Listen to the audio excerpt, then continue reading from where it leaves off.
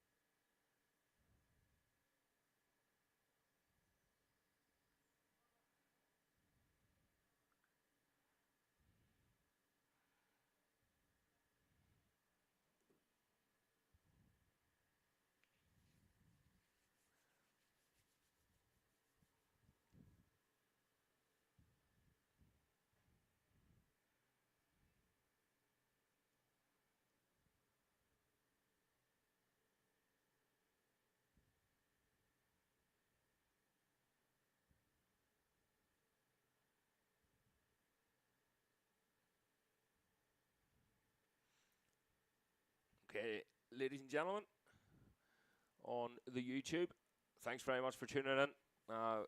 There is a lot of races to get through today. Last night's races aren't going ahead, so that's the Super Twin B Open A. There will be an open race today. Junior Support B. So we're starting today off with the Senior Support A, and we'll get things up and going pretty soon. But they're doing a few track inspections here. Big shout out to our sponsors, Moto, Davy Chambers. You'll see the adverts going up for Davy and Classic Bike Festival Ireland. Get yourself down there August 1st, 2nd, 3rd, so looking forward to that. So massive thank you to them. Massive thank you to everyone watching and subscribing. The more subscribers we get, the more interest we get, and then the more equipment we can buy, which means we can give you more here at the races. So yeah, just finishing off here, a few track inspections and a few cars to move, so we will not be too much longer.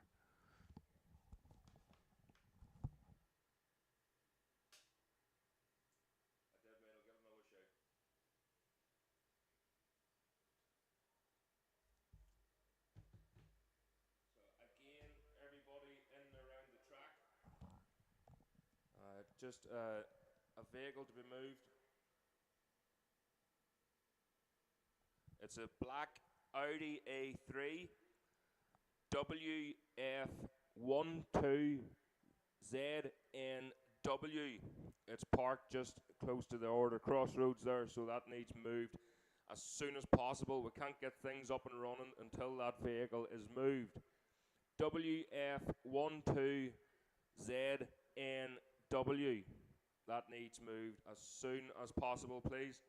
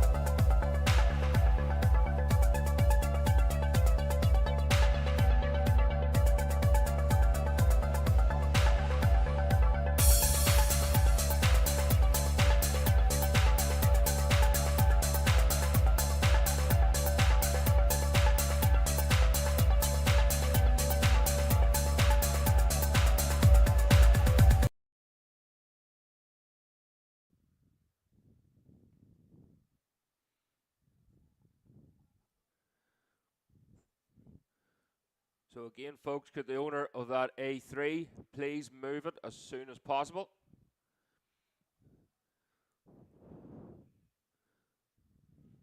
So the weather today is looking a lot better than it was yesterday. It was a wee bit miserable. We couldn't go ahead with official qualifying. We did have some times on the board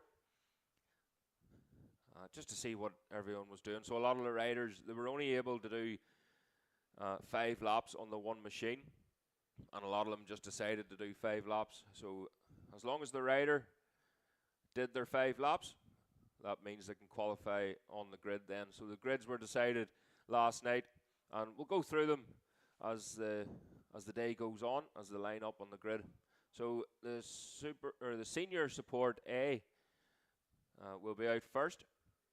A couple of changes to the programs then, and again we'll go through them.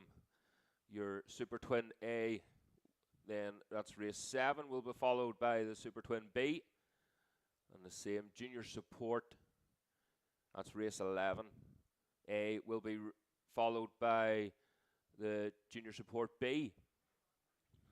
So, and again, if things change throughout the day, we'll surely let you know.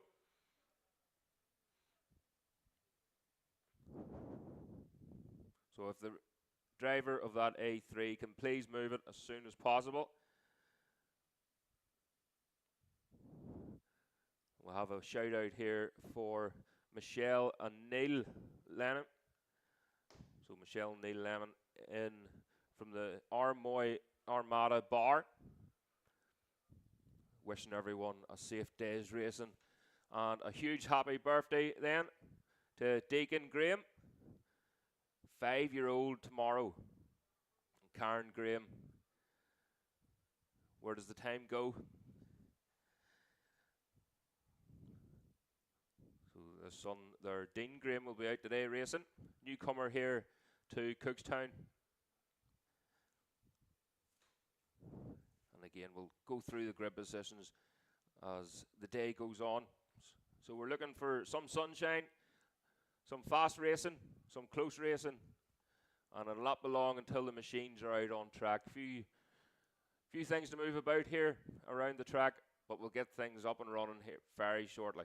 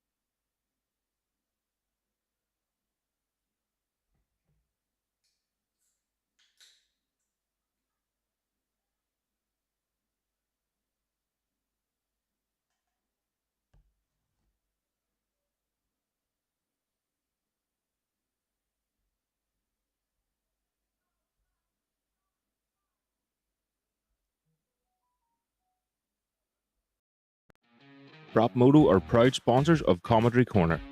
Located at 5 Lisburn Road, Moira, the former Motor Shocks building, this is the place to go for something different. Only open 2 hours a week to the public, Wednesday 6 p.m. till 8 p.m. Everyone is very welcome to drop in and check out the weekly change in stock, ranging from mopeds to fireblades. Davey from Brap Moto is looking for all types of motorbikes, vintage, classic, sports bikes, to damaged end-of-life bikes for dismantling. Also job lots of bike spares.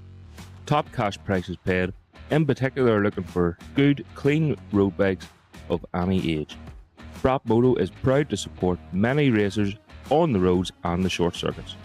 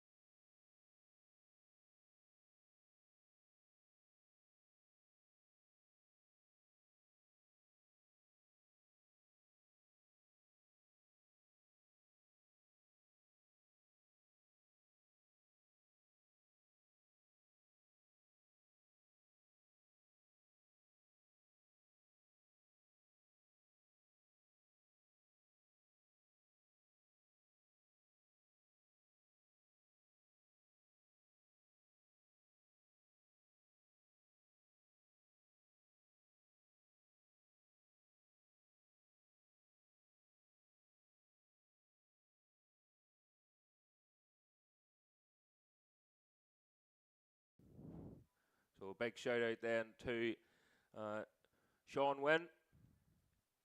Wishing everyone a safe and enjoyable day's racing at Cookstown. And he's watching live. We are streaming live on Comedy Corner 72 YouTube page, and all the links are on our Facebook as well. So please like and subscribe, as they say. So good to hear from you, Sean. Number 777, the sticker bomber. Not here with us, unfortunately, but he is watching live. And he's keeping an eye out on everyone. Shout out to as well for Ryan Whitehall. Loving the new leathers, Ryan. He says they're the wrong colour, but I think you look fantastic. So best of luck today, Ryan Whitehall. Your new Power Ranger suit. And hopefully the track will dry for you. So again, not long till things get underway then with the Senior Support A. Again, there was a change of programs. I ran through it earlier on, and we'll run through it as the day goes on. Also, grip positions as well were chosen last night. Not by me, I may add. So, again, practice yesterday. It was wet. There was oil on the track and whatnot, and the club, they had it all against them. But they did what they can. All the riders got the laps that they needed to get onto the grid today, so they're able to get out racing. And that's the main thing. So at the minute, everyone stay dry. It's not raining at least. Hope you brought your welly boots, but it's to dry up later on. And again, ready for some real fast, close racing here at the Bear Competitions Cookstown 100. You can see what they have in store. The Bear Competitions, it's all over my Facebook now. You know what it's like when you like or you follow a competition page. And some of the stuff they have is absolutely amazing. They have a few funny adverts up as well. Orlando Mansion plus £100,000 cash or £1 million cash. Absolutely amazing. I don't know what I would rather have, to be honest. If it was in Orlando, I couldn't be here at Cookstown, so I think I'd take the £1 million. Costadale, Cookstown here on Saturday, race day. So again, they're just finishing off around the track. Wee bit of tidying up to do, and it'll not belong to the machines going on to the holding area. Once they are on the road, we'll call out their grip positions and how they got on yesterday.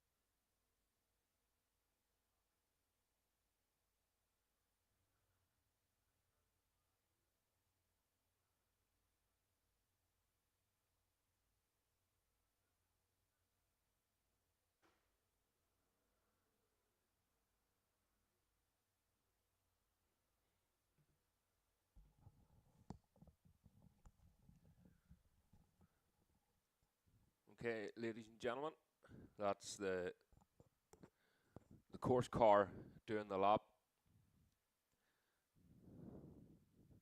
I'll just let them know before Stephen Watson starts talking.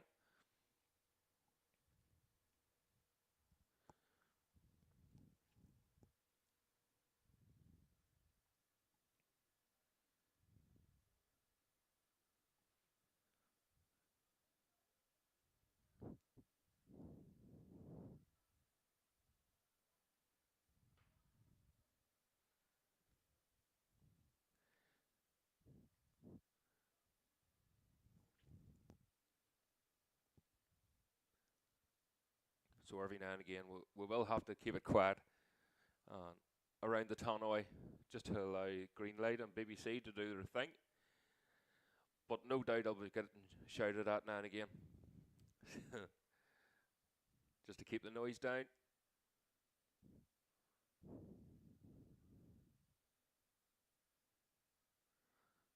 So I think they're doing a live broadcast at the minute. He's just talking to the producers by the looks of it. Either that or he's gone mad and he's talking to himself.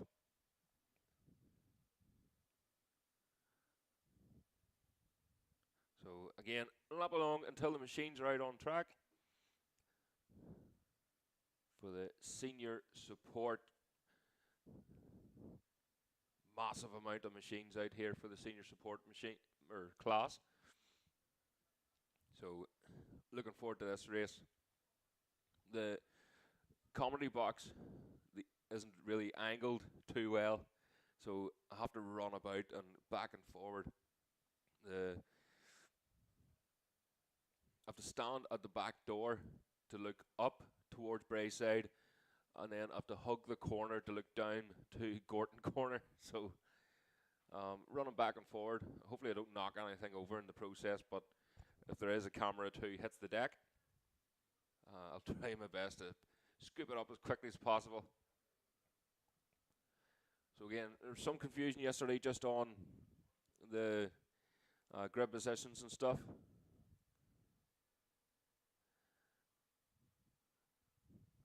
So a lot of people were complaining. Oh, they were told there was no qualifying, but yet why was there times? Well, there always is times, really. It's just to keep an eye on what people are doing, and it allows me to have something to talk about. But realistically, they are.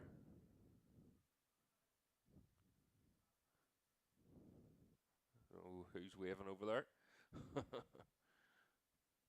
So they are indeed. They waving at me. I don't know. Wee bit awkward. But yeah, they're the times are on the board just for, well, timekeeper's sake, our sake, my sake. And otherwise it would have been an even more boring day. But it allows you to see what's in store today, especially now that the track is still wet. So these first few races, no doubt, they're going to be wet tires on.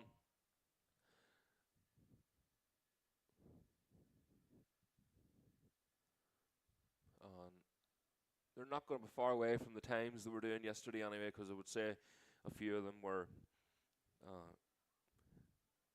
pushing on for at least one lap, probably the last lap or so. There was oil on the track.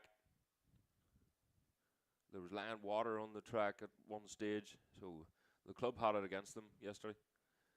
So looking forward to racing today. Again, it is to dry up, so hopefully we'll get some slicks on the bikes and get some good racing. So I think they're more or less ready to go.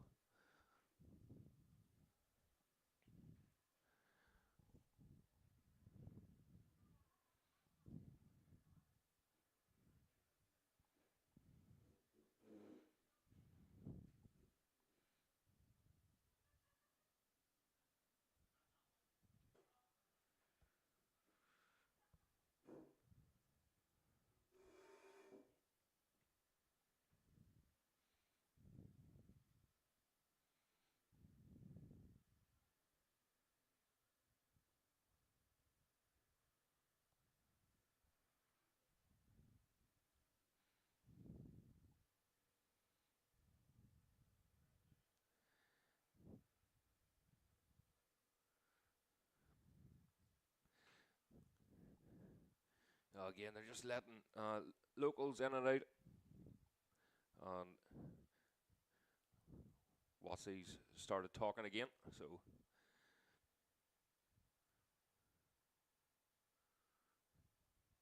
he Scott Clements there. Good to see Scott Clements. Just crossing the road. And Loris Britton. So Loris Britton just down below us here.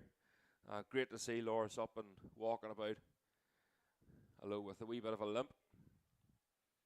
Very, very lucky boy indeed there on Monday. Had a bad slap at Kyrgyzstan. So good to see Loris here.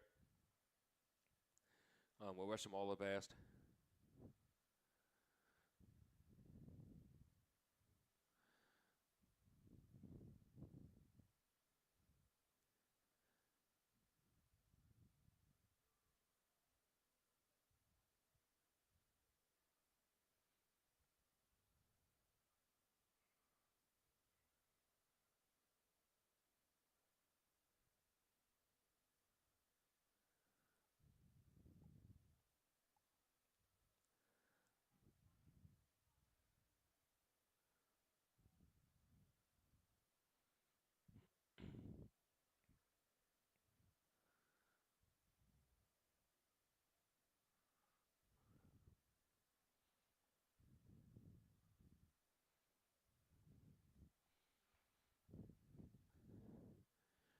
Okay, ladies and gentlemen, slight delay in proceedings.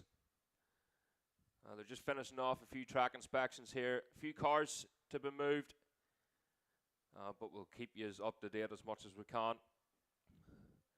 So the senior support, if you can make your way to the holding area, please, and have yourselves ready and not belong until you are on the road. We'll just keep an eye on our friends at Greenlight Television as they're filming there. Stevie Watson. Thumbs up for Stevie. So we'll try and keep it quiet as you are running your broadcasts throughout the day.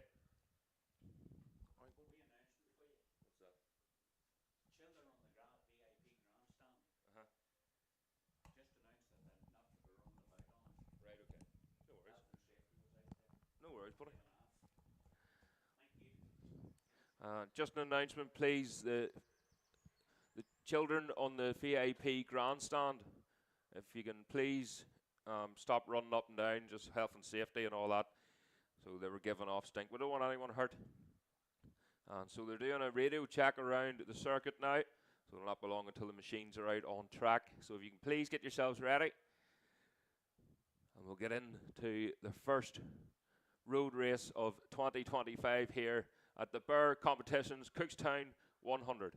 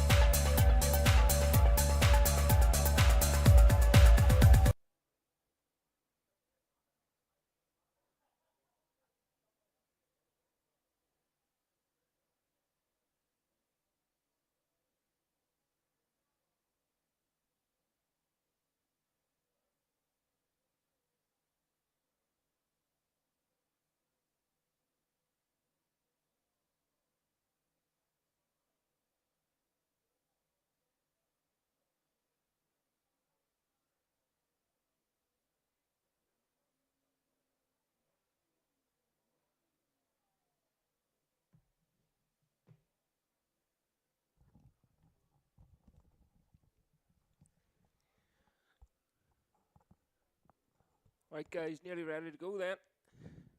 Again, hurry up and wait. So yes, please engage on the live chat. Good to see so many already. We've near 500 people watching, just jumping in and out of it. So thanks very much.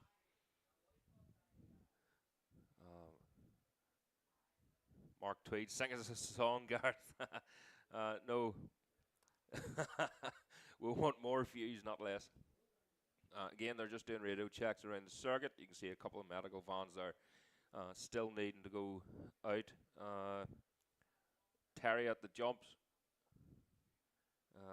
It depends on the phone buddy. It seems to be. Yesterday, it was working pretty fine. You just have to remember that at the minute I'm talking normally. So when the bikes are out in track, I get a wee bit excited and start shouting. So I don't want to be messing with volumes. It is turned right up, to be fair. But yeah, it seems to depend on the device.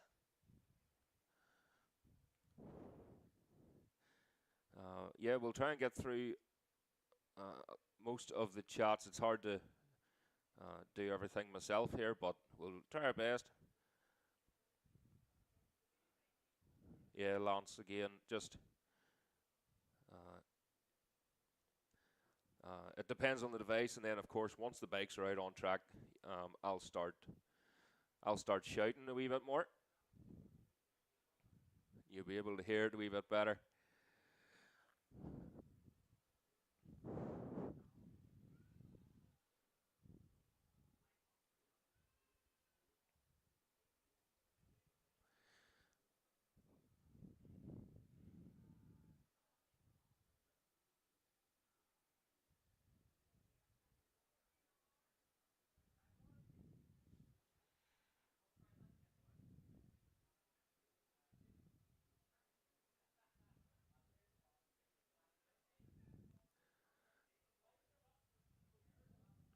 So a shout out there, Andy Kildare, get her done, 51. Up at Classics, that's what it's about. Great racing with the Classics, so looking forward to that one. As the M3 powers its way down to Gorton. So here we go then, ladies and gentlemen. The BM has pulled away and it's hammering down towards Gorton Corner. And the machines should be coming out onto the track now. And we'll get proceedings underway. And we'll go through the grid positions then while they're on their warm-up lap.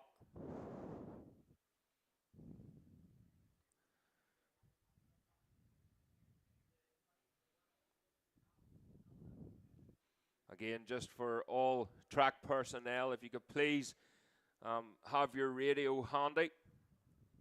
And make sure either if you're wearing an earpiece or it's up close to your ear, just in case you're missing any messages.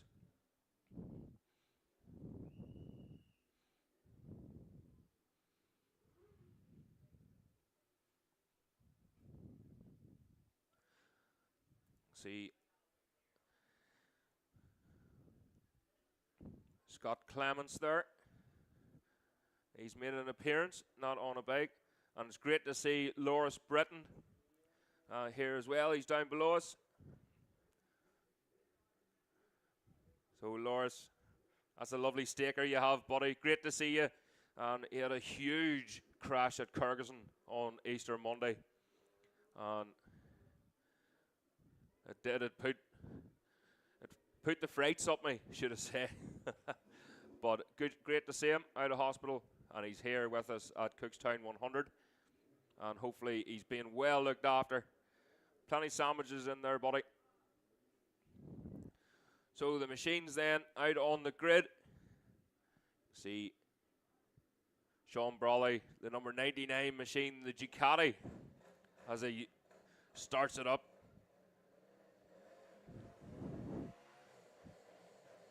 A wee burnout there just to warm the center of that rear tire.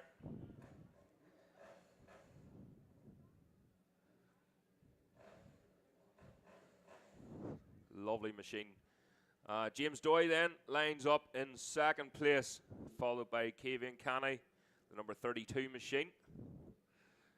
He hasn't quite made it over just yet.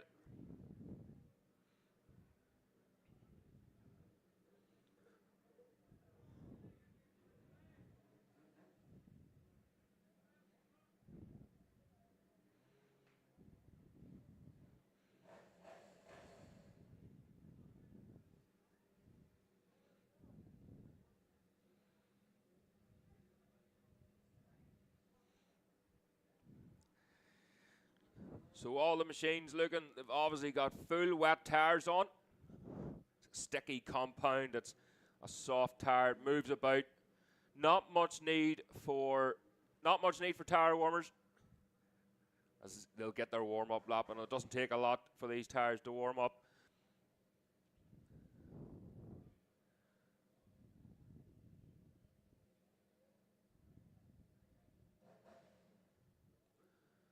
So senior support then. We're going out in the warm-up lap very soon. Lap record held by Gary Robinson on an R6 Yamaha, and that was a 129.9. That was in 2007, so it looks like he's going to be holding it for another season. I can't see any lap records being broke here this morning, but hopefully the sun will be out later, and we'll get the track dried, and we'll get some slicks on these machines.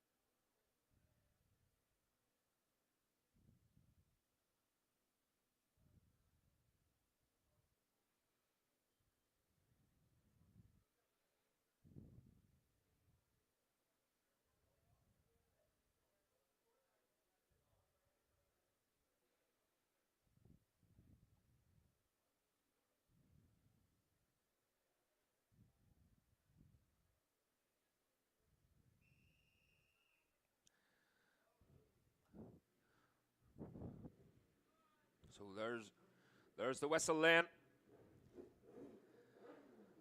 No klaxon today, I don't see. So the whistle goes and the machines will be going on their warm-up lap then. As Big John just waiting for the teams to get off the road. But yes, Sean Brawley then starts on pole. Again, no qualifying really done yesterday, free practice.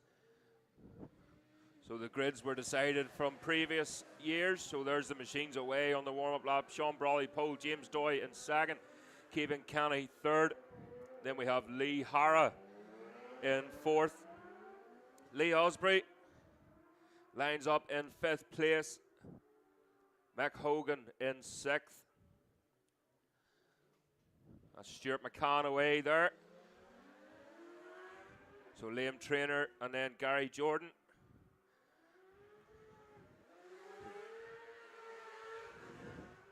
Followed by Stuart McCann, Tom Oliver then in 10th. And then followed by Kevin Lavery. Tim Walsh lines up on 12th. From Michael Clyde in 13th. That's the number 899 machine. Brendan Kavanagh, the number 10 bike, lining up in 14th place. Graham Smallwoods So the number 162 machine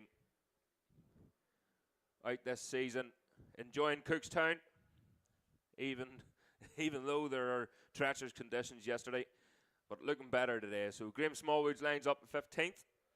16th place is James Walsh. And behind James Walsh is Ashley Robinson in 17th. John Cahill in 18th. Michael Hoy in 19th. And Jason Whelan lines up in 20th place.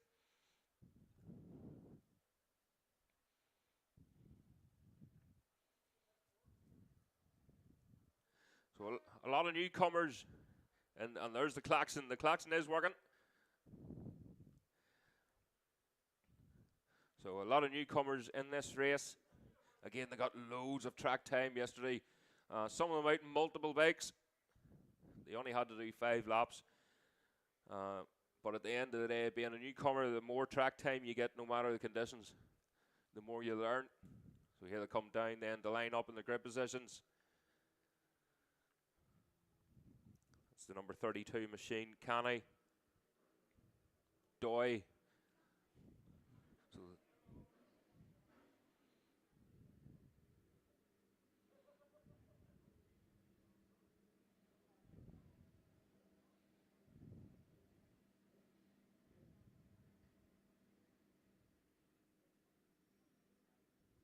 again, just waiting on our friend. Greenlight Television doing another wee bit here while the bikes come down on the grid. They seem to do a lot of the talking just before it. Here we go then. So here we go then. The machines just sorting themselves out. A few last minute checks. The riders get themselves comfortable.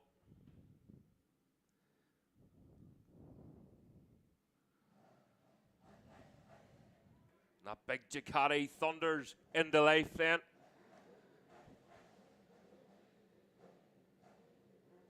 The true fit Suzuki there of James Doy. They're getting ready to go. So 3 groups here then.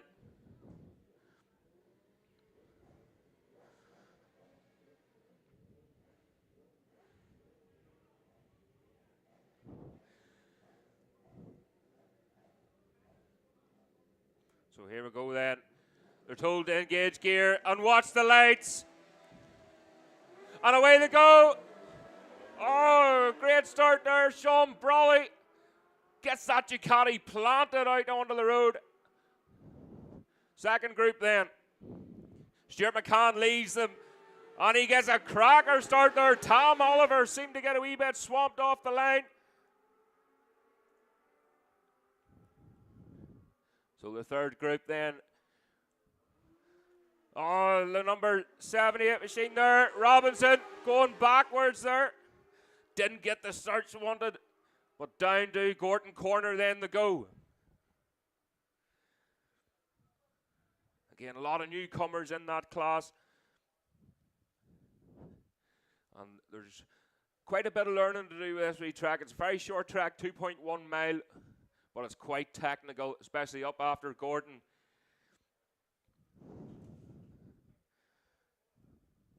You have quite a wee bit to learn here. If heading for McAdoo's, it can get very technical. And of course, up over the jumps.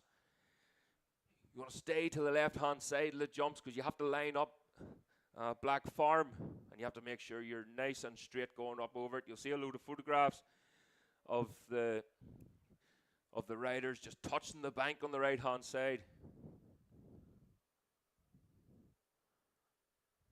I've seen last night some were getting a wee bit closer than others. So looking up then towards the Bray side, and here they come. You can hear that Ducati thundering down towards us here. But look at Canny right in behind him then. And that's Lee. So Lee Hara then up into third. Just in behind him is Lee Osprey, James Doy, Gary Jordan, Mick Hogan. The R6 Yamahas coming down. Kevin Lavery then. So on corrected time. Kevin Lavery away through. and up into third place. So that's the rest of the second group through. Kevin Lavery on an absolute stormer of a lap here. Up into third for Lavery on the Trainers R6 Yamaha. So started the third group then. So Ashley Robinson. That was Jack Mears and Dean Graham away through. That's your top 20.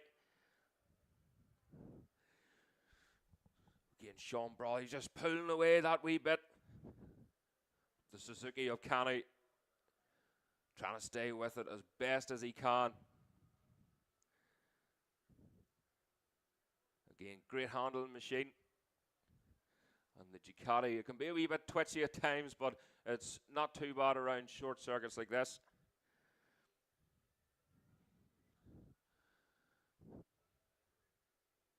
So they should be heading for the Bray side now. As we look, long look up the hill, and here they come. So they're closer together this time. The gap was 0.6 across the line. The last lap, Buchanan is in the slipstream then of Brawley. As they head down, he just moves over to the right-hand side. He'll not be making a move just yet. He'll be following him for a couple of laps, but he has to remember on corrected time then. He is being chased down by Kevian Canny. Fastest lap there for Canny, the number 32 machine, a 1:37.5. Kevin Lavery away through then, still holding on to that third place. Oh, gaggle of riders, you can hear that triumph then of Stuart McCann going through. So it's Sean Brawley, Keevan Canny with the fastest lap of 1:37.5. Kevin Lavery still in that third place, a 1:39.8 on corrected time. Lee Hara up into fourth, a 1:40.7. Lee Osprey fifth with a 1:42.1. James Doy then on the True Fit Suzuki in sixth place, a 1:42.6 for James Doy.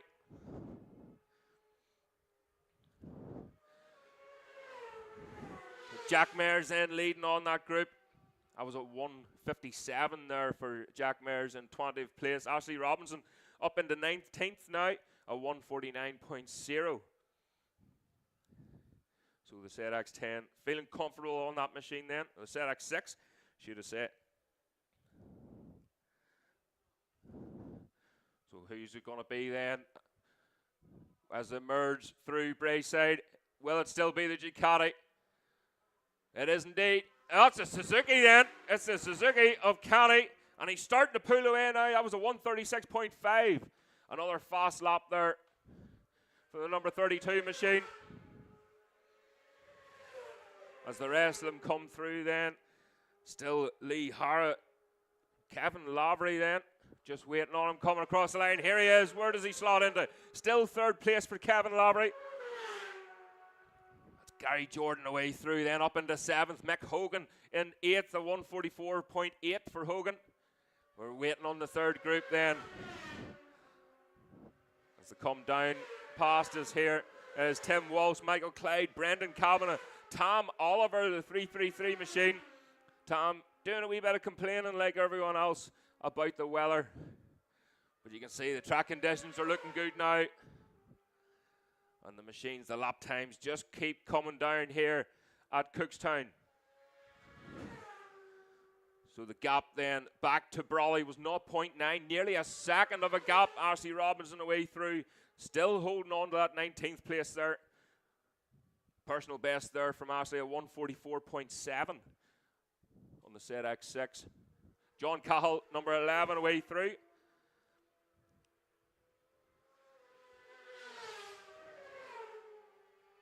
So the leaders will be coming round here very shortly. So here we go then, Canny. He can do it. Sean Brawley then, fastest lap there as he crosses line, a 1:35.8. The gap is now down to 0.7 of a second. So here's Lee Hara just looking over the left-hand side, looking for that pit board. In third place at the minute, but we wait for Kevin Lavery. Here he is, back up, leapfrogs over Lee Hara once again, and he's holding on to that third place, a 1:37.5. Gary Jordan going very well there in 7th place. A 1:43.8 for Lee Hara. Oh, but James Walsh then now up into 7th. So that's demoted Gary Walsh down to 9th place as the third group start making their way around. And there's Stuart McCann on the Triumph, currently in 15th at the minute. A 1:45.1 for McCann. Michael Clyde away through there, up into 10th there for Clyde at 1:43.1. But the fastest lap at the minute is Sean Brawley at 1:35.8. Ashley Robinson way through, up into 18th place now for Ashley. Just chipping away at them lap times. So lap times further down the field, starting to slow that wee bit. You can see the group of riders as they're slowing each other down, battling it out. But here they come. Look at Canny. So a massive lead now for Kevin Canny as he crosses the line. And that's the Ducati of Brawley then. So over 2 seconds of a gap now back to Brawley. Slightly slower lap times now as they're coming into the slower riders. Look at James Doy looking over the left-hand side, but there's Kevin Lavery has caught now James Doy. So Kevin Lavery still in that 3rd place. Lee Hara in 4th, Lee Osprey 5th, James Doy 6th. As we look back up to Brayside then for the next group. That's Gary Jordan across the line, back up into 7th, but we'll have to wait then for the next group coming through. And there it is, James Walsh then caught up to the back end of Gary Jordan now. So Gary Jordan still in that 9th place, and he seems to be holding it so far. So Gary Jordan just struggling there to try and get a 1:25 for later on. But he's been very kindly loaned one. But we'll talk a wee bit more about that later. So Canny still in the lead. That last lap was a 1:36.9 compared to his best of 1:36.0. Michael Hoy, Ashley Robinson still in that 18th place. 2.1 seconds of a gap then. Huge lead now. Canny with the fastest lap of 1:35.5. Brawley then across the line. That was a 1:35.8. Very consistent lap times here from the pair of them.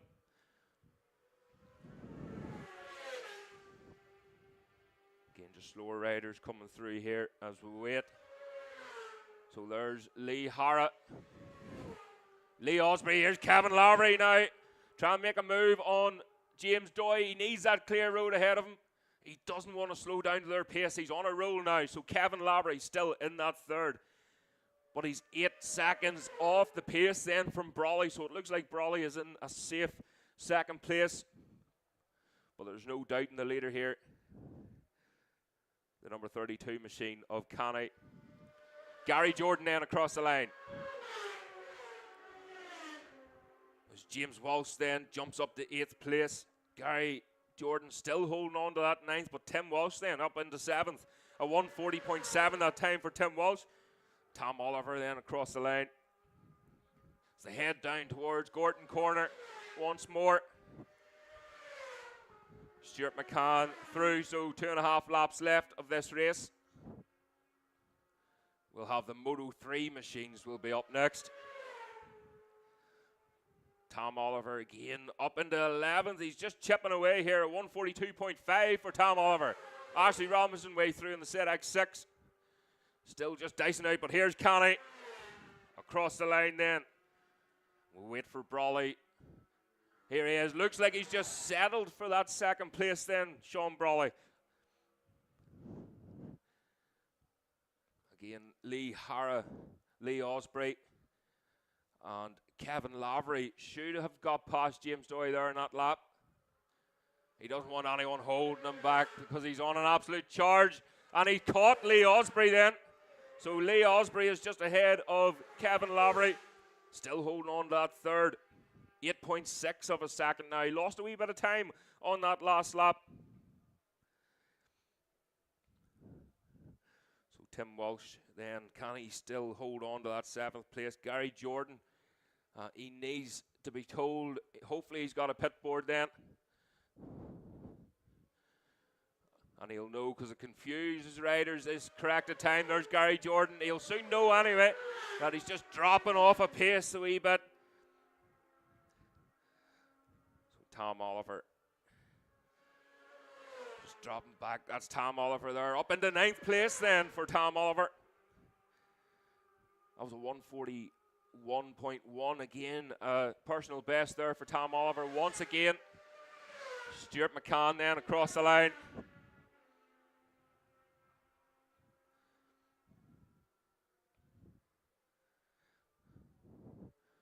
Here we go then. Brendan Calvin, the number 10 machine, the ZX6. Up into 13th place. Again, they're through on this last lap now. Don't think there's an awful lot Brawley can do. So Canny way out in front, over 6.5 seconds now of a lead. There's Lee Hara, but look at Kevin Lowry. He's absolutely cutting through this A group. James Doy then in behind. So this is the last lap. The next time round, they will be getting the checkered flag. And we'll be looking for Canny. He'll be over the moon with this one. Just a few corners left. So Ashley Robinson now up into 17th place, 144.3 again, quicker again. That's the Triumph just ahead of Gary Jordan now. Again, the Moto 3 machines should be in the holding area. As we'll keep an eye up into the Bray side. They should be coming around the corner now. Or very shortly. Stuart McCann then. Lovely sounding machine, them Triumphs. But here we go then. Fantastic, the first win and over the moon. Kevin Canny across the line to steal it. Sean Brawley on the Ducati in 2nd place. Let's see what Kevin Lavery can do. So it's going to be Lee Hara that's going to cross the line first. But Kevin Lavery was close in behind him, but here they come. A whole gaggle of them coming down here now from Brayside. Across the line they come. That's Lee Hara. Kevin Lavery takes 3rd place from Lee Hara, and Lee Osprey have to wait for the next group then to come through. James Doy across the line there in 6th place. Again, the Moto 3 machines up next then, folks, for more close racing. Here we go then. There's John Cahill and Dean Graham across the line. John Cahill 19th at the minute, Dean Graham in 20th. Again, just letting them settle as they cross the line on corrected time here. That's a Triumph through there, just ahead of Gary Jordan. So Gary Jordan finishing up in 9th place then. Very respectable. Oh, Tom Oliver then across the line. So Gary Jordan demoted to 10th place. Mick Hogan, Michael Clyde all across the line. Brendan Kavanagh. Graham Smallwoods then. Stuart McCann across the line takes the checkered flag. So great result there. And a great run for Kevin Canny. Just first lap, just struggled in the first lap. Got the head down and made it work for him. So Kevin Canny taking the win then. A 135.5 was his best time. Sean Brawley in 2nd, a 135.8. They dropped off the pace quite a lot there in the last few laps. Kevin Lavery coming from Group B to steal 3rd place from Lee Hara. Kevin Lavery, a 136.8. Lee Hara in 4th. Best time of a 138.3. James Doyle then in 6th place. I'm sure he wasn't expecting to see that trainer's Yamaha coming past him. But a great result there, all the same for James Doyle, a 138.3. Tim Walsh up into 7th place, a 139.4. James Walsh in 8th with a 141.6. Tom Oliver 9th, a 141.1. Gary Jordan 10th with a 142.4. Great run there for Gary Jordan. Mick Hogan in 11th, a 113.7. Of course, Gary Jordan's going to be out in this next race as well, so he's going to have to be quick. Michael Clyde in 12th. Brendan Calvin in 13th. Graham Smallwoods in 14th. Stuart McCann on the Triumph, taking the checkered flag. 15th place. Jason Whelan 16th. Ashley Robinson 17th. Michael Hoy in 18th. John Cahill 19th. And Dean Graham rounds up the top 20.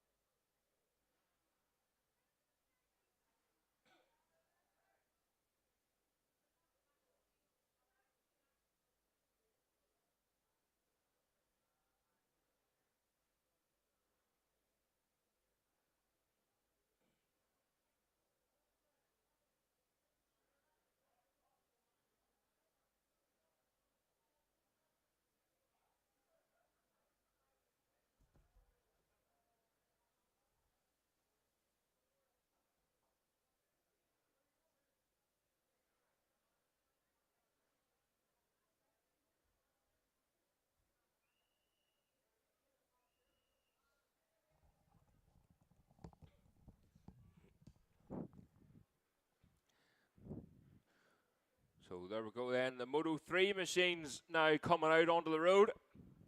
That's Moto 3. You'll see the 250 4-stroke machines, the 125 2-stroke machines, and we'll have the Supersport 300 machines as well. Very competitive class, the Supersport 300. Some great racing in the Ulster Superbike Championship. Chris Mayer there. Parker Transport Moto 3 machine just doing what Parker Transport does well. Lifting and currying. And onto the line to go then. A few machines there with cling film on them as well.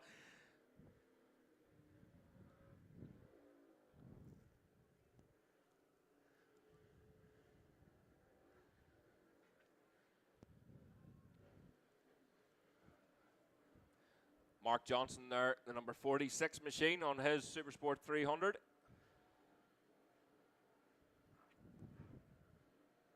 Again, a lot of these riders yesterday, especially in these smaller machines, they didn't want to risk anything. Because some of these Moto 3 machines and 125s, even the 300s, they've been cornering a lot harder, a lot faster than these Superbike machines. So the corner speed from these are absolutely phenomenal. Derek McGee there.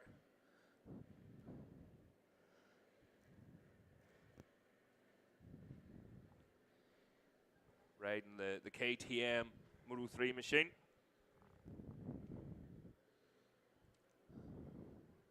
So Lorenzo has done a fantastic job of putting that machine together.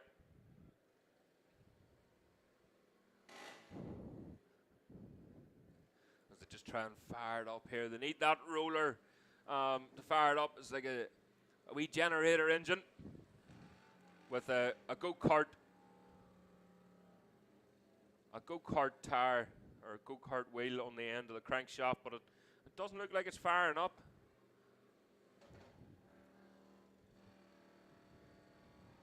It wants to fire there just, and then you can hear the drone of it. It doesn't want to play ball at all there, so hopefully they can get that thing going.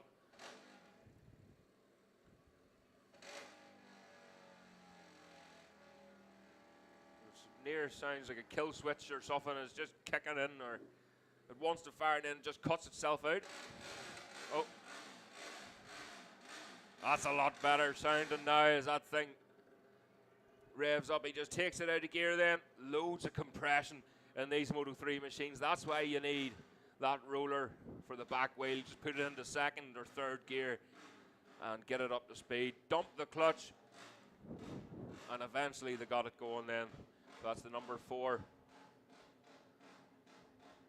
Moto 3 machine, the KTM. Lovely sounding machine. It was echoing throughout this whole Oritor circuit last night during their practice session. Dan Sale there on the Moto 3 machine as well.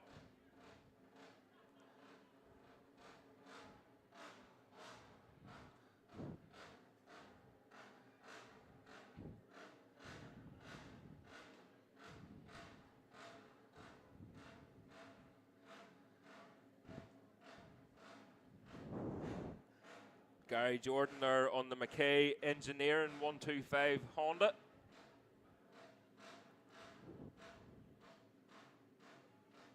Lee Osprey there, number 45 machine on the Tyson Mullen Supersport 300, was absolutely flying yesterday as well.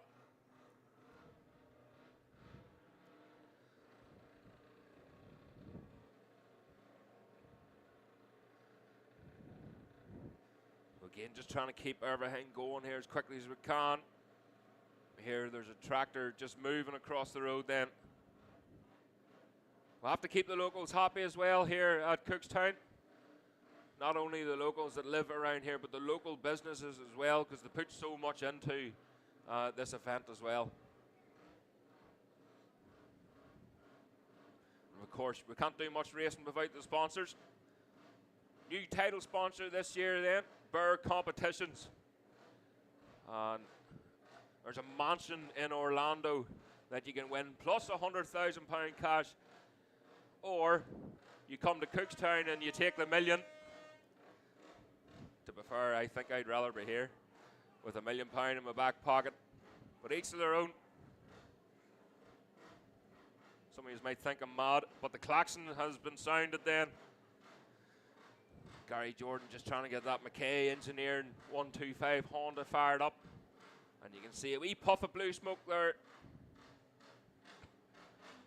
So the 125 behaving itself. The Moto 3 machine then, Derek McGee just getting a wee bit impatient there, busting to go. Nigel Moore.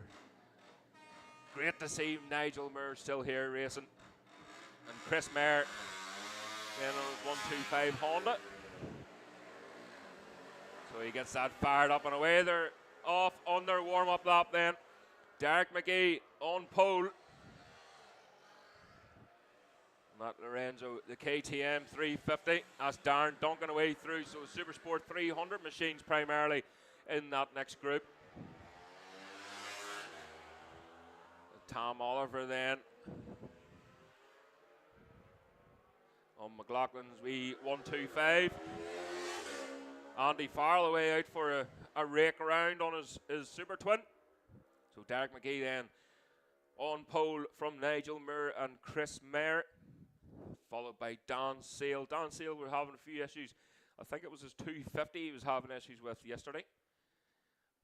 So he didn't get a lap in on that in qualifying, but he soon got picked up then and out for this next one. Jack Sands then lines up on 5th, followed by Kyle Parks in 6th. Gary Jordan then lines up in 7th place. Behind him is Gareth Arnold on the Moto 3 machine. Lining up in 9th and 1st of the Supersport 300 machines is Lee Osprey, followed by Mark Johnson. And then again, another KTM on the grid then, and that is piloted by Darren Duncan. 12th place, Linton Irwin. He's 4th of the Supersport 300s. And then we have 5th of the Supersport 300s is William Grant, who's 13th on the road. Back to the Moto 3s then. 14th on the road, Tony Flinton. 9th of the Moto 3s. 15th then is Malcolm Love, followed by Sean Leonard. Sean Leonard was having some issues with his classic machine last night. I think the the manifold came ajar, basically, but he got it sorted last night. It was just doing a wee bit of misfiring on him, so he likes his machines to be right. Robert O'Neill, 17th. Tom Oliver then on the McLaughlin 125 in 18th. 13th of the Moto 3s. Brian Harding lines up 19th. And Simon Len in 20th and 15th of the Moto 3s. But here they come back now to take up their grid positions.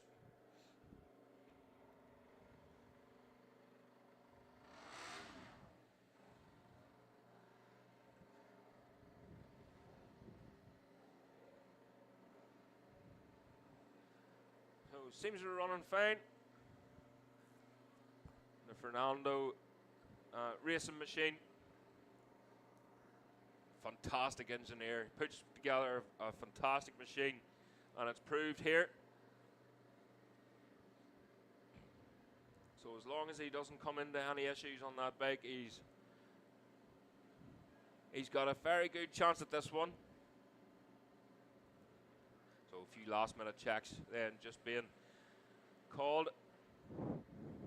Jack Sands just taking off a tear off his phaser. So here we go then. They're told to engage gear and watch the lights as they get ready. Tucked in behind them machines. And away they go. The Moto 3 race here at Cookstown. As they head down to Gorton then. Now for the second group, the Supersport 300 machines then. Led off by Lee Osprey, followed by Mark Johnson. Near coming together there from Darren Duncan. But they sort themselves out and they behave themselves. Next group then, you can hear the Moto 3 nearly on the limiter there. And away they go. Oh, great start there from the number 19 machine. So away then down towards Gorton for the third group.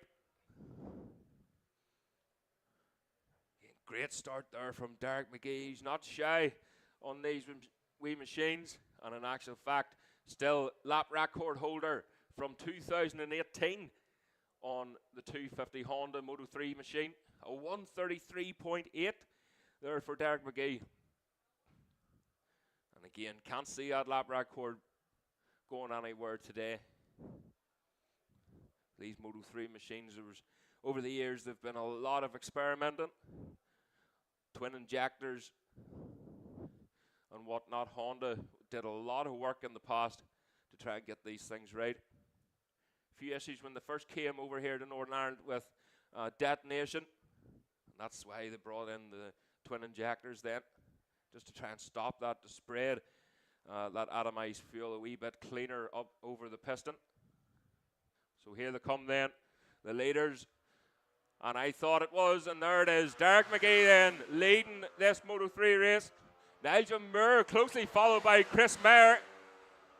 So Nigel Moore, Chris Mayer, Dan Sales all close together there. As the rest of the first group come down below us.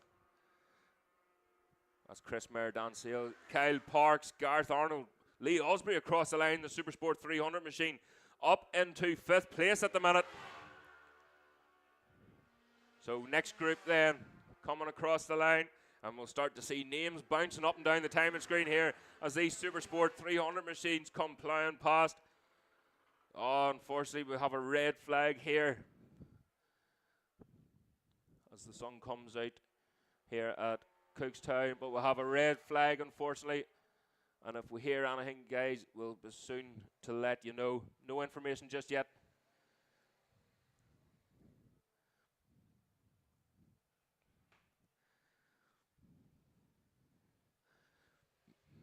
So guys,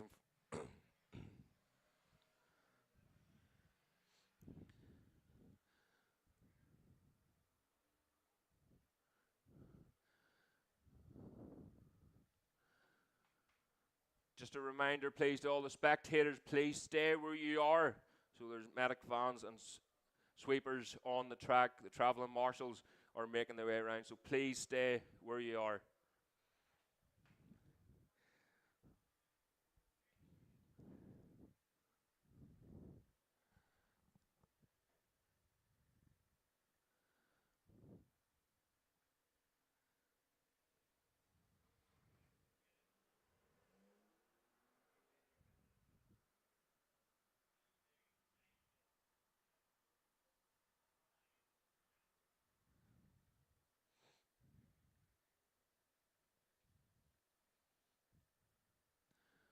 So unfortunately, we do have incident here. The bikes are held around the track.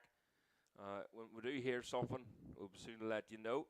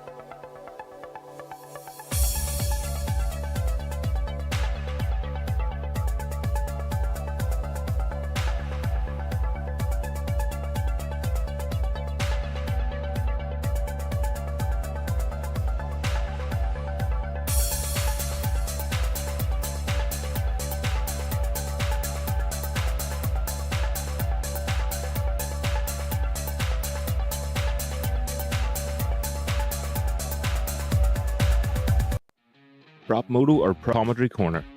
Located at 5 Lisburn Road, Moira, the former Motor Shocks building, this is the place to go for something different. Only open 2 hours a week to the public, Wednesday 6 p.m. till 8 p.m. Everyone is very welcome to drop in and check out the weekly change in stock, ranging from mopeds to fireblades. Davey from Moto is looking for all types of motorbikes, vintage, classic, sports bikes, to damaged end-of-life bikes for dismantling. Also job lots of bike spares. Top cash prices paid, in particular looking for good, clean road bikes of any age. Moto is proud to support many racers on the roads and the short circuits.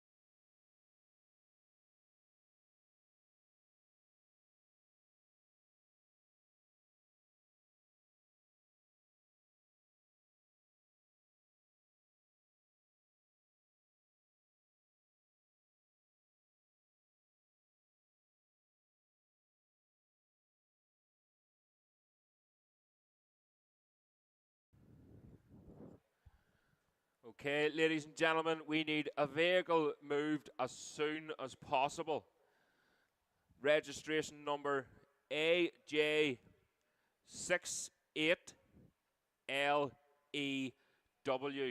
The vehicle is blocking the ambulance emergency services, so this needs removed as soon as possible.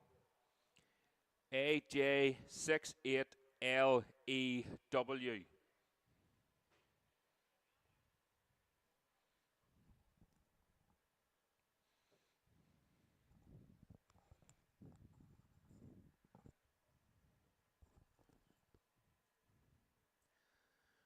Just no update as yet, folks, but we are listening in, and as soon as we hear anything, we'll be sure to let you know. But please, any cars that are abandoned, can you please get them moved? So there's a vehicle there that is blocking the emergency services. AJ68LEW.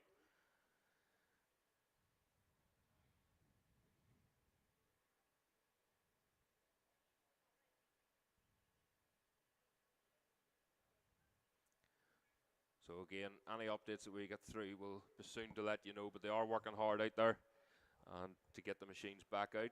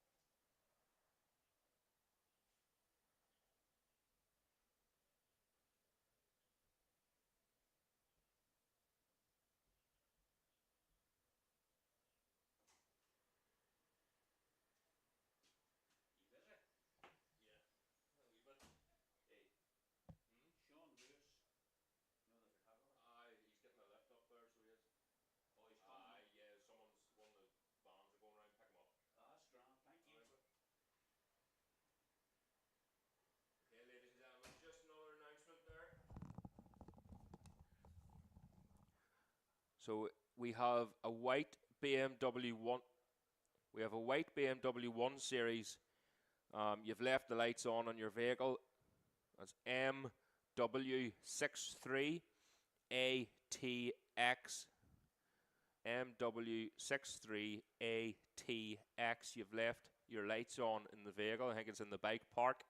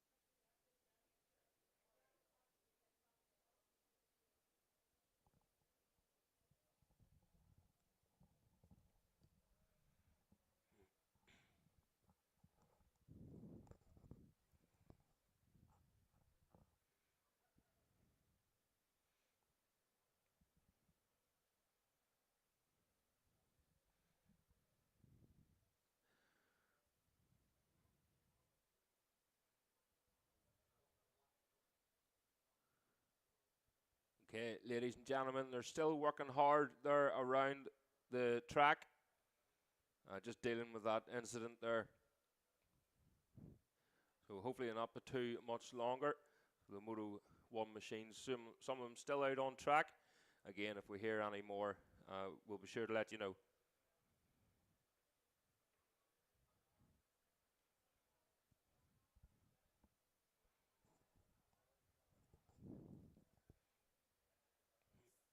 So again, everyone watching, listening on YouTube, thanks very much again. Please hit that subscribe button. It's absolutely free. My computer's popping up all sorts of messages and warnings here, but it's absolutely free. Please subscribe. We'll get them views up, and again, the more that you watch, the more we can bring you. So again, thanks very much. Unfortunately, this session, it has been red flagged. They're just looking into it there a wee bit. The ambulance has left the track, so there was a rider involved, and they are on their way to hospital. So they'll be well looked after, no doubt, but yeah, there's just still cleaning up in and around the track. I haven't been given a time. I have asked, but no update just yet. But we shouldn't be too much longer. Again, on our YouTube, we also do some podcasts. So some of the podcastees, would you call them that? Podcastees, guests, whatever you want to call them. I'm sure they've been called worse. Some of them, some of them you might not know, but the goal is, again, same as what I'm doing here, just to try and get that the sport, our wee Northern Irish sport out there, and the riders. Some of the riders, not all of them are superstars. Some are, to be fair, but not all of them just yet. So the plan is to get their name out there. The most recent one I done was for Mark Hewitt. A lot of you won't know Mark. He didn't go to any races. He wasn't too interested in motorbikes, and it wasn't until last year he decided to jump on a superbike, and he went out to Bishop's Court for his first ever race, and he won the superbike race. So yeah, that's a good one. Wee bit of crack. But just go on, have a wee nosy, and see what you can. Well, see what you can see, really. And please leave a review as well, so it all helps. And of course, people tuning in from all over the world. I got a message from a viewer in Orlando, and a few in America and Germany as well. So Der Svitz, I think his name was. Just thanking me for what we're doing here, and spreading the word about the world. Some road racing fans as well around the world didn't even know that the Cookstown 100 existed. Messaging in through, we thought it was just TT, Isle of Man TT, stuff like that, you know. So, yeah. Of course, BBC, they do show this, and they are filming here, which is fantastic. But obviously, certain countries they're not able to see. They don't get BBC. They're lucky enough with TV licenses, etc. But yeah, great to hear, great to see so many from all around the world tuning in. Again, we're just trying to do our wee part for the sport. And Stephen Watson just texting me there, just as I said that, actually. Highlights, BBC highlights are shown on Friday the 3rd of May at 10:40 on BBC One and BBC iPlayer on demand. So yeah, I'll just give him a wee thumbs up there, because otherwise he'll probably try and ring me. There we go. Good man, Stevie. Yeah, so I'll definitely be watching that. I'll definitely be tuning into that. Um, Again, the live chat. Play about with it a wee bit, have a wee bit of crack, interact with each other. Again, it's just for. I'll try and update it as best I can, but I've 101 things to do here, and some people might just be not Stevie again. Yeah, you have to remember I'm doing it myself here, so I'm editing on one screen, and then when I swap it over, something like that, I can edit the next screen with different graphics and live time and stuff like that. So yeah, guys, thanks very much for tuning in, and don't forget the Joy Dunlop event as well. So Stephen Watts and BBC, they're going to be a part of that, and that's on the 24th of May.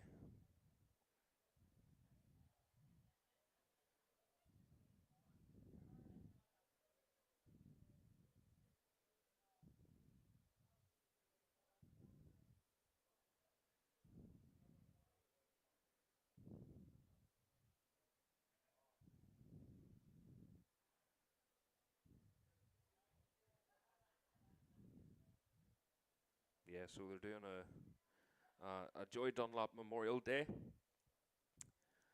Ballymena. So looking forward to that one. I'll be commentating alongside, I think, pretty sure, and I hope Jeff McMullen will be there beside me as well.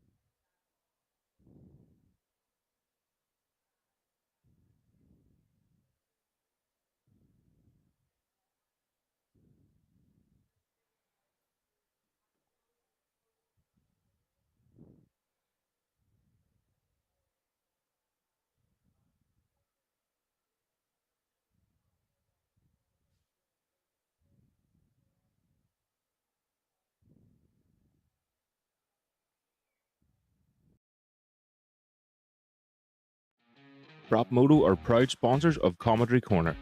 Located at 5 Lisburn Road, Moira, the former Motor Shocks building, this is the place to go for something different. Only open 2 hours a week to the public, Wednesday 6 p.m. till 8 p.m. Everyone is very welcome to drop in and check out the weekly change in stock, ranging from mopeds to fireblades. Davey from Moto is looking for all types of motorbikes, vintage, classic, sports bikes, to damaged end-of-life bikes for dismantling. Also job lots of bike spares.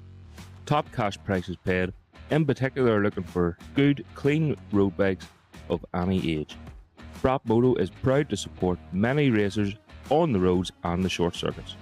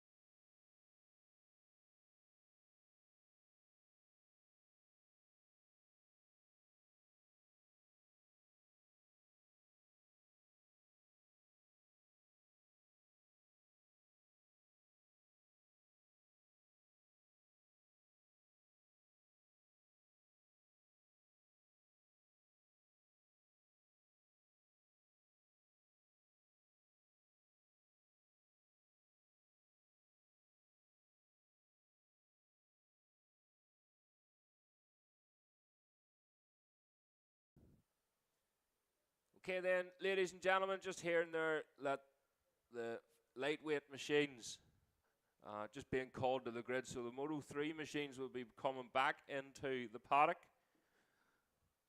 So the lightweight machines will be being called to the holding area.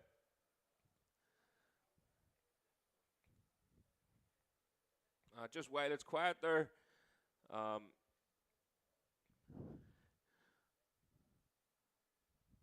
just to announce that the Joy Dunlop is 25 years from his passing, so the Joy Dunlop celebration day on the 24th of May in Ballymoney. That's Saturday the 24th of May.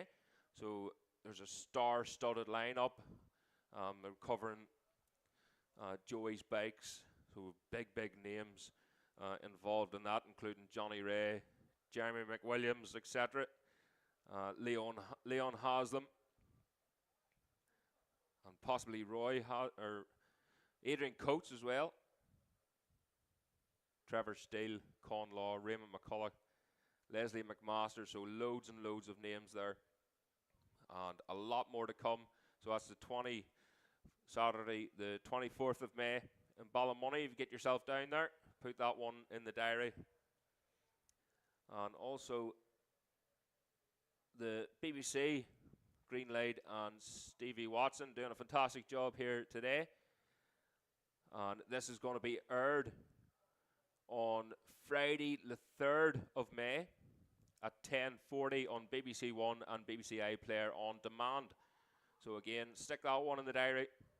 That's the 3rd of May at 10:40, BBC One, BBC iPlayer on demand. So again, just a few things there. Also a shout out to the Performance Lab in Moneymore, just off the dual carriageway there. So, and Empire Gyms in Dungannon. So they very kindly donated their time to help remove all these bales and strip down the track. Very difficult job to do, especially after a full day's race and all the clubs working, all the club members working all day and pulling bikes about, pulling hay bales, and then they're going to have to do it all. So again, they'll be working into the late hours of the night while you are all tucked up nice and warm in the house. all these volunteers will still be working away here at the track, try and get everything removed and back up to the north coast then. Get ready for the Northwest 200. So again, the lightweight super sport machines then have been called to the holding area. And we'll get things up and running. The track looking like it's drying. And there's, as I'm saying that, there's a few spots of rain, just typical. And so spots of rain there on the commentary box. I didn't scud that, by the way. It was already raining when I said it.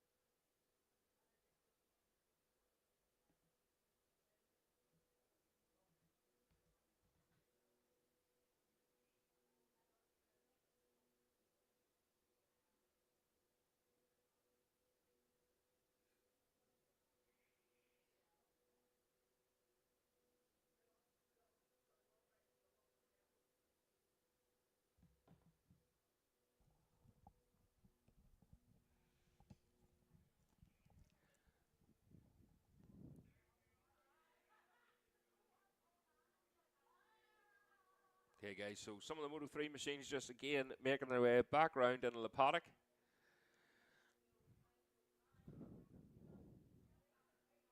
I got a message here from Vicky Clint, one of your biggest fans, Katie Clint from Boss Katie. I'm your biggest fan, never mind.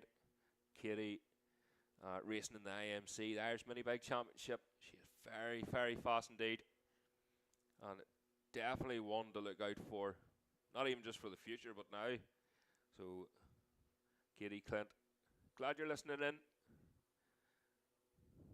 we'll try our best, and we'll see you. I don't know whether it'll be at Athboy. I won't be at Athboy, unfortunately, for the next one, as it's on the 24th of May. That's the Joy Dunlop celebration day, unfortunately. But definitely, I'll see you at the third round. Looking forward to it. The IMC Irish Mini Bike Championship. Everyone involved doing an amazing job. And it's not easy.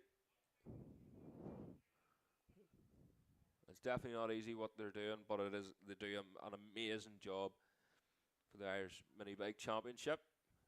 The stars of the future, and we'll see them out on track on the bigger machines in no time at all. We all know how time flies.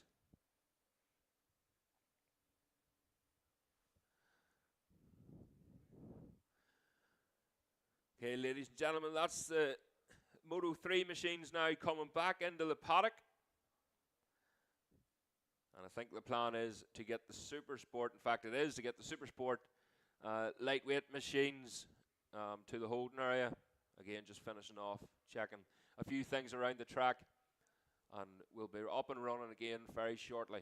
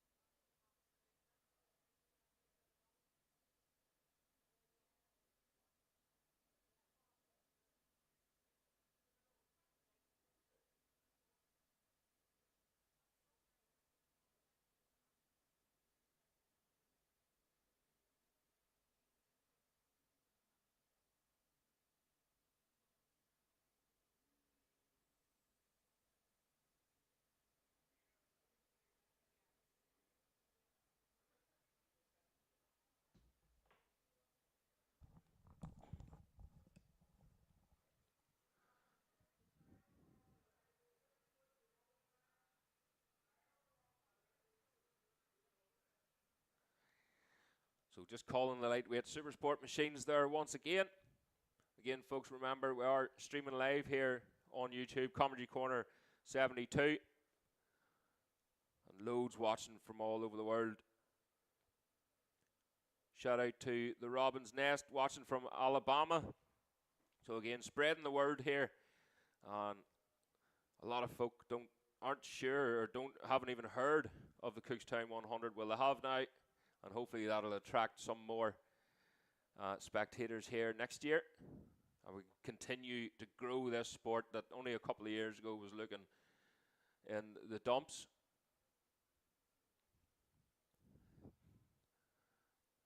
But you can see the paddock there, they're squeezed in like sardines, and they're already talking about needing more room. So it's good news for Cookstown, good news for road racing. Smokey watching from Chester, Rick Lee from the UK. So again, make your way down next year, obviously. You'll be a wee bit tight going, getting a flight or a plane to get here today. Unless you've got your own private plane, of course. So the machines then working their way around to the holding area now, and they'll be going on track very shortly. So just a radio check around each corner. Margaret waving at the camera there. We can see you, Margaret.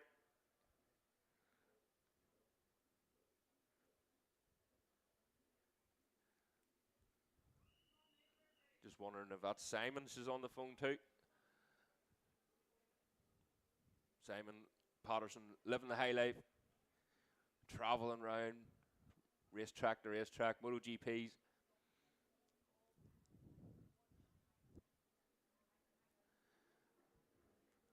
So here we go then, the machines making their way out onto the track now.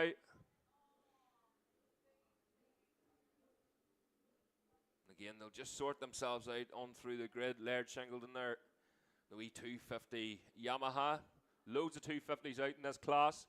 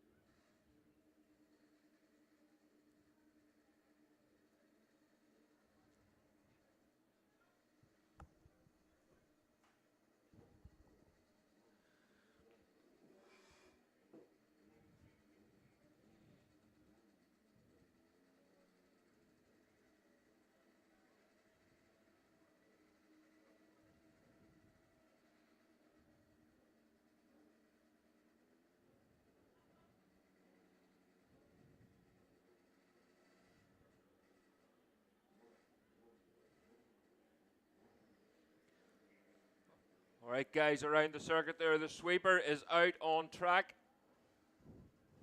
So please mind yourself, that is the sweeper. The travelling marshal is out on track for his lap of inspection. And Chris Mayer there on his wee 250 Honda, making sure it's up to optimum running temperature. It has got a wee bit colder here. Thankfully, the wee spots of rain on the commentary booth window have stopped.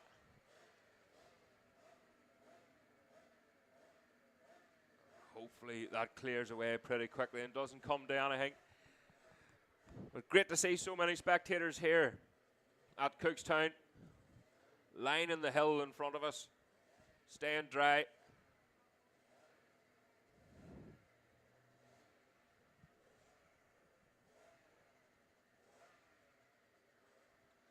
Darrell Tweed there on the M&D Racing 400.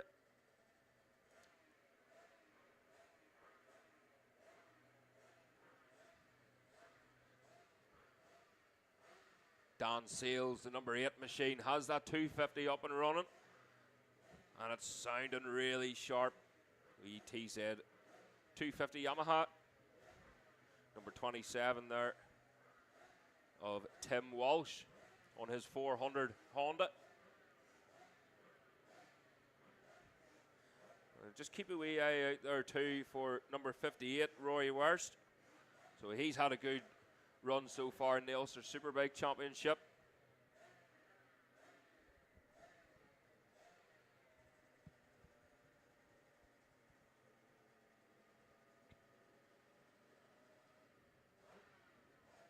Number 7 there of Dave Walsh. Getting a spin out on a Supersport 400 machine.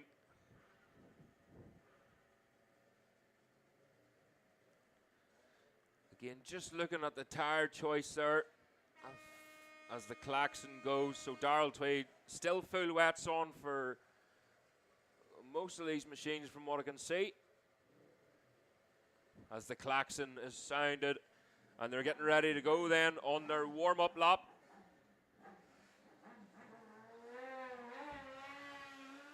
Just less than that 400 there, Darrell Tweed.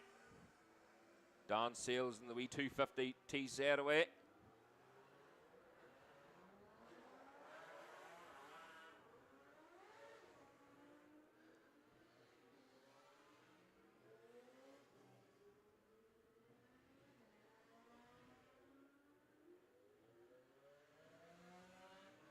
So then,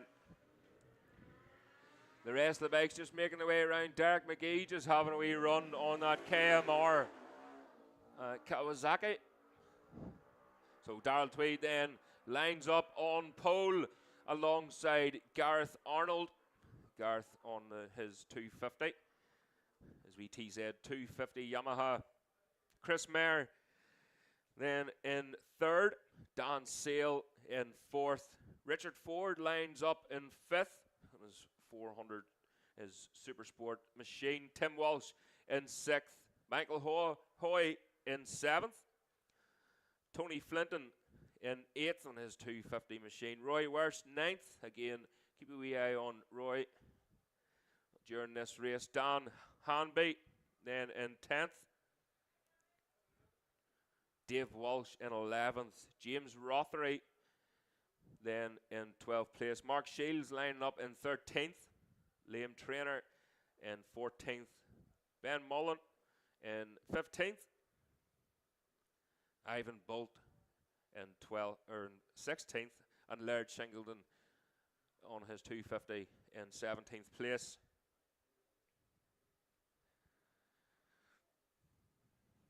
So again, temperature dropped that wee bit. You just have to keep an eye, especially on these two-stroke machines, keep an eye on that temperature gauge. And of course, a close listen to the engines as well. So they can be very temperamental, but once you get them right, they're the bike to have, especially in this lightweight class. Changing jets, moving needles up and down, making sure the air to fuel ratio is just perfect.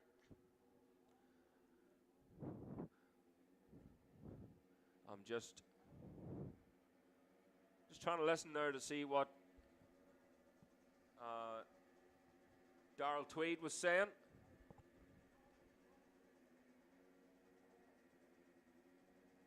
I'm not sure whether he's just letting Michael Dunlop's mechanics know there whether it's wet or dry.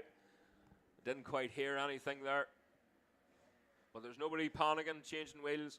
They're all lined up. This is going to be a quick one then.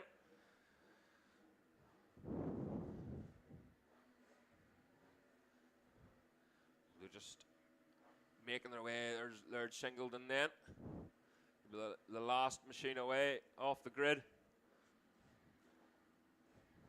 Again, two groups. Well, two in a bit. I think Laird Shingleton has his own group in the back. So here we go then. Getting ready to go. We're waiting for the green flag then at the back.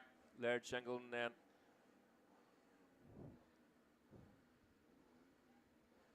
Making his way to the back of that third group.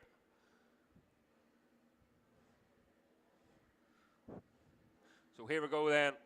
They're told to engage gear. Watch the lights. The revs go up and away they go. Oh, Chris Mayer with an awful start there as he just dumps the clutch a wee bit too much there. Too many revs off the line, but he's got going again. Second group then. So Roy Worst away with a good start there as he moves over to the left-hand side. And he just moves across the rider in front of him as they head down towards Gorton's Corner then. It's brightened up here now again at Cookstown. And the front straight is dry, at least, anyway. But it's underneath them trees. It's a back section of the track where there's a lot of tree cover, especially up over Black Farm. You have to be careful there. The greasy bits up over the jump and all might be okay, but they're straight lines. The tires can cope with that. It's in around the corners and the tricky areas out the back section that you have to keep an eye on. So again, we're expecting Darrell Tweed then any second now. You can hear them powering their way towards Braeside. Is that grandstand just in the road a wee bit from my eyesight? Davy Patterson up there with the flag usually lets me know when they're coming, but I can't see him this year. They've moved the VIP, the stand, into the paddock. Keep them a wee bit drier. It's a wee bit moshy sometimes over in that field. So here they come then. And by the looks of it, it is indeed Darrell Tweed. So Darrell Tweed with a huge lead now. But a good battle further back. That's Chris Mayer. And close in behind. So Dan Sales is right close in behind him. Whereas the Supersport 400 machines come down past us here. We 250 are. So Darrell Tweed, Chris Mayer, Dan Sale, Tim Walsh, Richard Ford all the way through, Michael Hoy, Tony Flinton then in 7th place. Here's the next group then. Dan Hanby, Liam Trainer. We're looking for Roy Worst then. Hasn't came through just yet.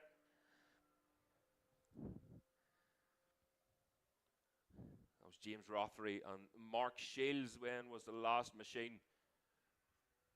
The last machine through there was Shields. So here's Shingleton then on the T-side 250. And the number 153 machine of Ivan Bolt away through. Again, just shutting off with plenty of time there to go. The gap back from the leader then is 4.2 seconds. And that's from Darrell Tweed back to Chris Mayer. Dan Sales, the number 8 machine, right close in behind within slipstream contention of Christopher Mayer. Keep an eye up towards Braeside then. So Darrell Tweed loves the wee bikes. New team this season, but he loves riding these 400s. So here he comes then, rounds Braeside, and gets well tucked in behind that 400 machine, the number 49. Makes his way back down. But the battle then, the 250s, the 250 Titans here, Chris Mayer and Dan Sale, making their way down. So Dan goes over to the left-hand side. He doesn't want to be making a move just yet on Chris Mayer. That's Tony Flinton on the 250 away through then. So again, Dan Sale, Tim Walsh, Richard Ford all the way through. Michael Hoy, Tony Flinton. We'll just have to keep an eye out on this next group. So that's the number 317 of Don Hamby, still holding on there in that 8th place as he is on track. Liam Trainer and Dave Walsh then. So Darrell Tweed with the fastest lap at 141.0. Chris Mayer in second at 143.9. So that bad start just didn't help him at all in that one. I'm just hearing there, number 17, Laird Shingleton has retired around the track. It did sound a wee bit flat going out past us there, but I'm not sure if he was just keeping it safe with the jets. Dan Sale then in third place. The gap back from Chris Mayer to Dan Sale was 0.2. So very close indeed. He's just keeping behind Chris Mayer there. He wants a good race in the coming laps. But here's Darrell Tweed already lapping the slower riders here. And the 250s then come down towards us. Dan Sale that is ahead of Chris Mayer now as they head towards Gorton Corner. Chris Mayer moving over to the right hand side. Surely is not going to try and do something on the brakes, and Dan Sale, he does indeed. So up the inside goes Chris Mayer on Dan Sale into Gorton. Nice move there from Chris Mayer. He done all the work before the corner, and it left Dan a lot of room there as he goes across. So Chris Mayer back up into second place then. I'm just hoping he was able to hold that on the way out. Sometimes you can lose the drive. The road tightens up, and it really does turn into a country lane then. So Darrell Tweed then again faster again at 140.7. Dan Sale a 143.5. Christopher Mayer a 143.9. Tim Walsh in fourth, a 143.7. Richard Ford in fifth with a 148.2. Michael Hoy then in sixth with a 148.2. Dan Hamby in seventh, a 146.2. So the times are all pretty close there. It's just about getting off the line, especially here at Cookstown. It can be very difficult to get all that time back, especially if you're looking to overtake someone. You have to do it on the brakes. But here he is once again. Darrell Tweed across the line, absolutely dominating this race. Slightly slower that time with a 141.0. But he's no work to do here. Way out in front, there's Chris Mayer now. So Chris Mayer is that Dan Sale I see retiring up at Braeside. It is. So the number 8 machine unfortunately has retired then that 250 of his. So that was looking to be, he was having issues yesterday with that machine as well, but that was looking to be a good race between them pair. Michael Hoy then way through, and poor Dan Sale is just slipping down the timing screens here. So then Chris Mayer holding on to that second. So the second of the 250s then will be Tony Flinton, so currently down in 13th place at the minute.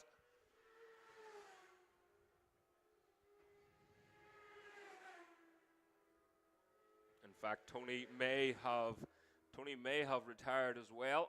I didn't quite hear it on the radio, but Tony Flinton is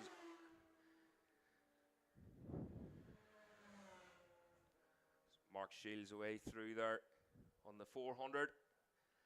So still Darrell Tweed, Chris Mayer. Tim Walsh then has been promoted to third place. So here's Tweedy. Across the line, that wee bike just singing all the time. You hear him blipping down the gears as he turns into Gorton Corner. Chris Mayer then. So Chris Mayer closely followed by Tim Walsh now. So that gap back to Tim Walsh is 1.8 seconds now. Tim with a personal best there, 143.3. That time round, Chris Mayer, he's starting to bite the screen a wee bit. It takes a wee while for him just to get settled in, but that lap was Chris's personal best as well, 142.7. So if he keeps this momentum up, he could start clawing that back then and start reeling in Darrell Tweed. There's not an awful lot in it there. Darrell slightly slower again at 141.0. Not a lot in it compared to his best time of 140.7. Still very consistent.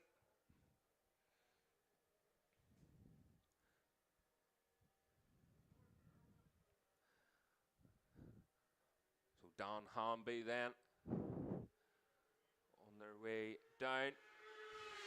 There's message coming through on the radio there. Just Dave Walsh then. Dave Walsh enjoying the Supersport 400 machine.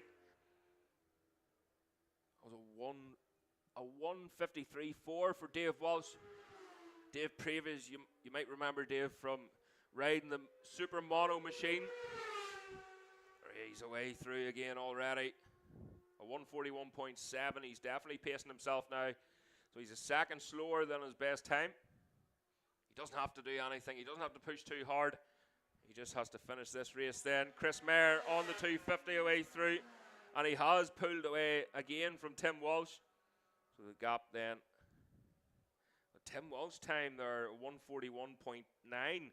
So that's a big difference from his last lap. Chris Mayer, a 1:42.2. So the gap is actually closed a wee bit. It's now down to 1.5 seconds. But yeah, Dave Walsh riding that Supermoto machine. The gold and black, lovely livery machine with a big gold number 7 on the front of it. You might remember also Dave climbing, I think it was the Mourne Mountains, might have been Donard, with a motorbike on his back. He's a big, powerful man. He's climbing up that mountain with a motorbike on his back. He's a lot braver than I am. And that was after a massive operation. I think it was a hip operation he needed after a crash at the Ulster Grand Prix. But it hasn't slowed him down. So Dave Walsh currently in 7th place as the gap between each group now widens. Number 317, there he is then. Dave Walsh away through. He gets well tucked into that machine. He might be short, but he's a big, stocky, strong man. And he can wrestle that lightweight Supersport machine about, no problem.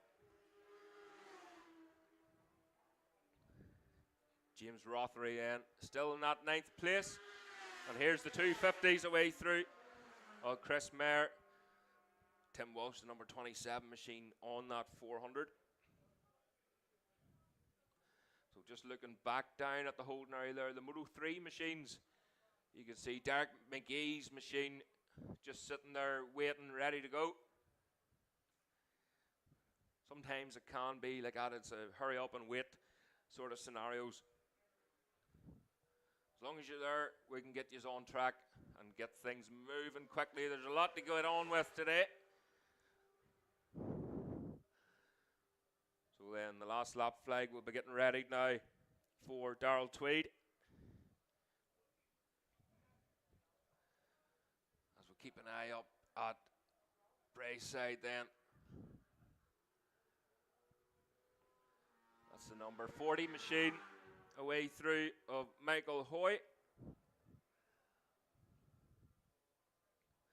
Michael Hoy posting a 1:52.6.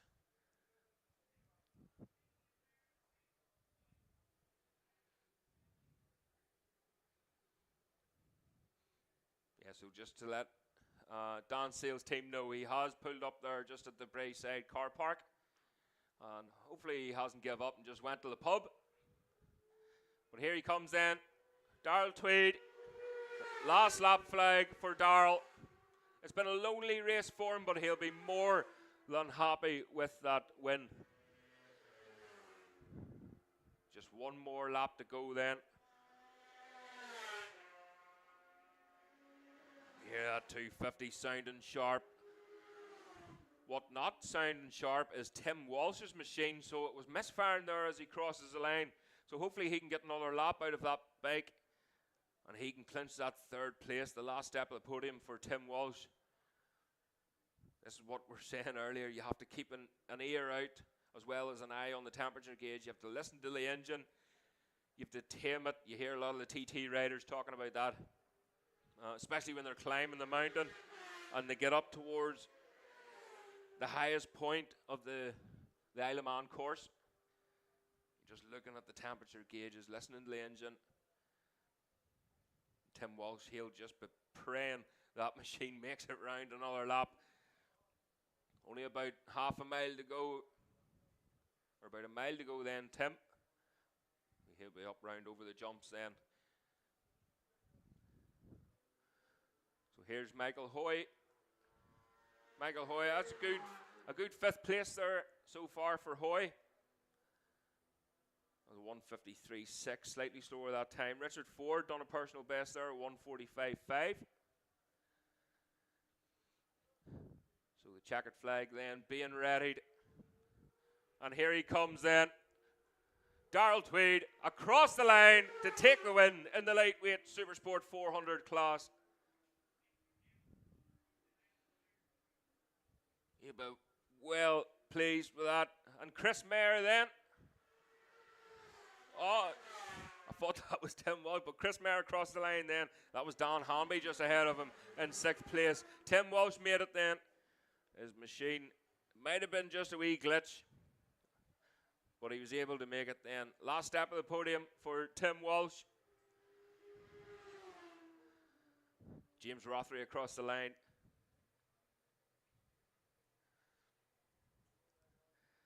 So Dan Hamby, Liam Trainer, Dave Walsh, and James Rothery all across the line then.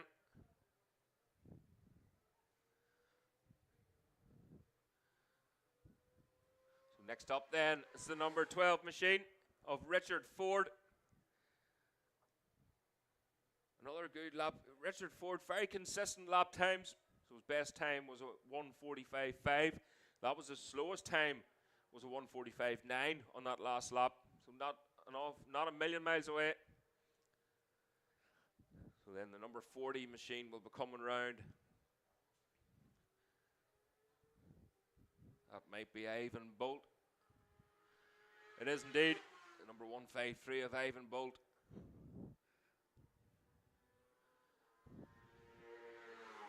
And there we go then. Last machine through. So Darrell Tweed with the win then. A 1:40.7 was his fastest lap. Chris Mayer in 2nd, a 1:41.4. Tim Walsh in 3rd, a 1:41.5. Richard Ford in 4th with a 1:45.5. Michael Hoy in 5th, a 1:48.2. Dan Hanby in 6th with a 1:53.4. Liam Trainer in 7th, apologies, a 1:52.7. Dave Walsh 8th with a 1:53.3. James Rothery in 9th with a 1:54.6. And Ivan Bolt across the line there in 10th place, a 2:17.0. Non-finishers then, Mark Shields, Dan Sales, Tony Flinton, and Laird Shingleton. Unfortunately, they retired around the track.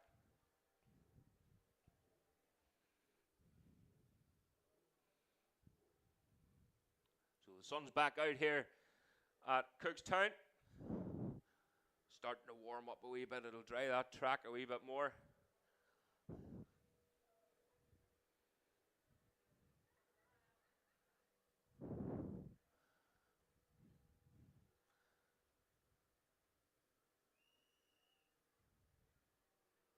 So that's the Moto 3 machines then coming back onto the road.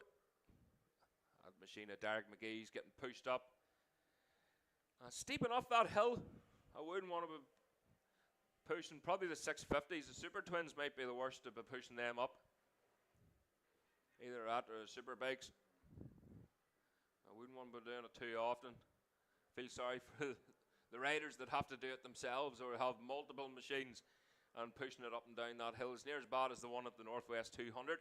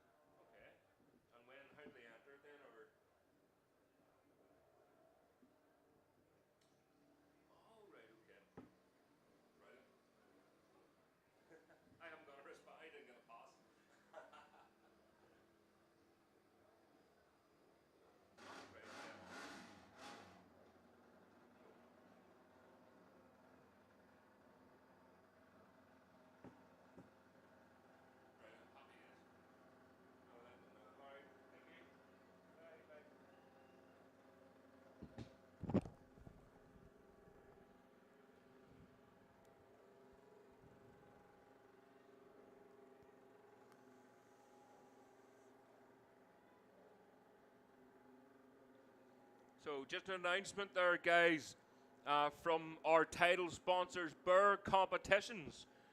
There will be a £1,000 cash draw. A £1,000 cash draw at 3 p.m.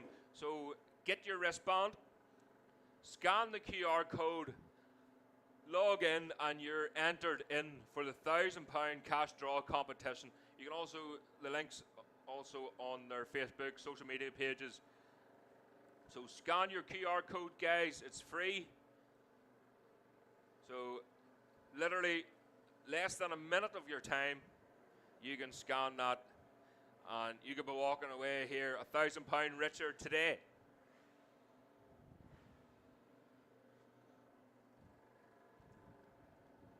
So just a reminder then, there's a car with their lights left on the Oritor Road.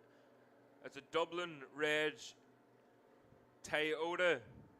Looks like a Toyota Yaris perhaps. Grey Toyota, Dublin Reg 08D 129088. It's on the Oritor Road, and you've left your lights on, so you'll not get too far with that.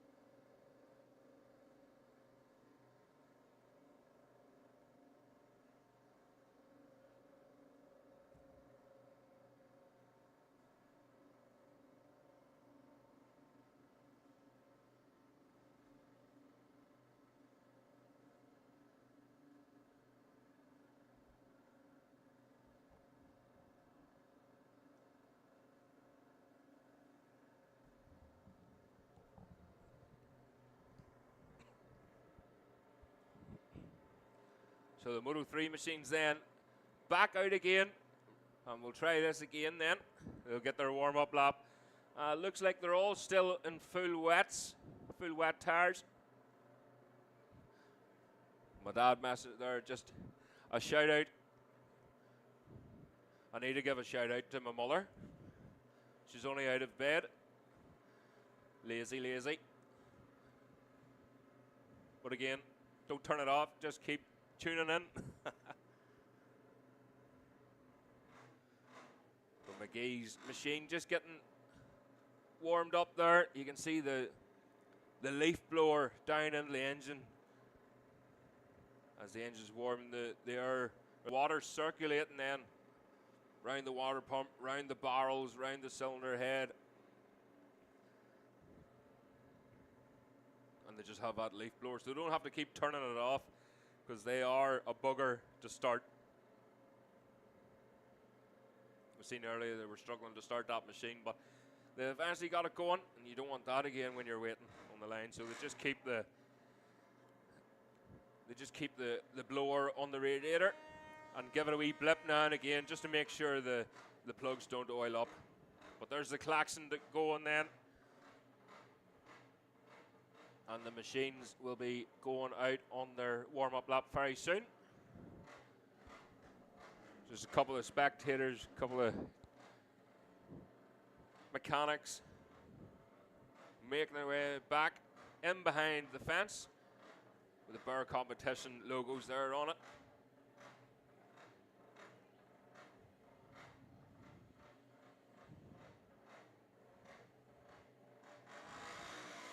So away they go then. To leave the grid here.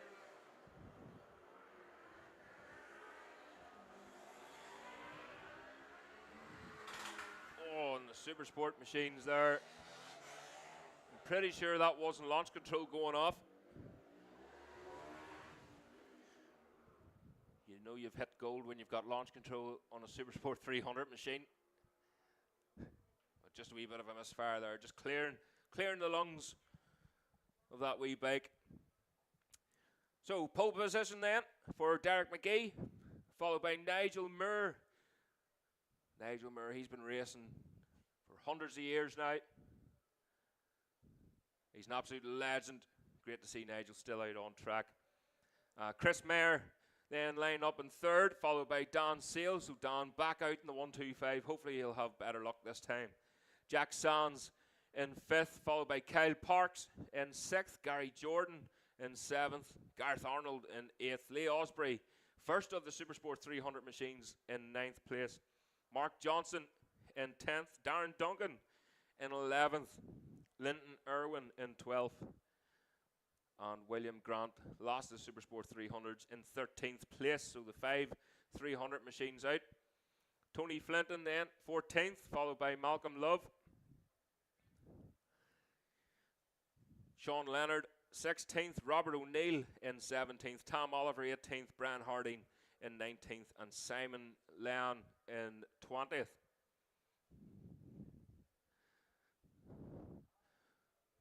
Machines, the riders will just be seeing where the damp patches are and whether they've made the right choice of tyre, but it's too late anyway because they're not going to have enough time to change their tyres. They'll have to run with the wets again. In the dry conditions, these wet tyres, they heat up so quickly and they can start to blister, and you'll see the tread on the tyres, the deep cut of these wets. They're so soft. The compound, it's one of the softest compounds you can get, so it's just start tearing up that wee bit when they get overheated.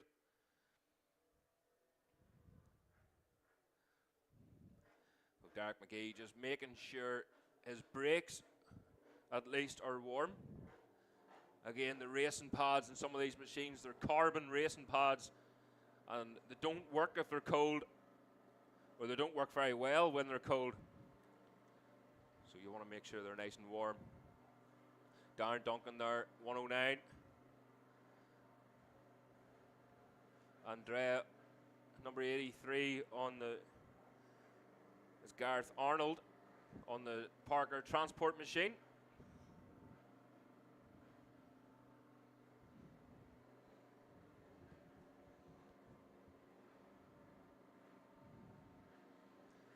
So Derek McGee, the message, just wishing him good luck. Getting ready, the tear off is away. It's just underneath his foot there, but they're told to watch the lights. And away they go. Great start there once again by Derek McGee. Off like an absolute rocket, and a big long look over his shoulder. Second group then, Supersport 300 machines. Away they go. And a great start there. Lee Osprey again away like a bullet. See Mark Johnson just trying to get tucked in behind him there to get into the slipstream. You need all the slipstream you can on these machines.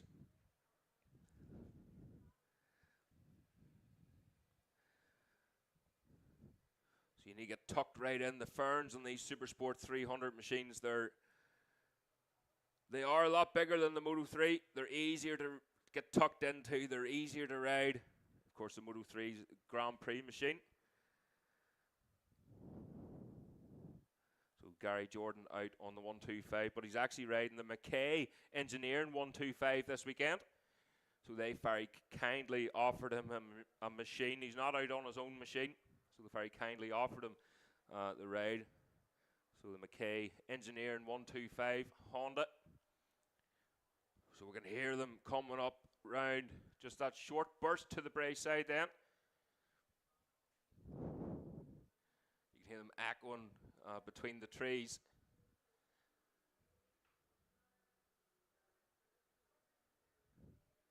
So that was just a call there then. That'll be the Supersport machines. So here they come then. Derek McGee with a huge lead already on this first lap here at Cookstown. Further backland, so Dan Sales now. So Dan Sales up into second place. Again followed by Chris Mayer.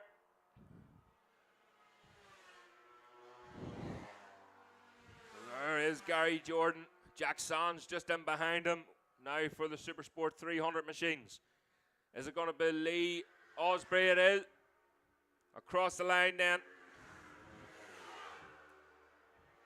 So William Lee Osprey now up into 5th place on corrected time.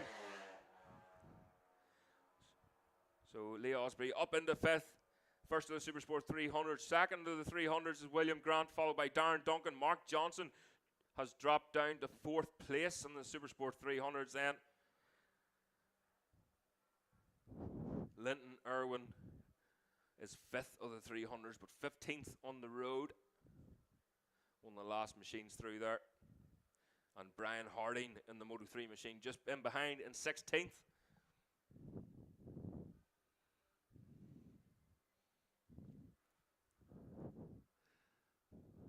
So Bray's side then, things just start to heat up here. Starting to heat up in the comedy box as well.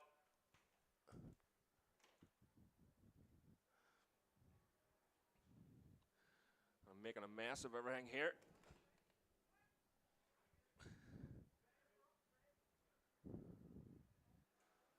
So there we go then.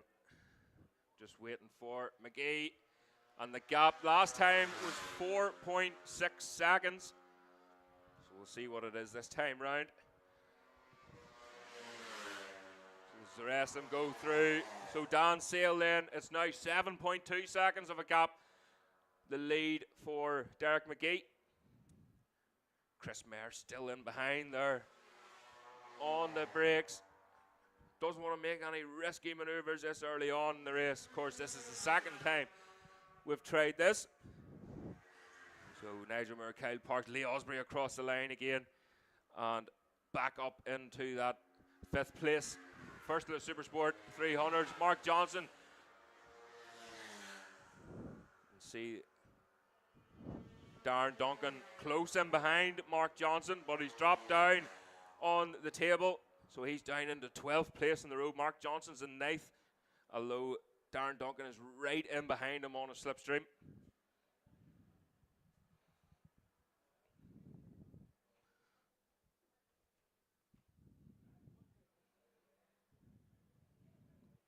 So Derek McGee then with the fastest lap at 138.3.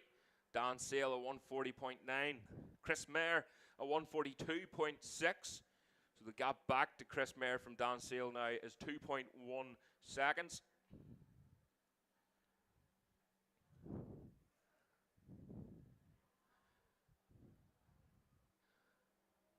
Nigel Moore then in 4th. Here's Derek McGee once again. Across the line at 137.995 that time for Derek McGee. Here's Dan Sale. Chris Mayer now under pressure from Nigel Moore. As they cross the line, heading down, Nigel Moore in the slipstream of Chris Mayer. And he's just going to stay there, no doubt. He'll not try to make any moves just yet. There's Kyle Parks, the number 6 machine, followed by Gareth Arnold in the Moto 2. Again, not an awful lot of difference of speed. But look at Gary Jordan then. Gary Jordan just coming out of the slipstream of that Supersport 300 bike, moving over to the right-hand side. But he can't do anything on the brakes with that Supersport machine. He has to pull back in behind.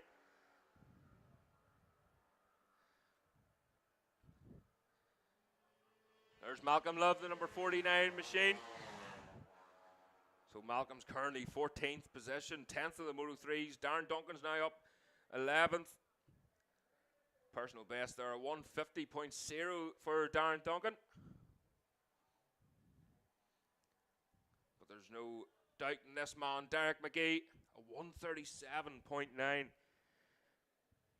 Lap record, remember, is a 133.8. So obviously, with the wet tires on, track conditions not optimum. There we go, across the line again. The Fernando Racing machine. Lovely sound in KTM. Dan Sale then. Second of the Moto 3 machines. Chris Mayer just dropping back out a wee bit. So Nigel Moore ahead now in 3rd place. Chris Mayer demoted to 4th.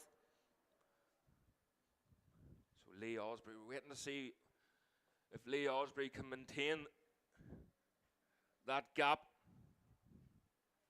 He just has to bring it home then. Second place of is Mark Johnson down in 8th place. So that's Gareth Arnold then, but Lee Osprey, we're waiting on him. He's going to leapfrog a lot of them here. Here he is. Lee Osprey back up into 5th then. That was a 1:47, slightly slower that time from Lee Osprey. 0.02 of a second, absolutely nothing in it at all. Nigel Muir then at 1:40.9 that time. Again, he's wanting to claw back a wee bit of time there from Dan Sale just ahead of him.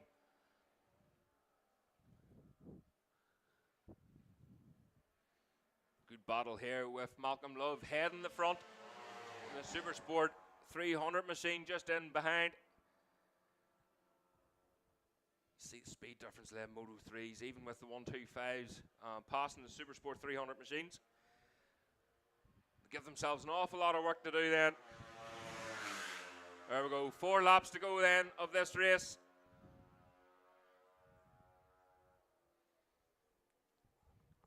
And he's just starting to pace himself now. Derek McGee's best time, 1:37.9. Dan Sale way through then. So that last lap for Derek McGee was a 1:38.2. So just starting to pace it. He wants to bring it home. Dan Sale in 2nd place, a 1:40.8. Nigel Muir still in 3rd, a 1:40.1. Chris Mayer 4th, a 1:41.5. So next group coming back down the hill then. Kyle Parks. Gareth Arnold slightly closer now on the Parker Transport machine. They head down towards Gorton Corner once more. Again, he just can't pull the gap back from that V125 Honda. Absolutely nothing wrong with the speed of it there. 2 strokes. Heading down the road once again, and again that wee Supersport machine just backfiring a wee bit.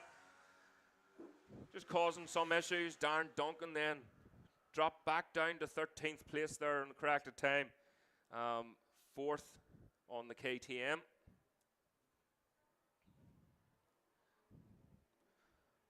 So already then, here comes the leader.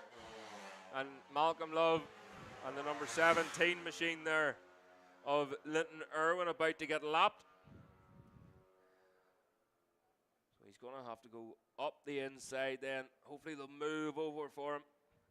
But that KTM, an absolute demon on the brakes. So Chris Mayer then dropping back further. Just touching the limiter on that Moto 3 machine, that 250. The 122 currently 4th. Again, Lee Osprey going very well. He's leading the Supersport 300, followed by Mark Johnson now up into 2nd place. William Grant in 3rd. No Barry Davison, unfortunately, in this race. He had an awful hand injury. Woodworking. We got a splinter, and he can't come out. No, he's got bad nerve damage to the hand, unfortunately. So he is a wee bit lost this weekend.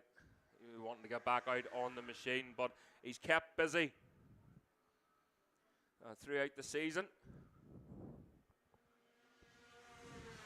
So his son Matt racing in the classic 125s as well, classic Moto 3s.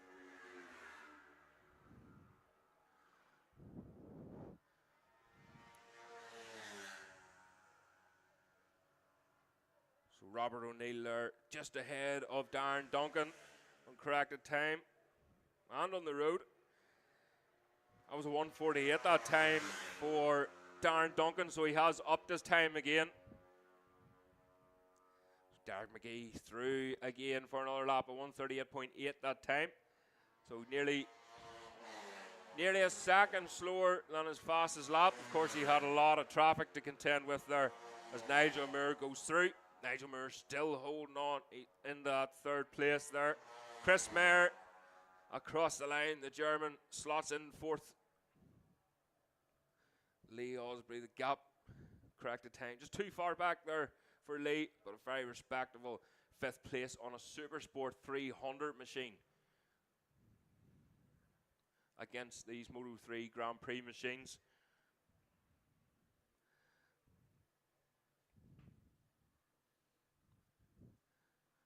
So about half a lap then, and Derek McGee will be back round to take the last lap flag. Gareth Arnold, Parker Transport, and so Kyle got ahead of Kyle Parks now on the road. Gareth Arnold, that's a personal best, a 144.9 for Arnold.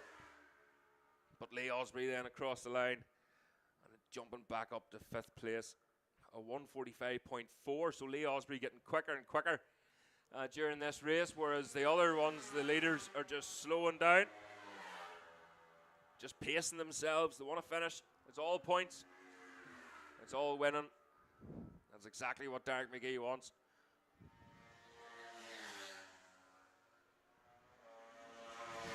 Great battle, there he is then. One more lap to go for Derek McGee, the Fernando Racing machine. Dan Sales still circulating there in his Moto 3. Long look behind him. No need, buddy. You're just pulling away from him nicely. The gap now up to 3.02 seconds. Back to Nigel Moore, Chris Moore. Battle going on there. So that was Darren Duncan, Brian Hardy, Malcolm Love, and Linton Irwin all the way through there. They're having a good dice further back the field. I don't think Dan Sales or Nigel Moore will get caught up with that. They might get away with it all right. Again, not even half a lap to go for Derek McGee. He'll be round soon, but here's Gareth Arnold. And a massive gap back now to Kyle Parks, the number 6 machine on the 125 Honda. And then we'll have Lee Osprey on the Supersport 300, the Tryson Mullen machine. Lovely colours there too. Again, you can just hear that wee misfire, or just touching the limiter. Good battle here too between these three as they head down towards us. But here he comes then. There it is. Another win for Derek McGee. What a return to road racing for Derek McGee. Welcome home, and a nice wee trophy to go with it. That's William Grant across the line then, followed by Robert O'Neill, Dan Sales, and Nigel Moore away through in that 3rd place. Chris Mayer currently in 4th. Just have to wait. Lee Osprey still pushing. There's Chris Mayer across the line.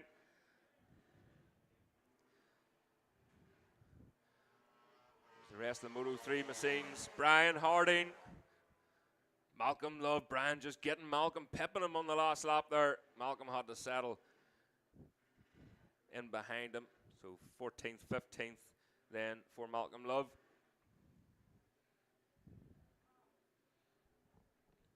Just waiting for the Supersport 300 machines to come through. Some of them have already taken the checkered flag as they were a lap behind. You can just hear the Supersport machines warming up in the background. Gareth Arnold then across the line on the Moto 3.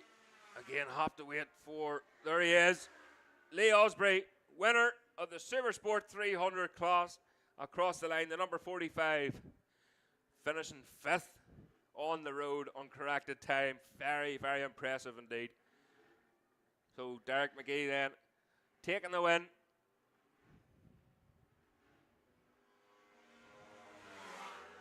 From Dan Sales, Nigel Moore, Jack Sands across the line.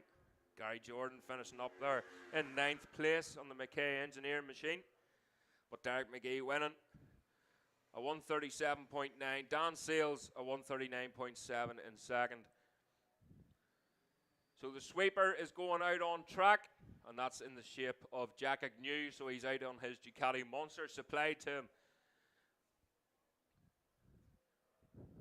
for this weekend. Big wheelie there for Derek McGee.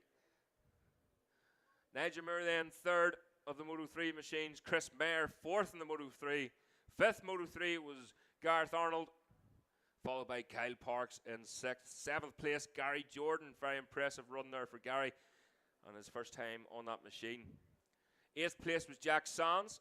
Ninth was Robert O'Neill. 10th was Brian Harding. 11th was Malcolm Love. Winner of the Supersport 300, Lee Osprey. Across the line, he'll be over the moon with that. Mark Johnson in second. Third place was William Grant, followed by Darren Duncan, who dropped off there in the later parts of that race, and Linton Irwin then in fifth. So the Supersport machines just warming up then in the background, and will not be long until they're out on the road.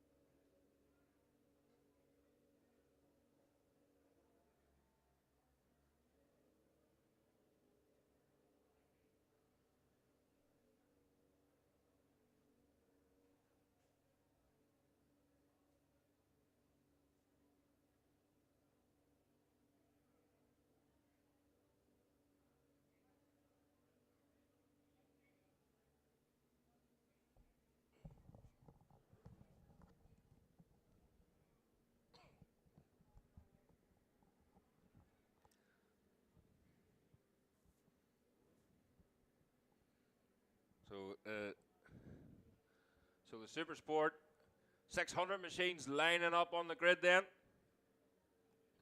And this is going to be a close race indeed. I'm just being told off there. Apologies to our friends at Greenlight.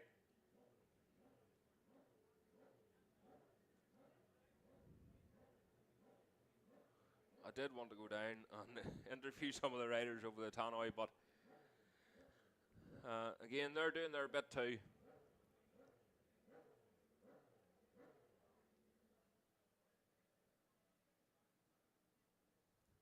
Yeah, they're doing their bit to promote the sport as well. But the crowds here are fantastic. You can see them lining the hill. More and more coming here as the sun comes out.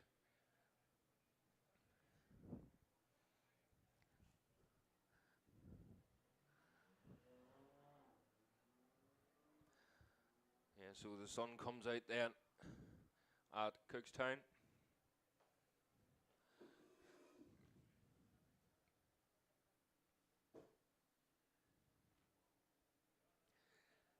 The safety car is just a way around.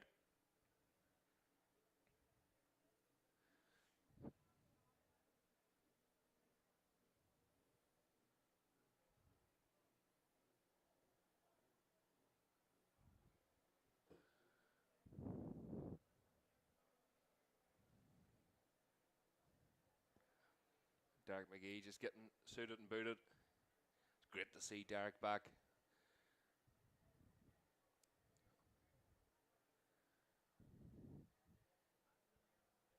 He's been out playing about with Supermotos and stuff, doing a few European road race championships. But this year he's well kitted out with that R6 Yamaha. And it's an X10 Cape bike actually. So that was Stefano Manzi's machine in the World Super Sport class.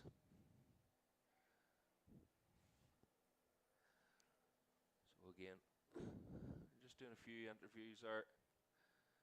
I wanted to get down the grid myself, but we might not get a chance with the Superbike race either.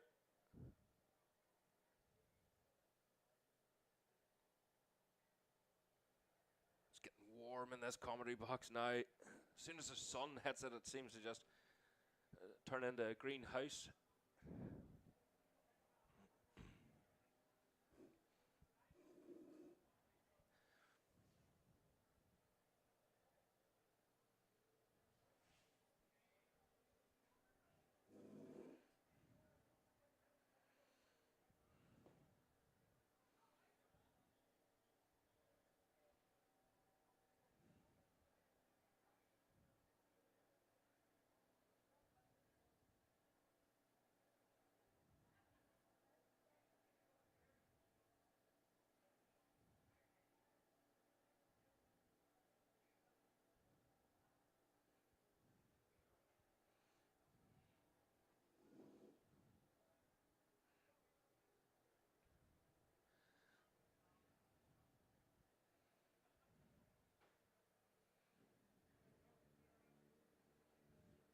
So the sweeper just making its way back round to us now, and the machines will be out on track for their warm-up lap.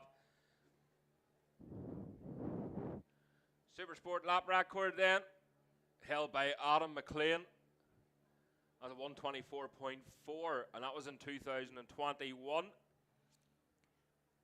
see a lot of machines now opting, a lot of riders opting for slick tires. So that's going to make things interesting. It's obviously drying up pretty well out round the back.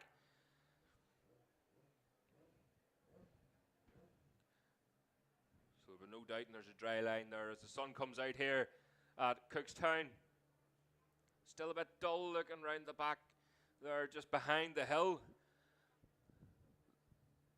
The hill that is continuously being filled with spectators. Great to see so many spectators out to support this race.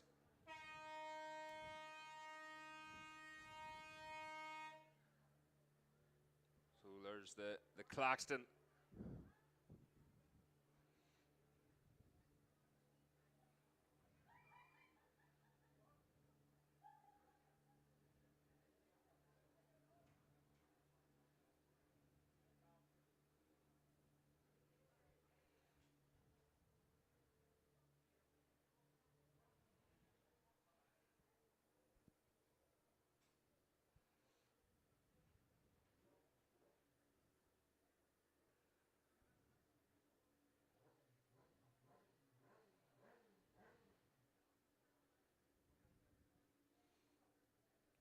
The tire warmers just getting removed there from Michael Sweeney's R6 and Derek McGee.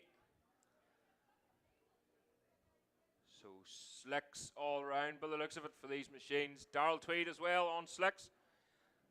Just can't see over through into Brian McCormick's machine. He's maybe, so Brian McCormick I think has opted for a front wet at least. So it's easier to control the rear than it is the front. So just a wee bit more confidence there on the front tire. And I think Andy Farrell on slicks as well. And so is Michael Gahan. I just can't see there Martin Morris's machine.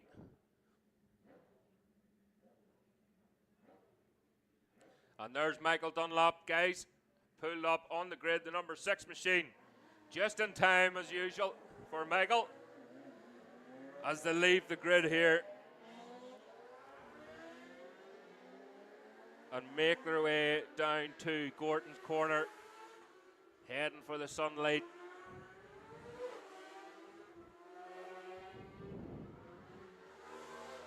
And they will need to get plenty of temperature into these tires now. Again, they've probably been sitting on the tire warmers, but they have to make sure that there's loads of temperature in them, as I'm sure it's pretty damp still underneath the trees. So Derek McGee then in pole position. The newcomer this weekend, although he's not really a newcomer, so after so many years, you have to stick that bib back on again. But it's great to see Derek McGee already clinching his first win here at Cookstown. So he'll be leading off on pole on that new 10K R6 Yamaha. Previously ridden by Stefano Manzi in the World Supersport last year. Michael Sweeney, second of the R6 Yamahas then, in second place. And Michael Dunlop lines up in third on the Ducati. Darrell Tweed, fourth. Brian McCormick on the Triumph in fifth. Andy Farrell in sixth. Martin Morris in seventh. Michael Gahan lines up in eighth place. James Chalk in ninth. Paul Pachi Williams in 10th place. Paul Cranston in 11th. Paul Cranston was fantastic in practice last night. He was topping the timing screens here in all the classes he was out in. Don't forget, Paul Cranston, a multiple Cookstown 100 winner in the 500cc class. Even the open class, I think 1998, I think, was maybe his last win here, of course, in the old track. Kevin Keys then, newcomer last year, taken to this road fantastically. Liam Chalk in 13th. Ryan Whitehall in 14th. Richard McLaughlin 15th. Frank O'Bourne in 16th. Didn't have much luck last night, but hopefully he's there on the grid. Graham McAleese 17th. Andrea Maggiola in 18th. Dennis Booth 19th. And Barry Fruber in 20th. Big shout out then. The Boss E racing team, wishing the Chalk brothers all the best of luck. The Boss E racing team, Eva Mullen run team in the IMC Irish Mini Bike Championship again. They do so much for the young ones. I think we're more or less ready to go here then. I think they want to get things hurried up. A few adjustments to the front end of that Ducati for Michael Dunlop. And a quick clean of the visor. So here we go then. The board goes up to engage gear. And they're told to watch the lights. The revs go up. The mirror gets out of the road. And away they go. Boards are on track. What a start there from Michael Sweeney. Michael Dunlop just going backwards a wee bit as he moves over to the left-hand side. Second group now, led off by Chalk. And away they go. Good start there from Kevin Keys, Liam and James Chalk. So just going backwards a wee bit there. Third group then getting ready to go. So they're told to watch the lights then. And away they go. Great start there from Graham McAleese again, but look at Dennis Booth. Dennis Booth had a massive wheelie there, just trying to keep the front end down, but he moves over for Graham McAleese. Gives them loads of room before they're getting to Gorton corner. So again, great start, Michael Sweeney. I just couldn't see that far to see if he was able to get the whole shot or not into Gorton corner, but we'll soon find out as they're making their way up over the jumps, up over Black Farm. And again, that short burst then to the Bray side.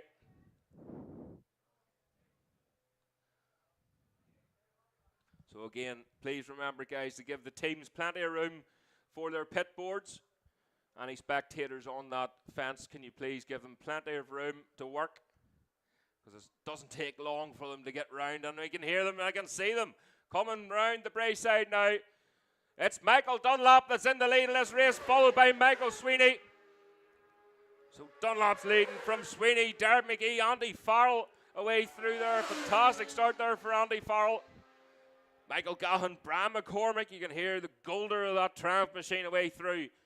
And Martin Morris tucked in behind him. Here's the second group then. It's led off by Paul Cranston. So Paul Cranston leading that second group. That's Chuck and Kevin Keys in behind him. Paul Cranston moves over the right-hand side on the brakes, and I think he was still able to hold it there. So Paul Cranston leading that second group. He's up into 7th place on corrected time then. Third group comes through.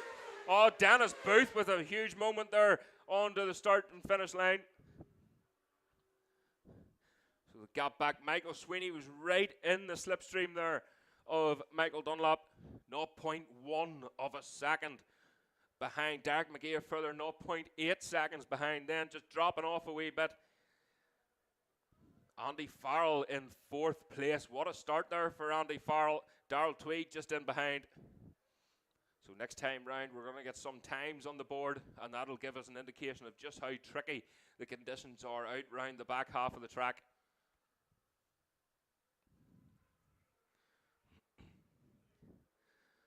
So here we go then.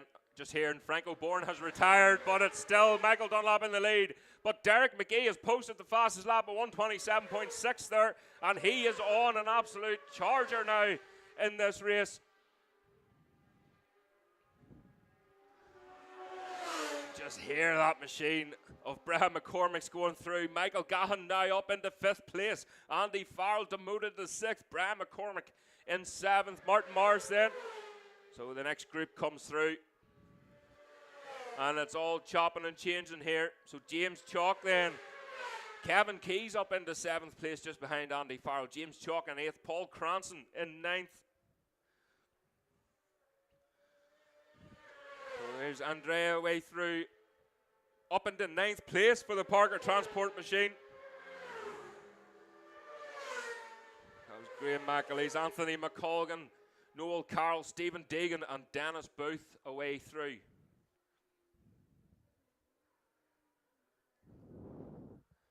So you can hear them already just making their way up towards the Bray side.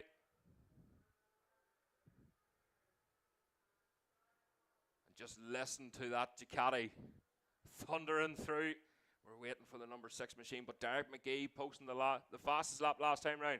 The gap was 0.5 seconds, and look, it's now down even further. Michael Dunlop still in the lead of this race, but only just as they head down. So Michael moves over the right-hand side, goes a wee bit defensive. He doesn't want Derek McGee making a move on him just yet. Fastest lap once again for Derek McGee at 1:26.532 as he crosses the line and closes down on Michael Dunlop. Bram McCormick away through there in 8th place on the road at 1:34.5. Kevin Keys, the next group away through then. Up into 7th place. Very impressive. There's Paul Cranston. So Cranston is in 10th at the minute in this Super Sport race, just ahead of Bram McCormick, who's now in 11th on corrected time. Andrea Mayola is up into 9th place then, just ahead of Martin Morris. A great battle further back here then. Anthony McColgan in amongst that all. So the number 8 machine, Paddy, enjoying his racing. still enjoying his racing.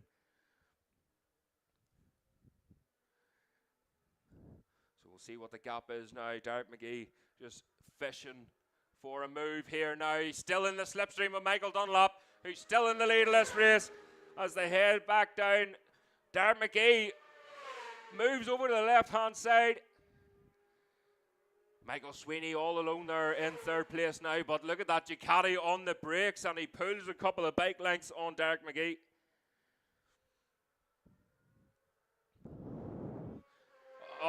Michael Gahan there signalling to his team. He's in 5th place at the minute, the number 222 machine. Brian McCormick in this slipstream there of Martin Morris just moves over, and he's on the more nimble Triumph machine as he squeezes them brakes just that wee bit harder than Morris, and he's able to get past nice and cleanly there.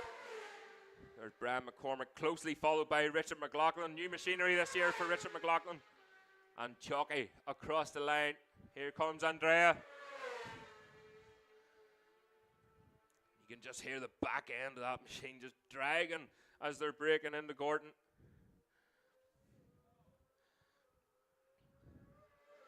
A bit of a wobble there. Kevin Keys trying to get past the Ducati of Paddy McColgan. Again, Paddy McColgan always had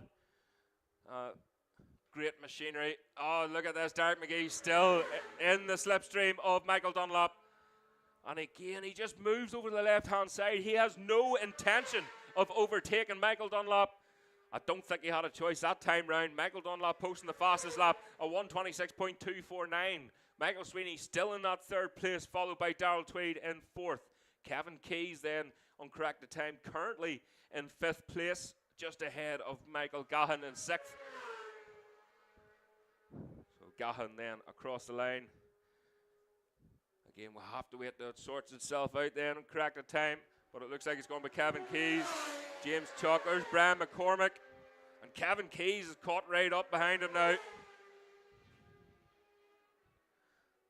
So Kevin Keys slots back into that 5th place then, uncorrected time. Graham McLaughlin then, just dropping off Paul Cranston. That wee bit as Paul Cranston crosses the line then. And the number 44 machine there of Liam Chalk. James Chalk then up into 7th place. So the gap was 0.1 seconds back from Michael Dunlop to Derek McGee.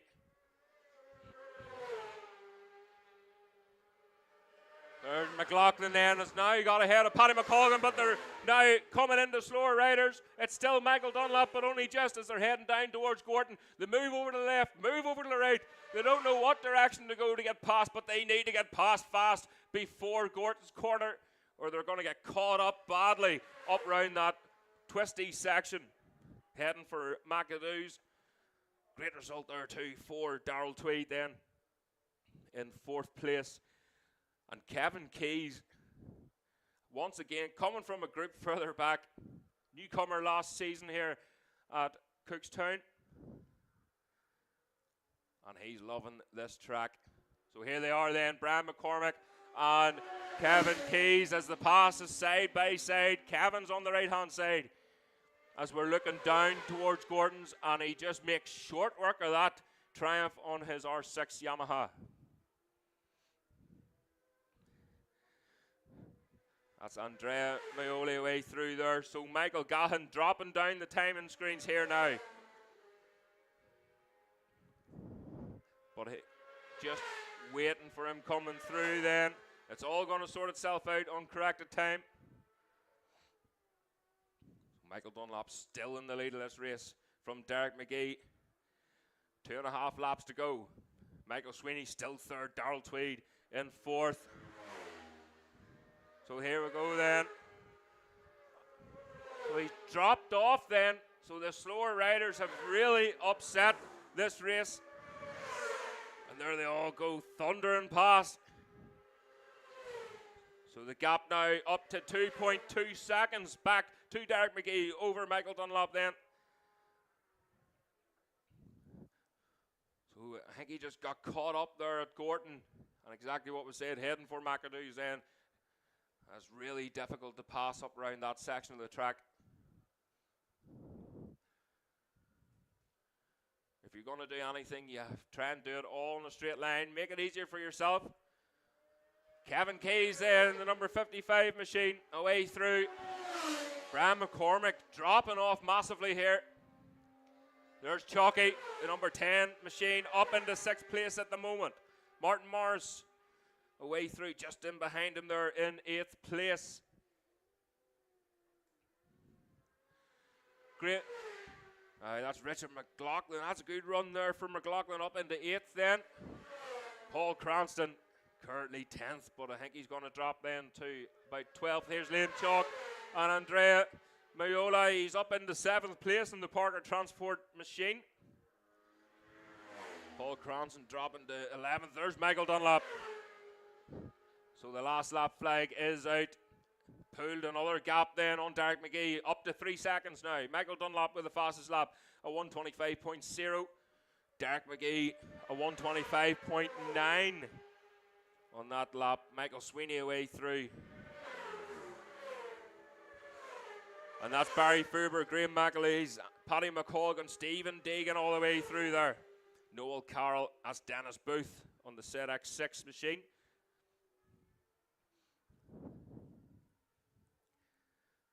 Michael Dunlop not slowing down. I'm sure he's aware he's got a wee bit of a gap, but he doesn't want to risk anything. We've already seen this weekend that anything can happen here. There's Kevin Keys then. Brian McCormick struggling with that tramp. It looks very twitchy in the front end, that machine. So there, Martin Morris away through.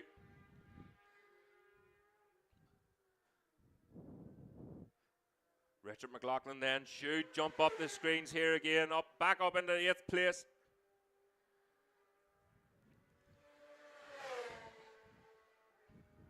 Last lap flag still being waved, but here we go. There it is. The win, Michael Dunlop from Derek McGee. Derek McGee will be deflated with that one. But remember, it's his first time back in a long time. And he'll be well over the moon with that. So Michael Sweeney then. Last stop of the podium for Sweeney into 3rd place on that R6 Yamaha. Darrell Tweed across the line in 4th. Waiting for Kevin Keys then. There he is, ahead of Paddy McColgan. That's McLaughlin, apologies. Dennis Booth then.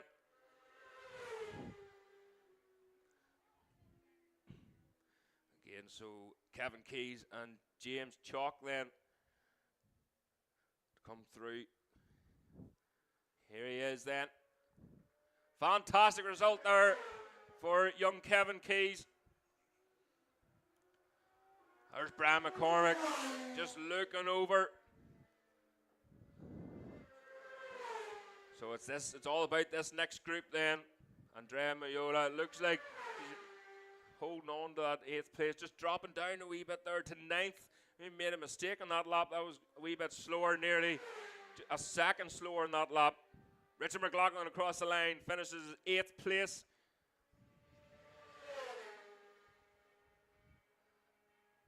Paul Cranston then.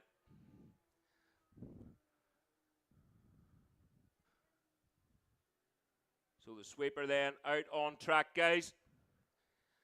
So please don't move anywhere until the sweeper is passed. But Michael Dunlop then with the win with a 1:25.0. It's the fastest lap of the race. Derek McGee in 2nd, a 1:25.9. Michael Sweeney in 3rd with a 1:27.9. So still a good bit off the lap record pace. Darrell Tweed 4th. Michael Sweeney in 3rd, sorry, at 1:27.9. Darrell 4th with a 1:28.6. Liam Chalk in 6th with a 1:31.7. Brian McCormick in 7th, a 1:32.0. Richard McLaughlin in 8th with a 1:32.7. I think that front wet tire, Brian McCormick's just didn't have enough in it to hold off in that race. Martin Morris 9th with a 133.7. Paul Cranston, top 10 there for Paul Cranston, a 134.0. Andrea Miola in 11th. Liam Chalk in 12th. Barry Fruber then in 13th. Graham McAleese 14th. Paddy McColgan 15th. Stephen Deegan in 16th. 17th then was Noel Carroll. Dennis Booth in 18th place.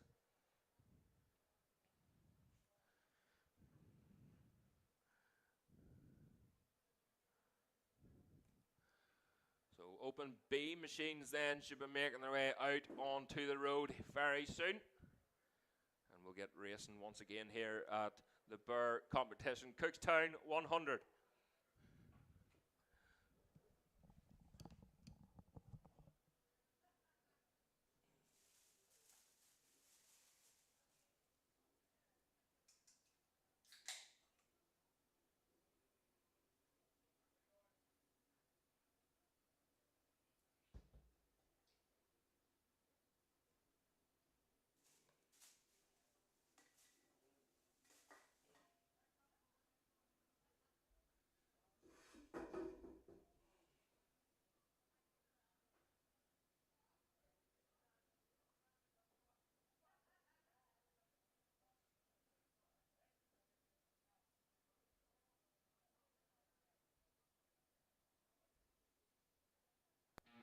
Brap Moto are proud sponsors of Commentary Corner. Located at 5 Lisburn Road, Moira, the former Motor Shocks building, this is the place to go for something different. Only open 2 hours a week to the public, Wednesday 6 p.m. till 8 p.m. Everyone is very welcome to drop in and check out the weekly change in stock, ranging from mopeds to fireblades. Davey from Brap Moto is looking for all types of motorbikes, vintage, classic, sports bikes, to damaged end-of-life bikes for dismantling. Also job lots of bike spares. Top cash prices paid, in particular looking for good, clean road bikes of any age. Brap Moto is proud to support many racers on the roads and the short circuits.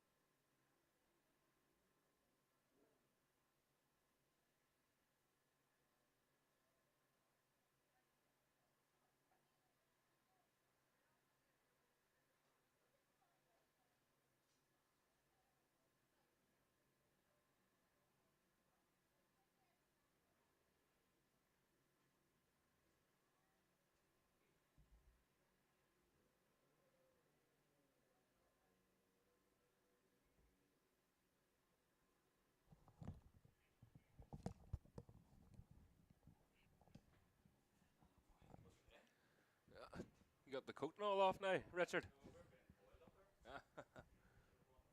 It's warm here now. Okay, ladies and gentlemen, as the Open B race have made their way onto the road and they're lining up on the grid now.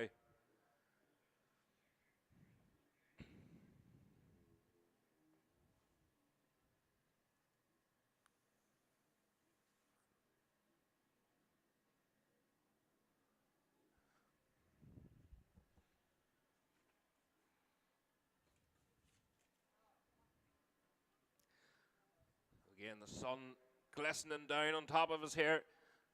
Just have to open the door there. I'm afraid of everything blowing away. Let a bit of a breeze in here.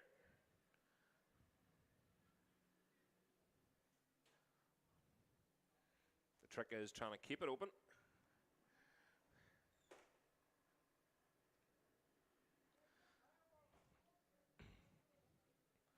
So they're just cleaning, about to put tire warmers on, but they're going here near straight away.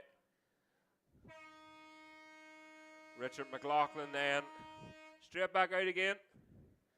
Still got that front wet tire on. But it's Dunlop McFadden and he's opted for slicks. He's on pole position. Dean McMaster as well looks like he's got a front wet on. It looks like a rear slick. Just in behind then it's Stephen Deegan. Again, full slicks for Deegan. So that's the klaxon then, and they're going to be going on the warm-up lap then. Again, try and get as much heat into these tires, just in case there is a wee bit of damp in and around the track. At least they've got something there, some sort of grip. These slick tires, when they're cold, are so slippy. It's like running on marbles.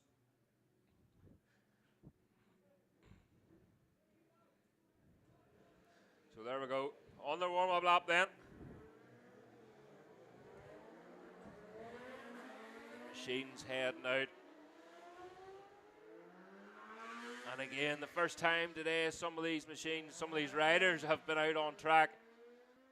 So they're just having a wee look to see where the damp parts are. But again, absolutely bone dry this front straight. Spectators sunbathing up on the hill. The coats are coming off. And we're getting ready to race. So Donald McFadden then on pole from Richard McLaughlin.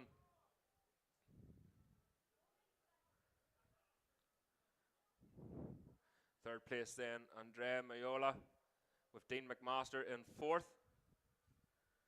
Stephen Deegan lines up in fifth.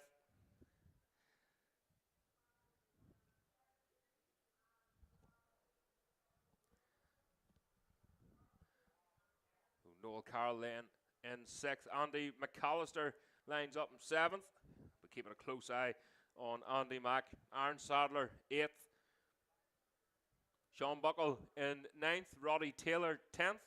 And Colin Croft on the ZX 10 in 11th.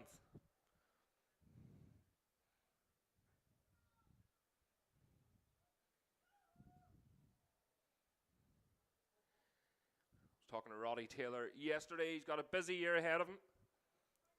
He's going to Paul Ricard after this for on his classic Superbike. I think he said it was a 2001 Fireblade. And he has that with him here this weekend. He'll be out in the classic Superbikes later on today.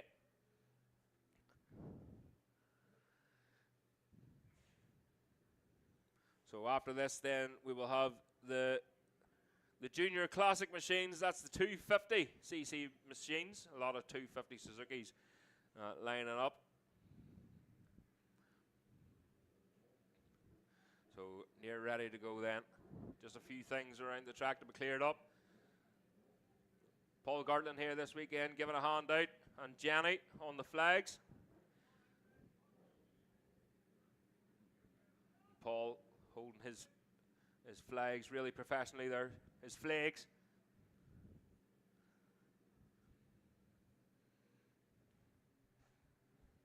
So again, we're ready to go then. Engage gear, watch the lights. The revs go up for the Open B race, and away they go. A great start there. Richard McLaughlin getting the whole shot in that one. Second group then, away they go. Look at Roddy Taylor on the MV Augusta. That's a lovely sounding machine, that MV. As they head down towards Gordon corner. Then making their way to McAdoo's. It's very tricky up round that section, especially underneath the trees. There's a wall on the left-hand side. You just brush it with your shoulder. And well, you try not to. You try your best not to. But in certain race conditions, sometimes you mightn't have a choice. You get carried away. And then braking for that tight right-hander. And it could be off camber. There's a rise in the road just in the exit of it. So once you're getting the power down, it's very easy for the back end just to step out on you. And then climbing the hill, the bike goes light. Just before you go hard on the brakes, underneath the trees, and that's where you have to be careful underneath them trees. If it rains even the day before, you're probably guaranteed it's going to be wet through there all day. You might get a wee fine race line in through it. So here they come then. Back round again. We're looking for is Andrea Mayola in the lead of this race then. Richard McLaughlin second. Donald McFadden still holding off there in third place. Aaron Sadler, Andy Mack, Noel Carroll, Stephen Deegan all the way through there. Hit for Gordon on the brakes. Here's Roddy Taylor. So Roddy Taylor on the MV. Sean Buckle close in behind him. Colin Croft on that PlayStation machine. No Dean McMaster that time round. So keep an ear out on the radio for that one. May have retired out round the track somewhere.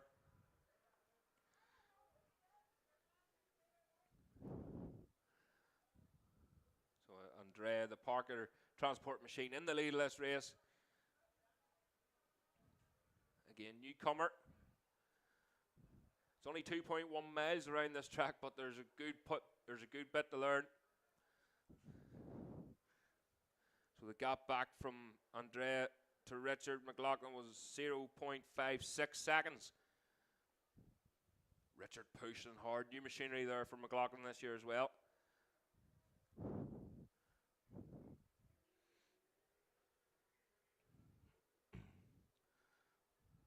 Just heard Colin Croft is retired out of this race as well, but here they come. We'll see what the gap is this time round. 1.2 seconds then covering them. That's Aaron Sadler, our newcomer, going very well there in fourth place. Andy Mack just in behind him. So they all spread apart there heading for Gordon. Looking for a way around each other, but it's the newcomer that leads the way in that group. Andrea Mayola there. Fastest lap, a 1:31.2 for Andrea. Richard McLaughlin, a 1:31.9. Donald McFadden on the Scotsman on the R1 Yamaha. Loves his road racing. Comes every year. That's a 1:32.2 for Donald McFadden. Aaron Sadler in fourth, a 1:35.1. Andy Mack, a 1:35.1.0 that time for Andy Mack, so that's his best lap. And closing that gap, 0.4 of a second there for Aaron Sadler.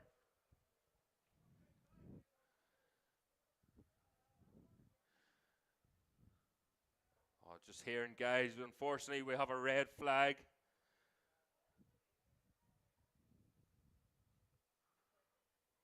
So unfortunately this one has been red flagged.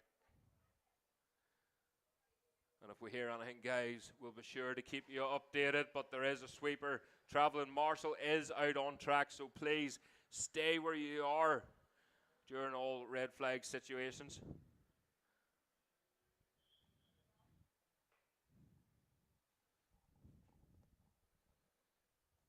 So again, guys, the sweeper is on the track, so please keep an eye out and stay where you are.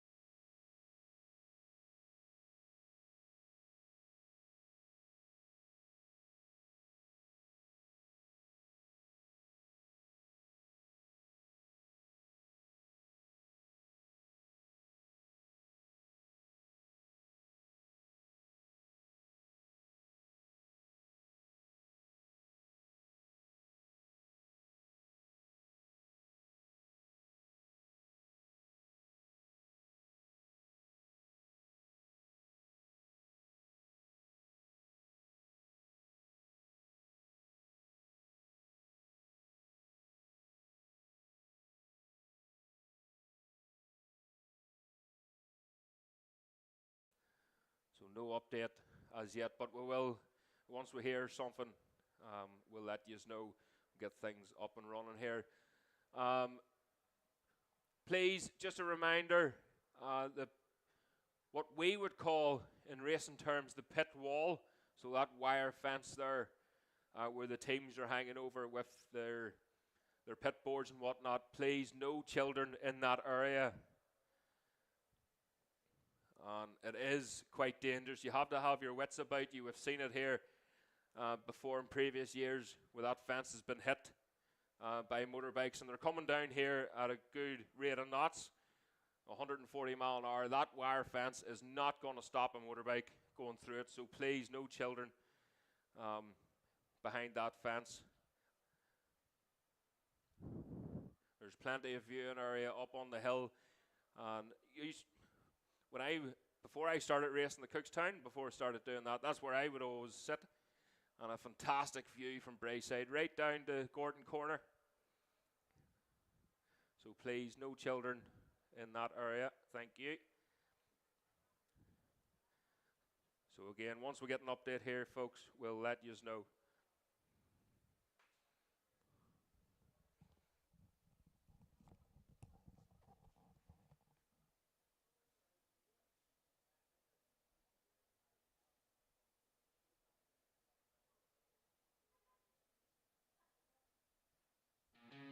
Moto are proud sponsors of Commentary Corner. Located at 5 Lisburn Road, Moira, the former Motor Shocks building, this is the place to go for something different. Only open 2 hours a week to the public, Wednesday 6 PM till 8 PM. Everyone is very welcome to drop in and check out the weekly change in stock, ranging from mopeds to fireblades. Davey from Moto is looking for all types of motorbikes, vintage, classic, sports bikes, to damaged end-of-life bikes for dismantling. Also job lots of bike spares. Top cash prices paid, in particular looking for good, clean road bikes of any age. Moto is proud to support many racers on the roads and the short circuits.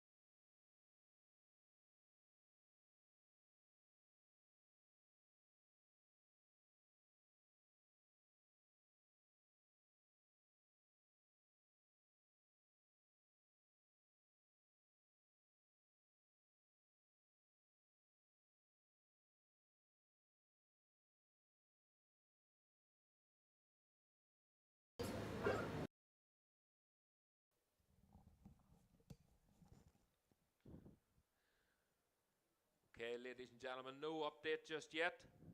And when we do hear something, we'll be sure to let you know.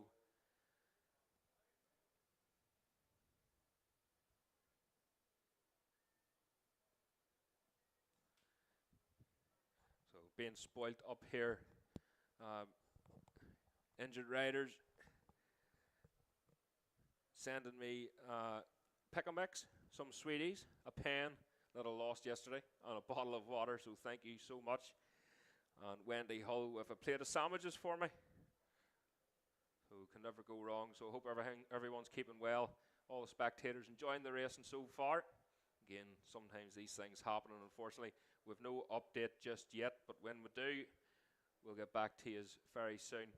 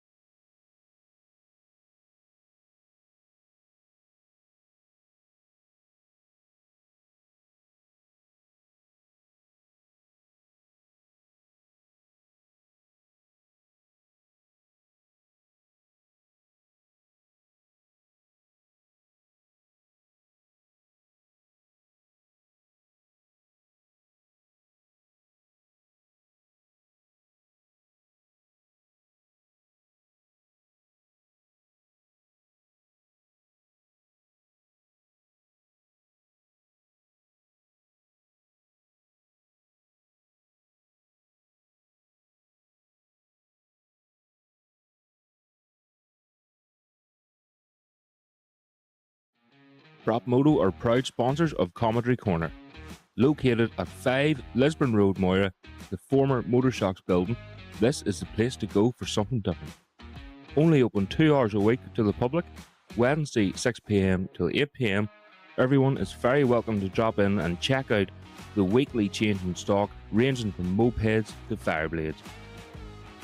Davey from Moto is looking for all types of motorbikes, vintage, classic, sports bikes to damaged end-of-life bikes for dismantling.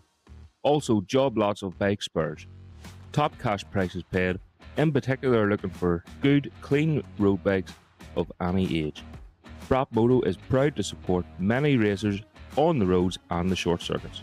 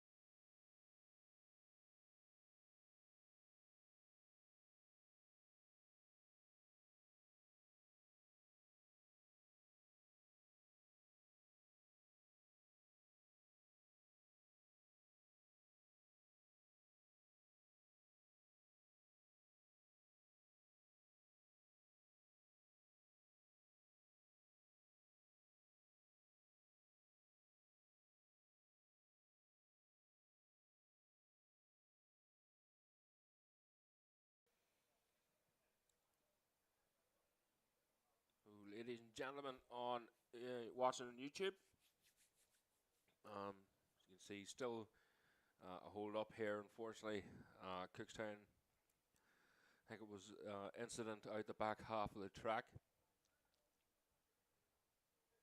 So fingers crossed and pray that everyone is okay in that incident. Again, just a few things that are clearing up at the minute. I haven't heard any news. I think they were going to some of the bikes are back in the pit lane here, or into the paddock, but nothing really to update. As I say, some of the stewards and the paramedics, they have their own radios as well on a different frequency, so obviously for situations like this.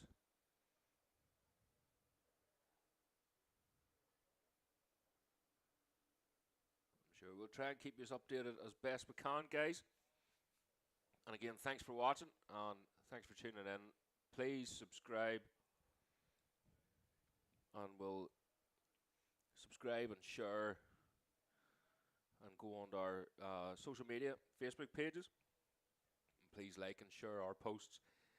The more news we get out, the more subscribers we have, the more it means we can bring yourselves. So we'll see the sweeper just going out on track then.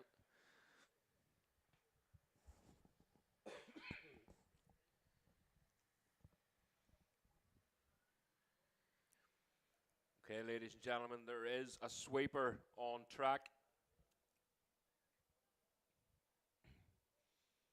So there is a travelling marshal is on track doing a lap. So please be aware and be very careful. Again, I haven't heard much of an update just yet, but I'm sure they'll let us know what's going out next and whatnot as soon as they can. Still a wee bit of clearing up to do out the back half of the track. And the marshals, the paramedics working extremely hard, working really well, as they always do. So again, once we know anything, we'll keep you up to date. We'll update you in a few minutes' time, and hopefully we can tell you some more.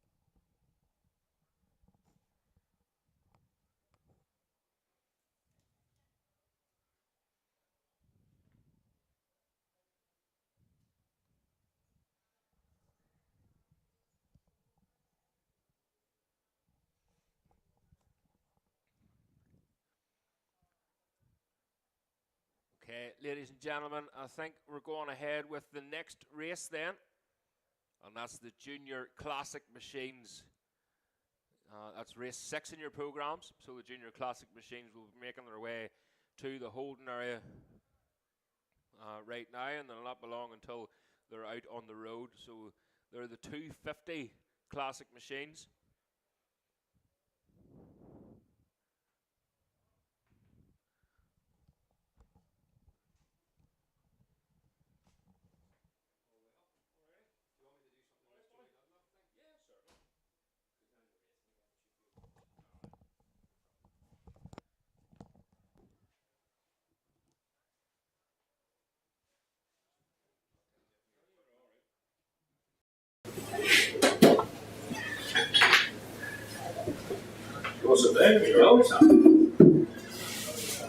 Okay, ladies and gentlemen, we spoke a wee bit earlier about the Joey Dunlop Day on the 24th of May. We told you to put it in your diary. So we'll have Stephen Watson up here, and he's going to talk a wee bit and let you know what we have in store. Stephen? Gareth, thank you. Obviously, the legendary Joey Dunlop, 5 times world champion, passed away this year, 25 years ago. So Ballymoney Council and the family thought that something special should be done to mark his achievements all around the world. So on the 24th of May, there's going to be a very special day in his hometown. I think it was important for him to be in his hometown. We also saw a fabulous homecoming for Michael Dunlop after the TT last year in Ballymoney, which was absolutely brilliant. And he got an unbelievable reception coming home to his hometown. So on the 24th of May, from lunchtime onwards, there will be a huge display, the biggest ever display of Joey Dunlop's original machines, and that's going to be based in marquee areas down around Joey's bar, where there will be entertainment and rider chat shows throughout the day. There's a Joey Dunlop paddock, which will be at Dalriada School throughout the day for people to view, and then the Townhead car park will be closed as a kind of third fan zone for people to come and enjoy, see Joey Dunlop memorabilia. The museum's opening from this Wednesday, which has already got a lot of the Dunlop family memorabilia in it, but a huge collection of Joey Dunlop memorabilia, bikes, leathers, helmets is all going into the museum.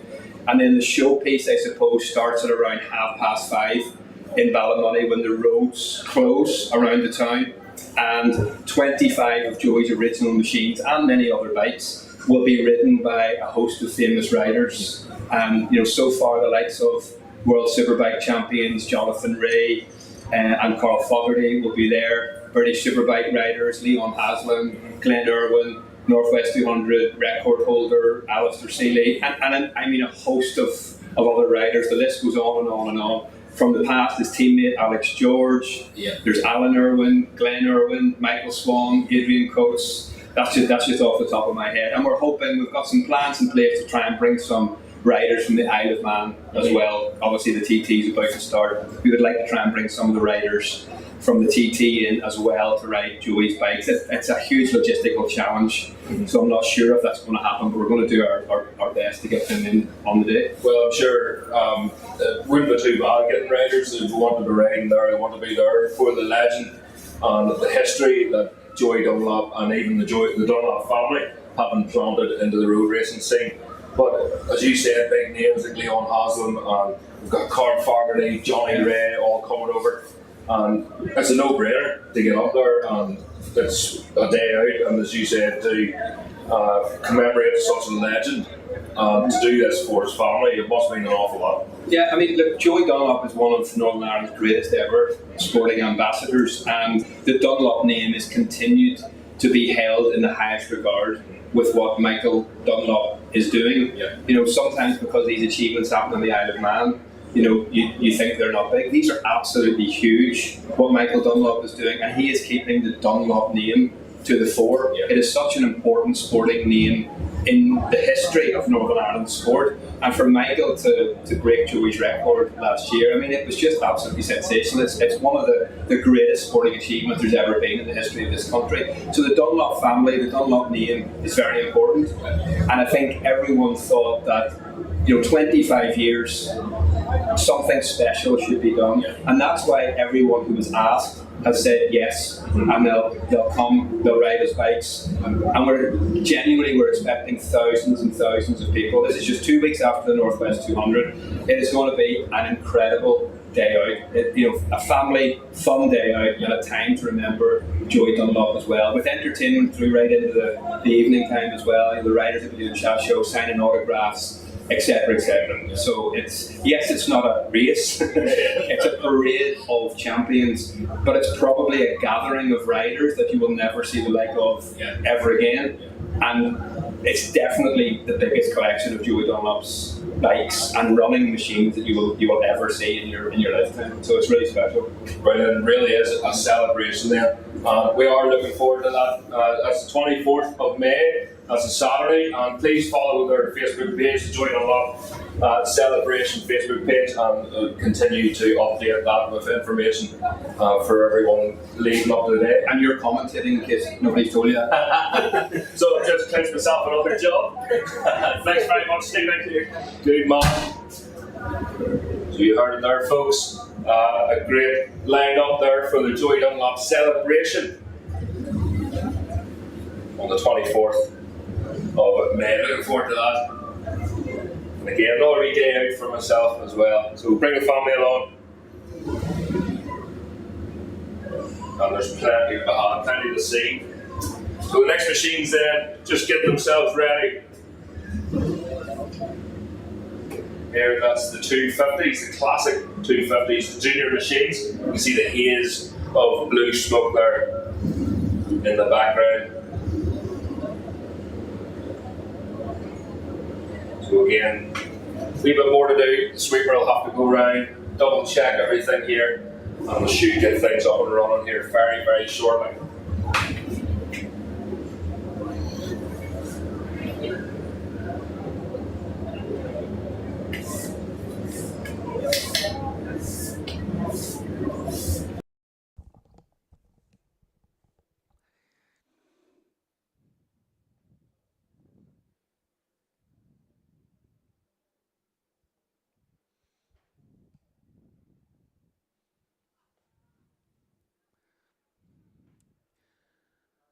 So this race will be one warm-up and a 7-lap race. That's one warm-up and 7 laps.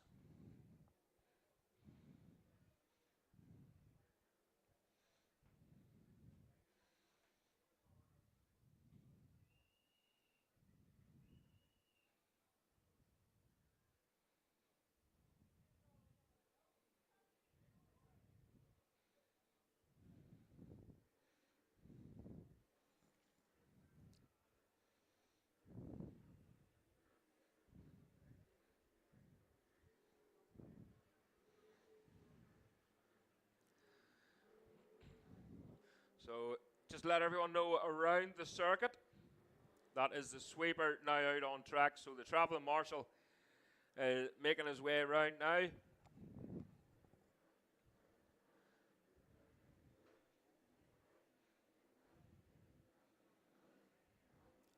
Malcolm Love there, number 49.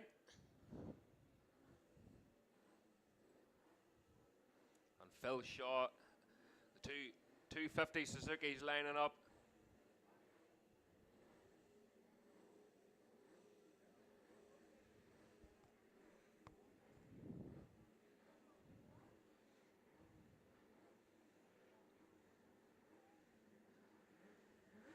Again, the spectator, it's great to see the spectators here, and they're sitting thick the whole way around the track. So again, one warm-up lap and a 7-lap race for this one.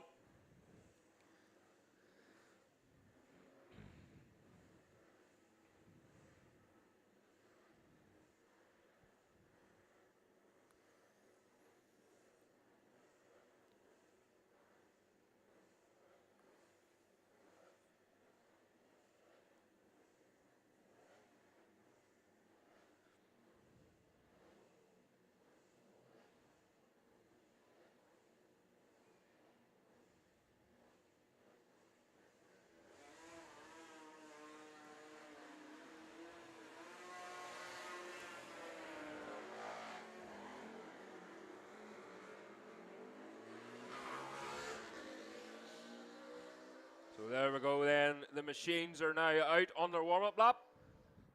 Again, this will be cut to a 7-lap race.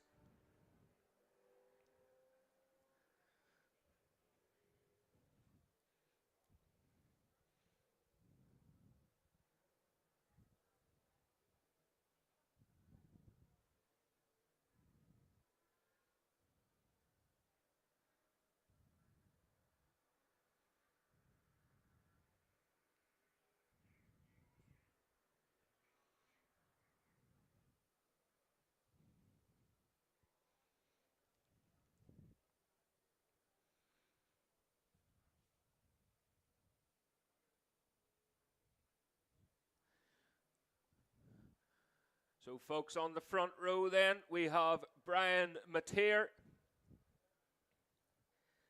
on the 250, followed by Richard Ford and Phil Shaw in third. Malcolm Love lines up in fourth, followed by Gareth Arnold and Gavin Duffy in sixth. Gary Hutton is in seventh place, the number 20 machine. Davy Crawford in eighth. Trevor Stewart then is in ninth. Chris Mayer in 10th. And Eddie Gilmore in 11th place then.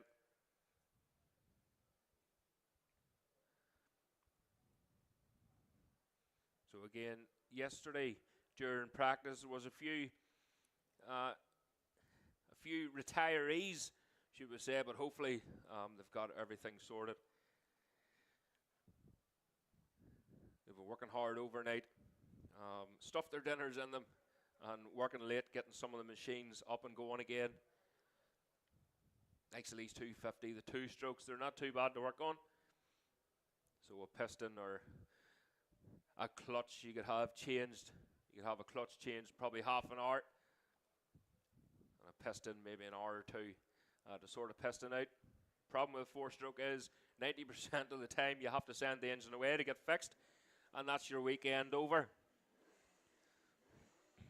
But at least with the two strokes you have a chance.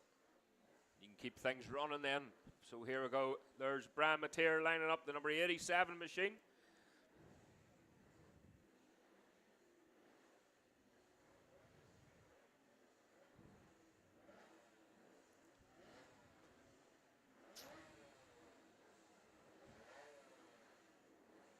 Brian Mateer then, Richard Ford in behind, and Phil Shaw.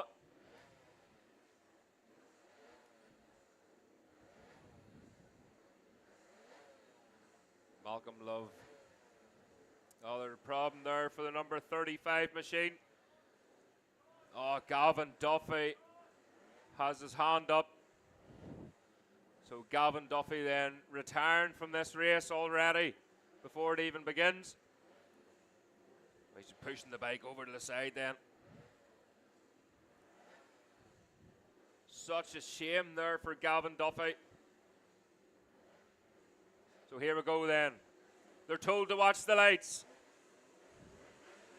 The revs go up and away they go. The slip at two strokes off the line. And heading for Gorton Corner. Number 12, Richard Ford, had a great start there. Second group then away, number 34 and the number 19. Oh, Gavin Duffy may have a chance here to get going. Can't get that two-stroke machine to fire up the 250. There we go, he got it. And a round of applause there for Gavin Duffy. He'll not be well pleased with that. Again, sometimes these things, you have to keep the revs up on the two strokes. You have to keep them singing like an oil plugs, especially these older machines. And if you're lucky enough to get them back going again,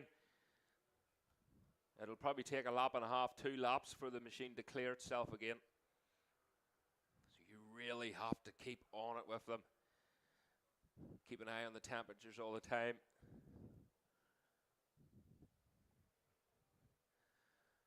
So Richard Ford with an absolute belter of a start off the line. Again, just letting that clutch, just feathering the clutch nicely and listening to the revs, which is easier said than done when Brian Mateer's beside you.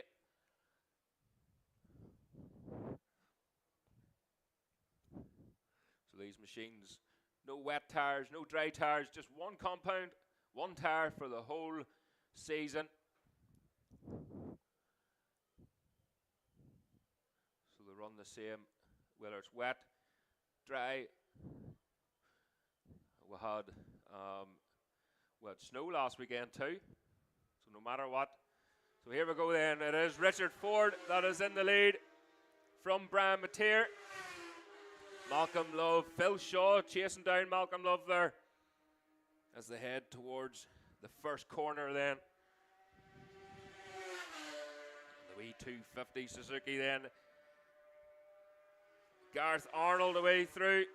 That's Eddie Gilmore from the second leg. Gary Hutton, Davy Crawford. Just waiting then. Hopefully Gavin Duffy makes an appearance here.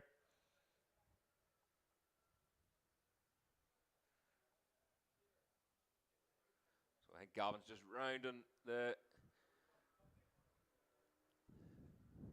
Right, that looks like that's Trevor Stewart, is it? It is indeed, so I think maybe potentially Gavin Duffy could have retired then again out of this one. So temperamental, these machines. A lot of new parts. We were talking earlier, it was very difficult to get parts for these machines, but now even the Yamahas and whatnot, the sort of pre-90s, pre-80 machines, and Yamaha themselves couldn't make them quick enough, spare parts for them. But there's so many options out there for aftermarket parts, and they do the job nicely.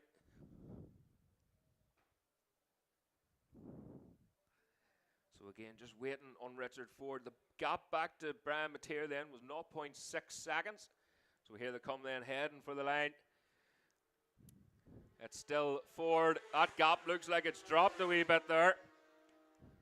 Oh, it's just up 1.2 seconds then. Malcolm Love across the line. And Phil Shaw pretty well spread out now in this race. Gareth Arnold. The way Gareth Arnold gets tucked right in behind that fern. You can't even see him as he's part of the paintwork going past us here. Eddie Gilmore across the line. Slides into 5th place there, just ahead of Gareth Arnold. The number 19 machine had to start in the second group. So a good clear road ahead of him there for Eddie Gilmore. Keep a wee eye on him as he's crawling up the timing screen here. That's Davy Crawford and Gary Hutton away through.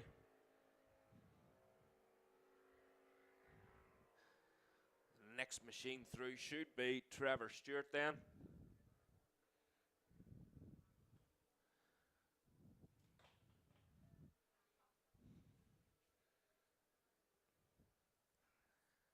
Just hear them wee 2 strokes.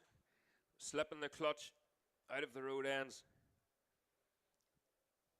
First things first, making sure they're stood upright. Because sometimes you can get carried away and while you're still banked over, they're slipping the clutch, but they've enough oomph in these 250s. You just have to be really careful with them. So Trevor Stewart then coming down the hill here.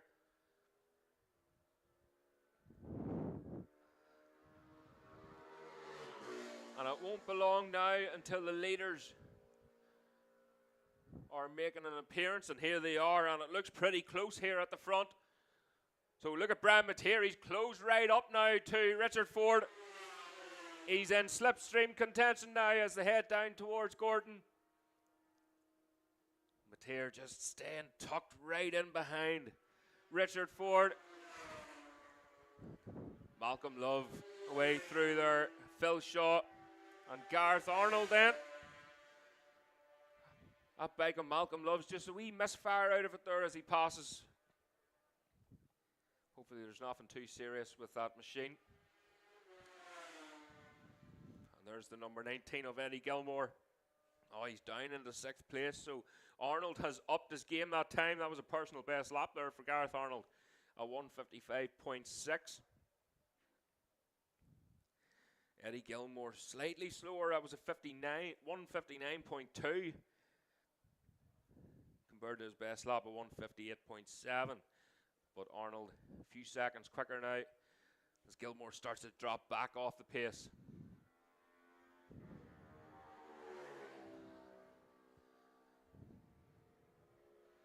So that's Dave Crawford there and Gary Hutton thundering past us.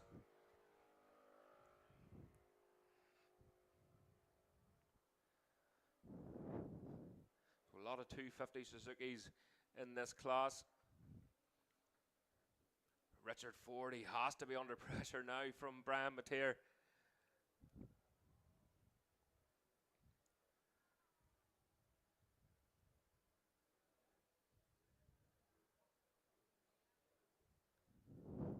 So the two of them, they're pretty safe there in first or second.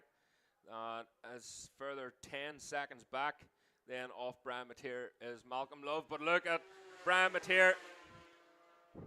He's got past Richard Ford now. And he's posted the fastest lap so far, a 1:52.0 compared to Richard Ford's 1:53.0. So a second quicker that time round for Brian Mateer. Again, just sometimes it takes that wee bit to get going for Brian. Bit of confidence in the tires and whatnot. Again, no tire warmers with these machines. So you just have to build up to it. And again, he just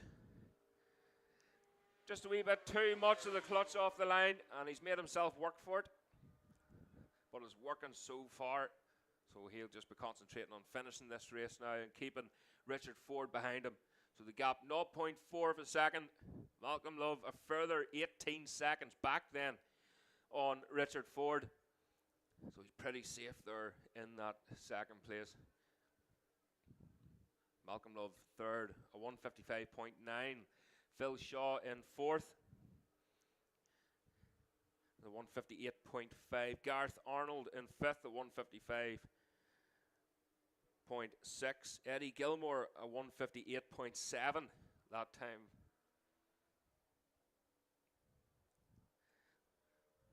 Oh, Davy Crawford then, is it? 57, it is indeed.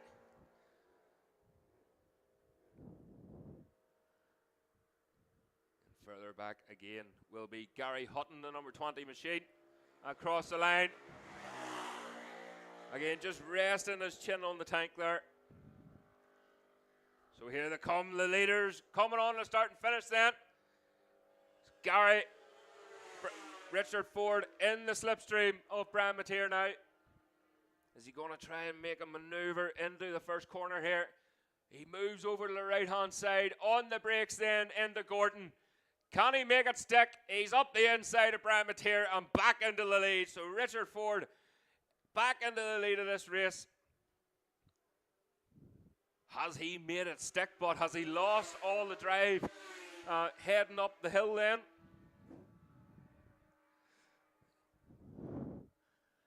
Again, these wee machines, you have to really keep them singing, especially the climb up the hill for the next right-hander. Up and through into Magadoo Bends. So Eddie Gilmore then up into fifth again for Eddie Gilmore, but of course we'll have to wait for Gareth Arnold coming through.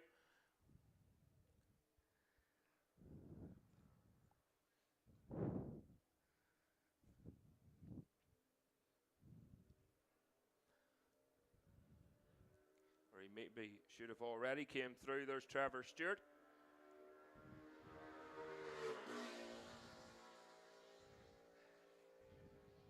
So it looks like the Super Twins are getting ready to go here for the next race. I'm just here, number 83, Gareth Arnold, has retired out of this race, unfortunately. He has made his way back into the paddock.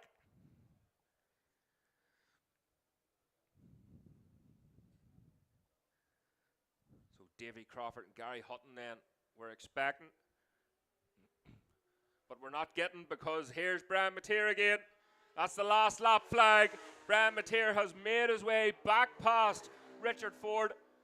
Again, Ford just moving over the left-hand side. Brian Mateer feeling a wee bit defensive there as he breaks into the middle of the track and turns in really early. Again, Richard Ford taking that wide line to get the drive up the hill. So Brian Mateer's going to have to be careful. He could end up losing all this on the last lap. As Gary Hutton goes through then. And there's the rest of them, Malcolm Love and Phil Shaw. So Phil Shaw closing down Malcolm as well as he moves over. You can see that blue seat there in the distance. Moves over to the right-hand side. He's trying to outbrake Malcolm Love. Up the inside of Malcolm Love in Gutton's corner. Has he made stick?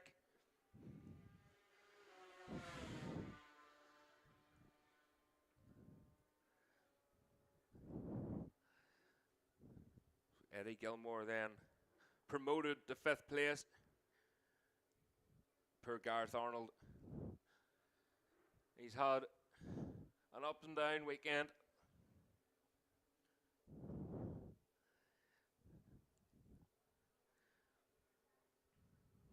So Malcolm Love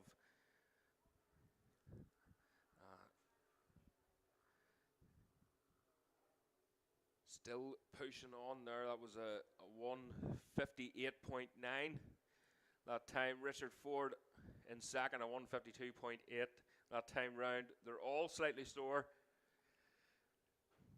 Still pretty consistent. There's Brian Mateer at 1:52. But here we go then. The leaders are back with us. It's Richard Ford that has got ahead of Brian Mateer then. So Richard Ford takes the win on the fastest lap of that one at 1:51.3. Trevor Stewart then across the line. He finishes in 8th place. So we'll keep an eye out for Malcolm Love then. Is he still ahead, or was Phil Shaw able to get the better of him? Did he lose the drive? We're waiting for that red machine to come through. Oh, so across the line it's Phil Shaw. Takes the last step of the podium from Malcolm Love on the last lap. So he's made that move stick then. Looked like Malcolm Love just tried. He just went too defensive on that lap.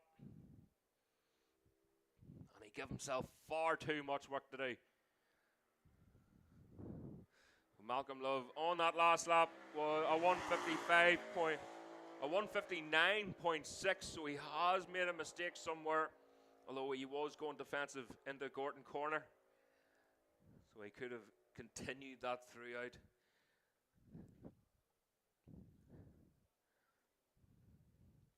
So Richard Ford then takes the win with a 1:51.3. Brian Mateer, 2nd place with a 1:52.0. Phil Shaw, the 76 machine, in 3rd, a 1:55.4. So there's the sweeper out on track, guys. So in and around the circuit, please take care of the sweepers on track. Please stay where you are. And we're getting the next load of races through here. Malcolm Love in 4th, 1:55.9. Eddie Gilmore 5th, a 1:58.7. Davy Crawford in 6th, a 2:14.0. Gary Hutton in 6th, a 2:15.6. Trevor Stewart in 8th with a 2:35.1. Fastest lap, and unfortunately Gareth Arnold had to retire in the middle of that race.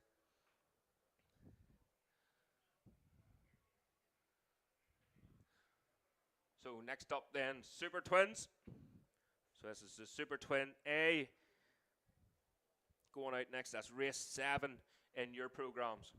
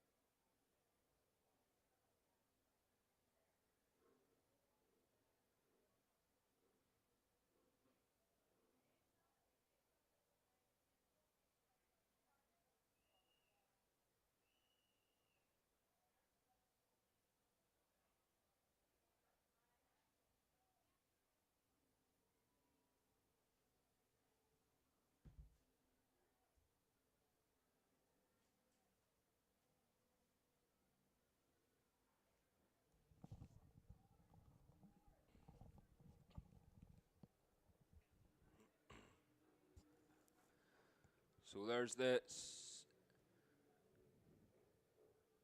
Super Twin machines just coming onto the line now.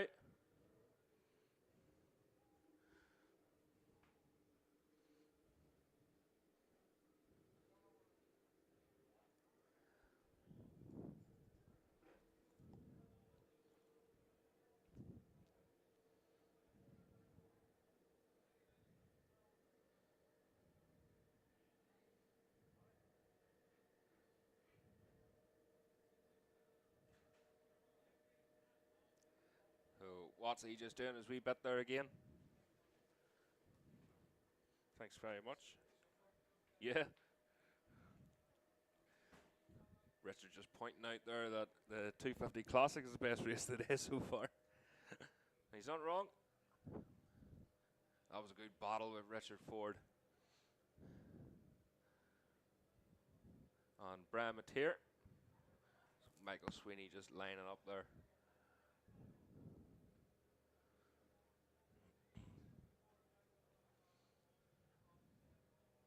So again, all the races now, 1 warm-up lap and 7 lap races. So there were to be, the rest of them were to be 9 laps. Now the Cookstown 100 open race, that's race 15 in the programs, that's at the end of the day. It's meant about 12 laps. So our good friends here, Green Light, just finishing off a wee piece for BBC. And a reminder, it will be aired on the 3rd of May at 10:40 on BBC One, BBC iPlayer and On Demand.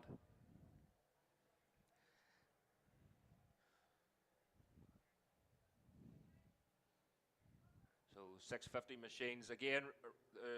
Remainder of the races, 1 warm-up lap and 7 lap races. That klaxon is definitely getting louder every time it's pressed. So 1 warm-up, 7 laps. Super Twins are on the grid.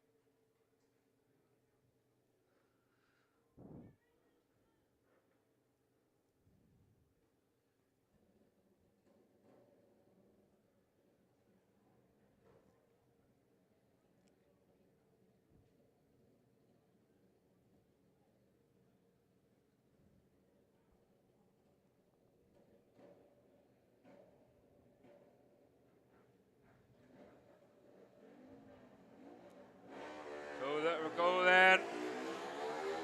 Japers, oh, a good start there from, that was Derek McGee. Just a wee test run off the line then as they head on out on their warm-up lap. A reminder, it is 1 warm-up and 7 laps.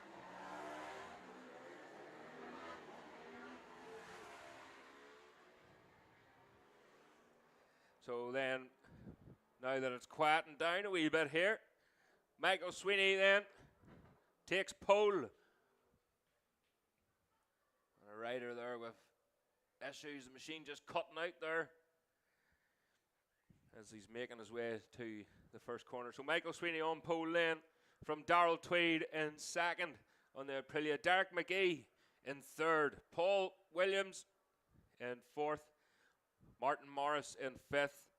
Barry Ferber in sixth. Andy Farrell in seventh place. Andy had a great super sport race there. So did Michael Gahan in eighth. Joey Yeardsley in ninth place. Dean McMaster in 10th. Sean Brawley in 11th. Neil Kernahan 12th. Lee Osprey in 13th. Kavian Canny in 14th. Lee Hara in 15th. Kelly Carruthers in 16th. Roddy Taylor 17th. 18th is Mark Johnson. Ashley Robinson lining up in 19th. And Paddy McColgan, the top 20 then.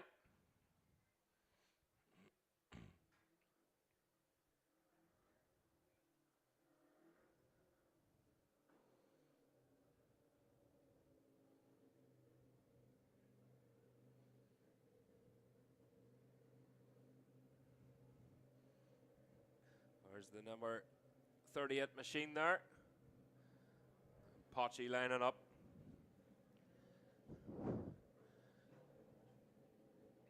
Just rolling down with his leathers just unsipped that wee bit. Just let a wee bit of air in.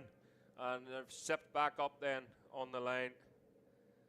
It's a lovely machine he's on, that Aprilia.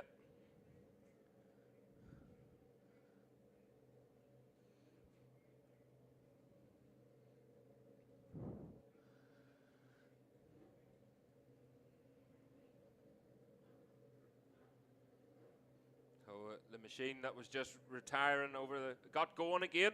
He's going to have to pull in at McAdoo's. Engines are overheating here. Tires are getting cold. We'll have to get going.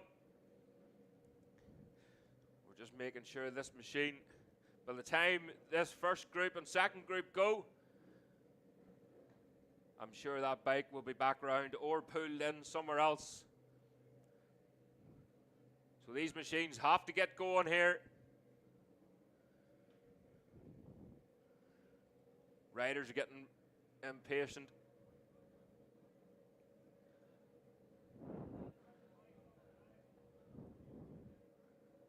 And they were given the go-ahead then. So they're told to engage gear. Watch the lights. And away they go. Oh, a great start there from Darrell Tweed. Sandwiched in the middle of them. Second group then. Joe Yeardsley on the Scott Racing Aprilia. Got a fantastic start again. Third group then. We're looking at Roddy Taylor. Wow, what a start there for Roddy Taylor. He's well in front of that group then. So Roddy moves over to the left-hand side then, but they're all trying to dive up the inside. I think Roddy got a wee bit swamped there into the first corner. But what a start there for Darrell Tweed. So we'll be keeping an eye on Tweedy as he comes through. But he's not going to get it easy with Michael Sweeney and Derek McGee in through. Paul Potchy-Williams got a good start there too. Martin Morris and Barry Fruber.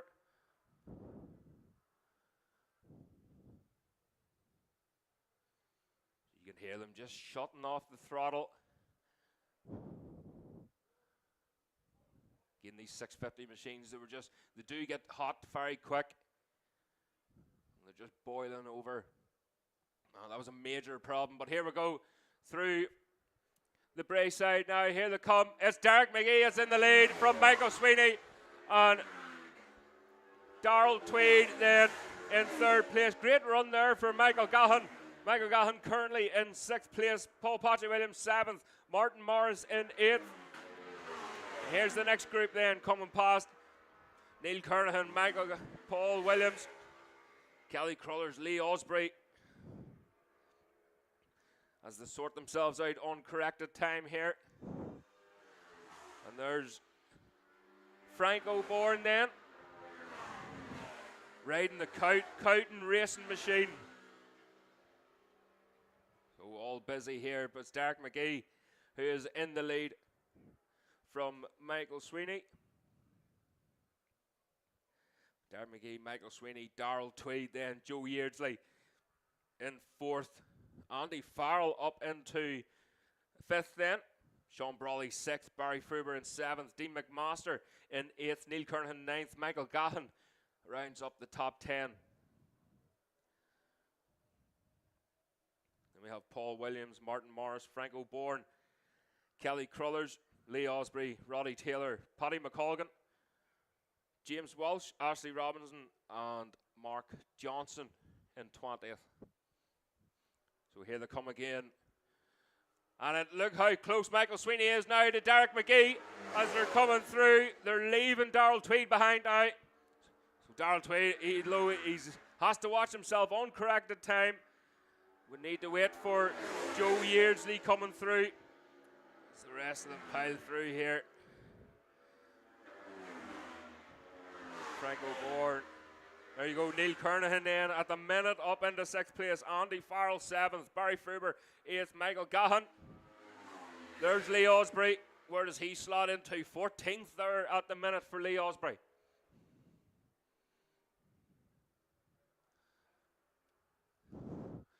Paddy McColgan away through then on the KMR. Kawasaki, Roddy Taylor just in behind. Kelly Crullers then. James Walsh. That looks like that's the number 42 machine of Brian Loughlin then.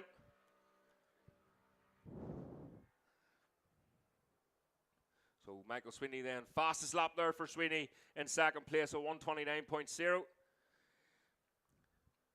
Derek McGee at 129.3. So Michael Sweeney closing that gap, 0.1. Darrell Tweed then a further 4 seconds back on Michael Sweeney. So we're expecting them to be very close. Here we go then. Still in the slipstream is Michael Sweeney. He's right in behind him now. Is he going to try and make a move into the first corner? He does move over to the right-hand side, but I think he's going to stay behind him, as he is indeed. So Michael Sweeney pulls back in behind Derek McGee. He needs that advantage as well. So Derek McGee just towing Michael Sweeney along. He doesn't want to show his front wheel too early. Look at Neil Kernahan then. So Neil Kernahan as well. Just slipstreaming, blasting round the outside then. And using that large frame of his to set up and for an air brake. Lee Osprey then. Away through, good battle with Lee Osprey, but he has to go back into the slipstream then of the rider in front.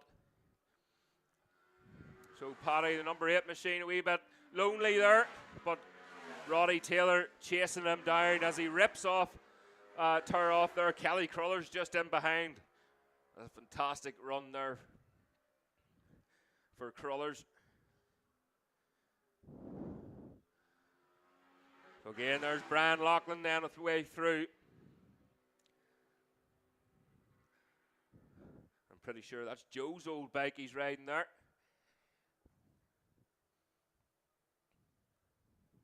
So Joe Loughlin, haven't heard anything about him lately, but here's the leaders then. Still Sweeney, still just tucked in behind Derek McGee. If he shows his wheel, he doesn't want to put too much pressure on him. He wants to follow him for a wee while. And it would be great to see Sweeney as well get a win. But for Derek McGee to come back and do what he's doing is absolutely phenomenal. Great battle here further back with Barry Fruber and Andy Farrell and Gahan. So Gahan just, he's actually closed that gap now on Andy Farrell. But Barry Fruber under pressure. Andy Farrell thought he was going to try something there up the inside. He just pulled out all of a sudden on Fruber. So great battles further back in this one as well. And there's Lee Osprey again. Again, it doesn't seem to have the legs. Once he pulls out of that slipstream, he has to tuck back in again. His team will argue maybe one too many burgers for Lee, but there's absolutely nothing to him here. Mark Johnson away through then. Mark Johnson still trying to claw back that gap. Last lap, Derek McGee was a 128.4. What's he going to do this lap then? Michael Sweeney, a 128.5, but he was still absolutely glued to him. And he still is now as they come down below us here and heading back down the hill. They're starting to come up the slower riders now, but the two of them move over to the right-hand side then. And they have to get past before Gorton, and they haven't. Or have they? Who was that? Somebody went wide. I think it was Sweeney maybe went wide, and the slower rider ended up getting back past him again. And he's going to lose all the drive too, so that's going to give advantage to Derek McGee. Again, Fuber, Andy Farrell, Michael Gahan. Oh, Neil Kernahan again moving over to the right and using the power of that machine of his. Fantastic racing there. I'm sure the big man Neil Kernahan was smiling ear to ear.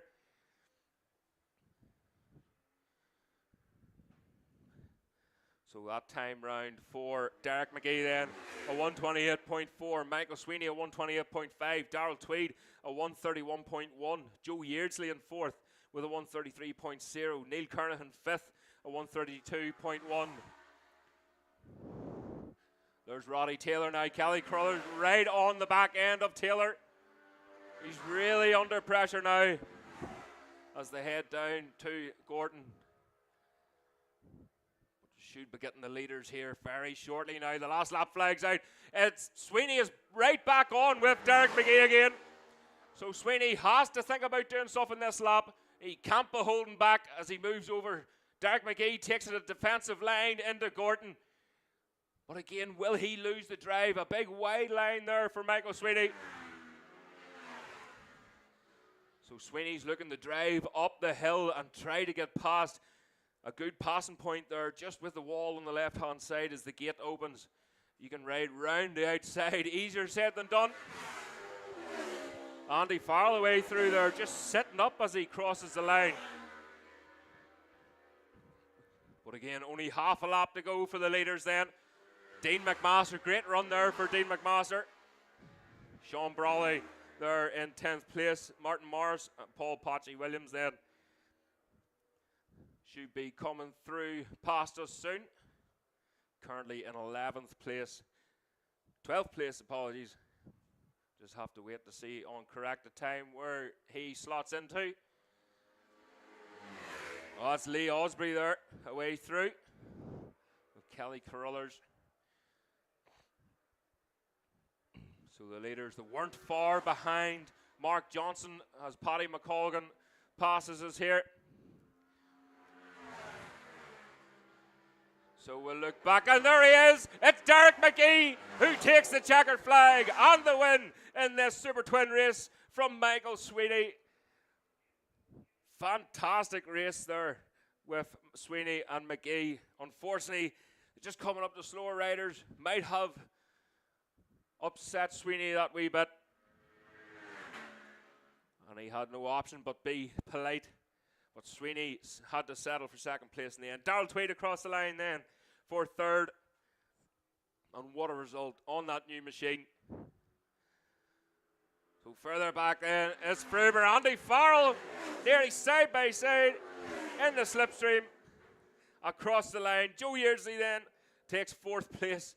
Neil Kernan across the line in fifth. Barry Fruber in sixth. Andy Farrell seventh. Michael Gahan then in eighth. But of course it can all change here. We're just waiting for the group behind. But it looks like Dean McMaster there, 10th place. Martin Morrison 11th.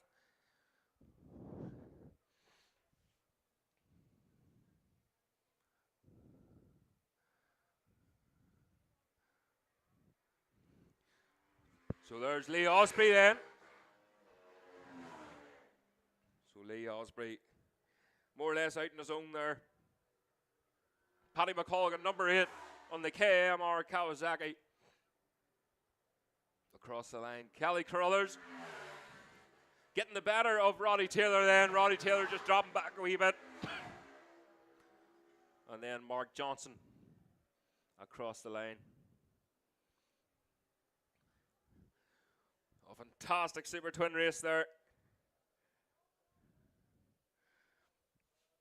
The Super Twins, they never fail to impress. So the sweepers out on track. The next machine's up then. The Super Twin B heading out on track. So this is the start, the change of the program, ladies and gentlemen. So that was Super Twin A. Race 8 will now be Super Twin B.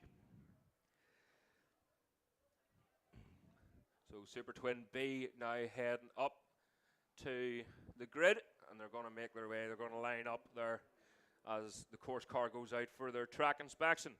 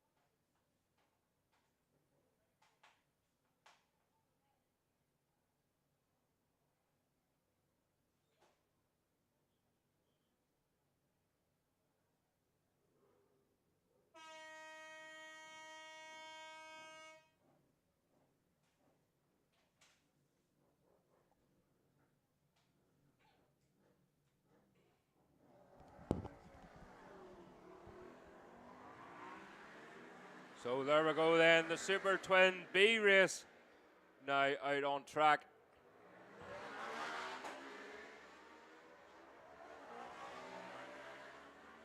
So no hanging about now.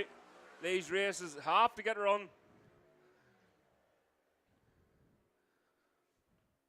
As there's another machine cutting out then just as he crosses the line. Again, they'll have to pull that off the track.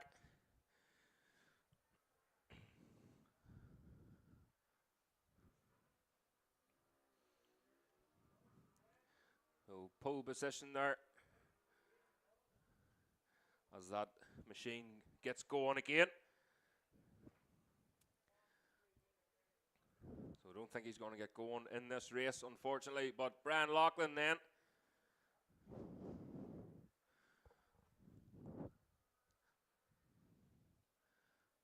On our screens here as on in pole position. Jason Whelan in second. William Birchall third. Noel Carroll lines up in fourth place. Dale Brew in fifth. Then we'll have Healy in sixth. Mers seventh. Butler in eighth place. Mullen in ninth. Roberts in 10th. Lee McGavick in 11th place. Stuart McCann lines up in 12th. Donald McFadden 13th. Dallas Reynolds in 14th. Brendan Flynn in 15th. James Rothery in 16th. William Grant lines up in 17th. And Lee Hara lines up in 18th place. So we'll keep a wee eye out for Lee Hara during this race.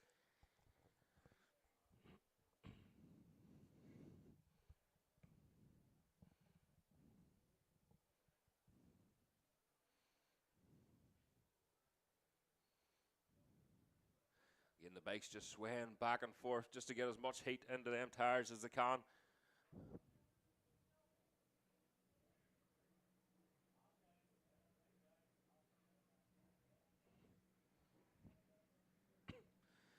So quick turnaround then for this one.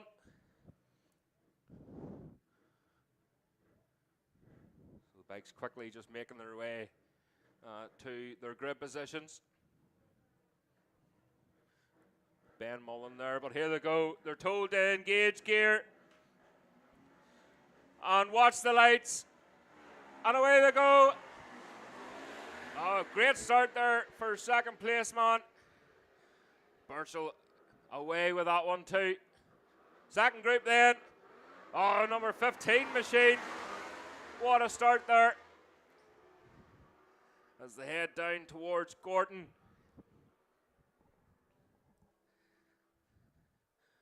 And back up. Rens then. But that looked like Whelan with a great start off the line. Burchell wasn't too far behind him either.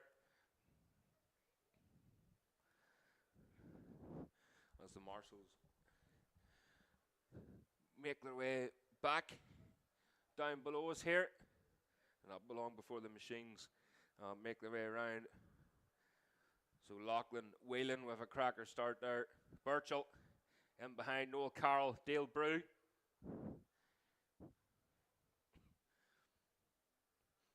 Again, just keep a wee eye with Lee Hara. I expect Lee to be crawling up the timing screen here on corrected time. Especially in these conditions now that it's dry. And all the tires on, all the bikes on slicks. It's been a long day.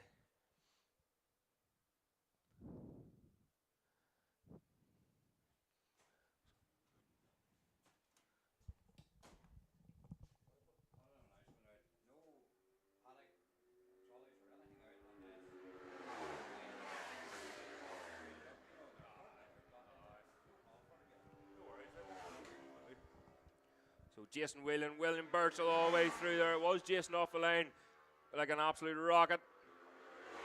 Noel Carroll, Nick Healy, Mers, Hara, William Roberts, Lee McGalvick, 9th place. Dallas Reynolds in 10th. Ben Mullen 11th. So there we go then. On corrected time. Lee Hara, like I said, jumps up the timing screen and is in the lead of this race on corrected time. Just an announcement, please, for the start of each race. No paddock trolleys, no stands, no tyre warmers. Please, because everything is now getting moved on quite swiftly here. We want to get through as many races as we can. Spectators staying where they are too. And please, spectators, stay where you are for the rest of the day. We want to try and get as many races through as we can.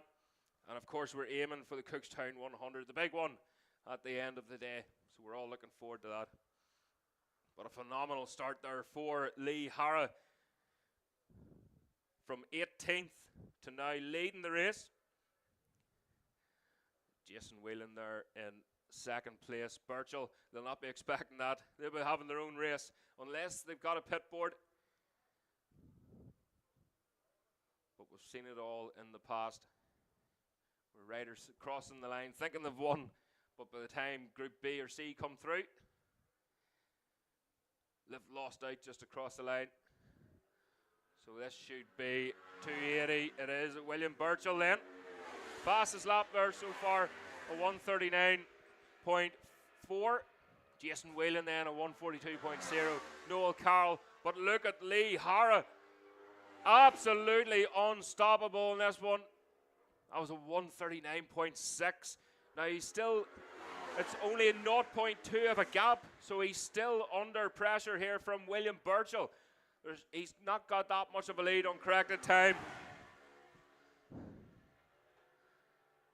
So the race is on here now for William Burchell and Lee Hara. That time round, Burchell, fastest lap at 139.4 in second place. The gap is only 0.2 back from Lee Hara. He might have got a good start there. He might have a clear road ahead of him. But it's still William Burchell who also has a clear road ahead of him. So it's a catch-22 here. Burchell may be the first one to catch the slower riders, at least the first group. They've got a wee bit of pace behind them. So Lee Hara might be in a better chance here. with this one.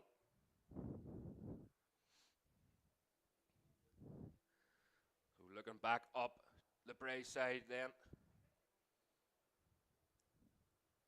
As the sun's back out here, it's getting very warm in this comedy box here. So here they come then. Birchall coming down the hill. Tucked right in. He knows he's under pressure then. So there's Noel Carroll as well now for the fastest lap. Jason wheeling away through there. Great race further back. So Noel Carroll, Lee Hara now second place. So William Birchall has upped the pace now. Lee Hara has dropped to second place. Noel Carroll with the fastest lap is in third. As the next group come passes here. That's 23 away through there. Stuart McCann. Oh no, we've got a red flag unfortunately, guys. So this session has been red flagged unfortunately.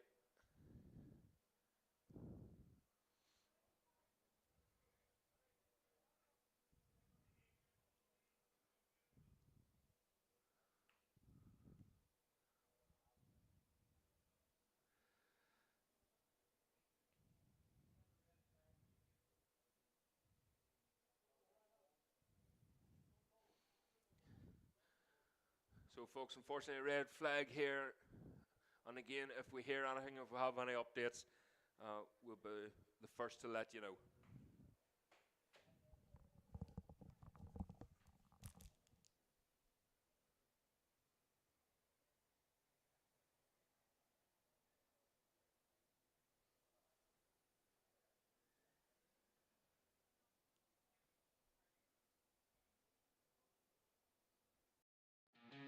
Moto are proud sponsors of Commentary Corner. Located at 5 Lisburn Road, Moira, the former Motor Shocks building, this is the place to go for something different. Only open 2 hours a week to the public, Wednesday 6 PM till 8 PM. Everyone is very welcome to drop in and check out the weekly change in stock, ranging from mopeds to fireblades. Davey from Moto is looking for all types of motorbikes, vintage, classic, sports bikes, to damaged end-of-life bikes for dismantling. Also job lots of bike spares. Top cash prices paid, in particular looking for good, clean road bikes of any age. Moto is proud to support many racers on the roads and the short circuits.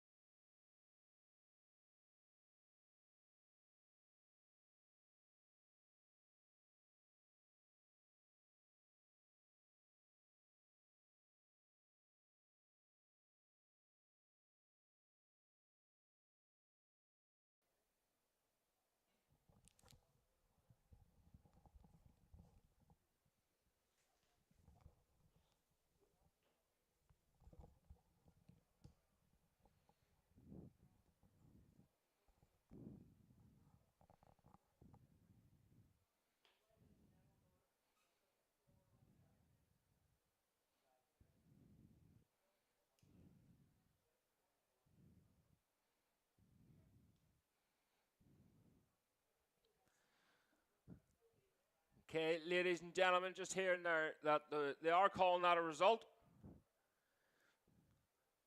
on that B race, and we are going to continue with the Super Sport B race now, and that will be followed by the Junior Classics, and then the Superbikes, the Open A race 10. So the Super Sport B should be making their way out onto the holding area, if not already there.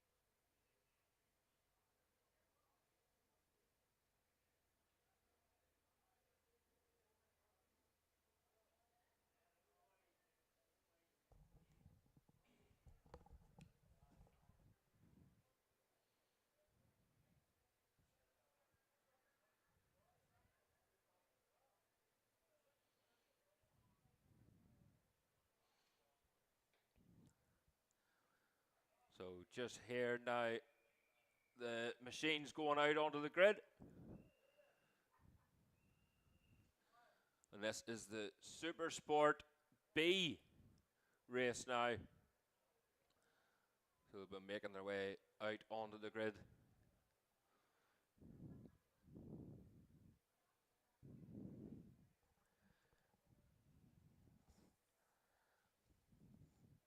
So this is race 8 in your programs.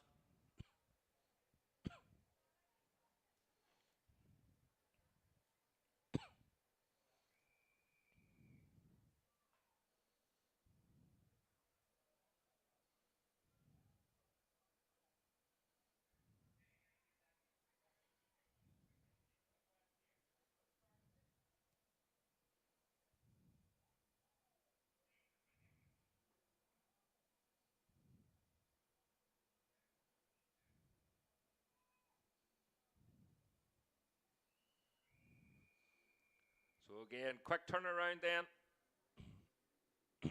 for the B race.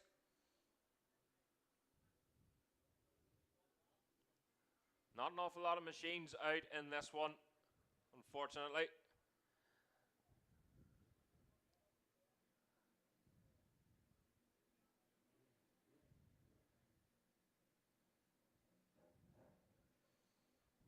So out onto the grid then. That's Andy Mack.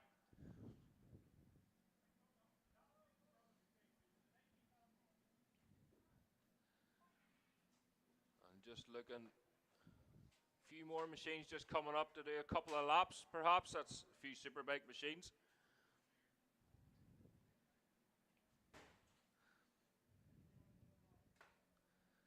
So again, 1 warm-up lap and 7 laps.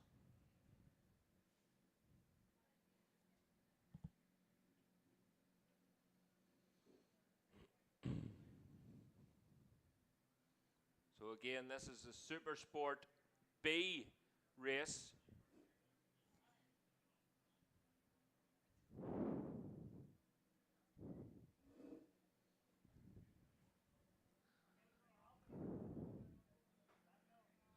So there camp.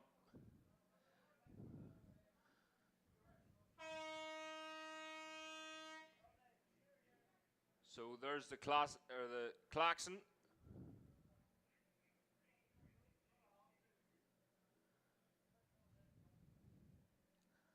So on my screen, there's 6 qualifying. There's 6 meant to be on the grid. There's 3 machines on the grid.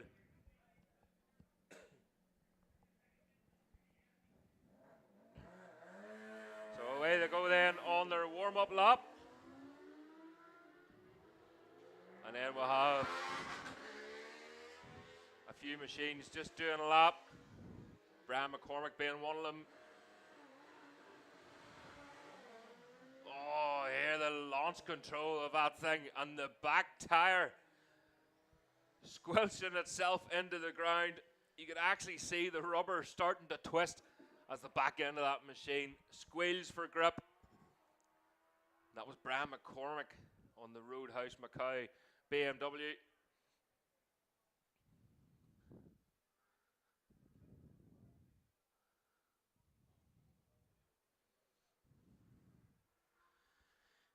That's the Superbikes. Just out for a couple of laps, just trying a few things out before the open race, and that is race 10 in your programs. But up next is the Junior Classic, the 350cc machines.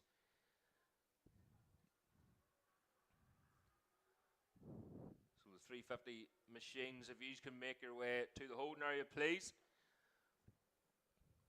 for race 9 in the program.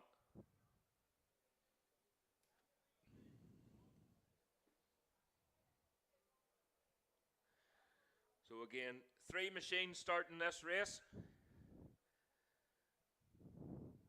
As long as you finish, you'll be guaranteed a trophy home anyway.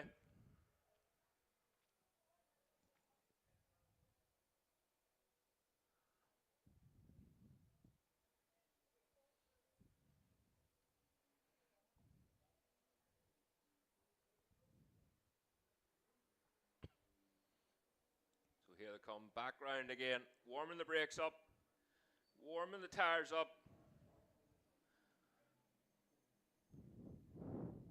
I'm just wondering if the rest of them machines were out for a test lap if they want to stay out.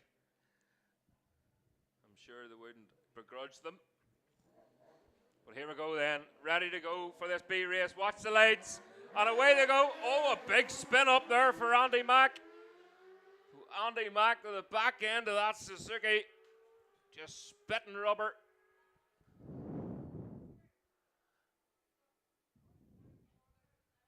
As they head into Gorton Corner.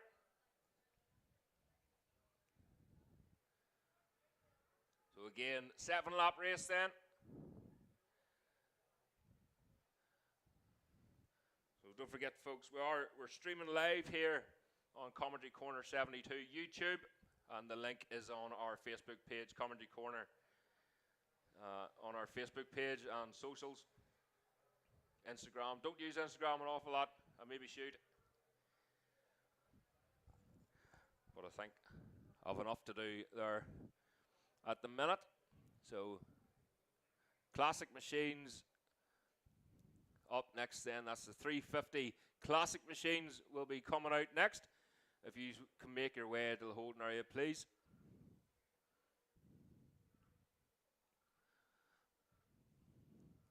So looking up at the Bray side then. Andy Mack with a cracker of a start there, though. It just took a wee while for him to get the grip down on that back tyre. Just a wee bit of dust off the line.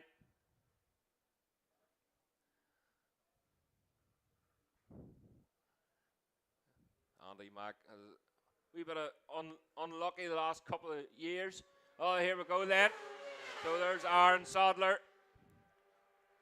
Andy Mack and Sean Buckle all the way through there. So the three of them having a good race there. Oh, just looking, I think that's Andy Mack was up the inside there of Aaron Sadler into the first corner. Again, he's really coming back to form this year, Andy Mack.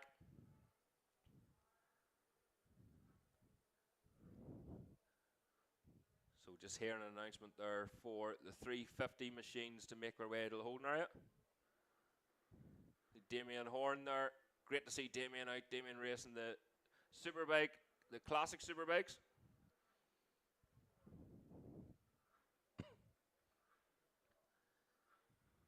Yeah, Andy Mack was involved in an incident at Armoy, and just as he was healing, as he was getting better, getting back out on the bike, he had a bad road traffic accident in his work van on his way home, so he ended up back in hospital, and he just wasn't having any luck at all the last couple of years, but he's back at it. Out last year for a few rounds, and he's planning on, well, near enough at full season, but at Kerguelen there he was doing the flag, so helping the Belfast and District Motorcycle Club out for their Easter Monday event. So here we go, back round again. It's still Aaron Sadler from Andy Mack and Sean Buckle. We'll just keep a wee eye on Andy Mack there, using the power of that Suzuki. And he's so good on the brakes as well. He moves over again, but just not enough there. Just fishing for a move. And no doubt he's going to be waiting till the last lap, but the fastest lap so far, Aaron Sadler, the newcomer, 134.2. Andy Mack, a 134.4.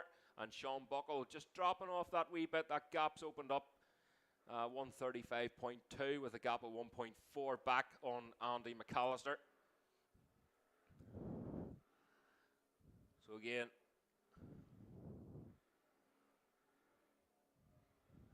the 350 machines then just warming up in the background. Great to see so many people here. Someone's got the right idea. Going for a doze in the tent. I apologise if I keep you awake.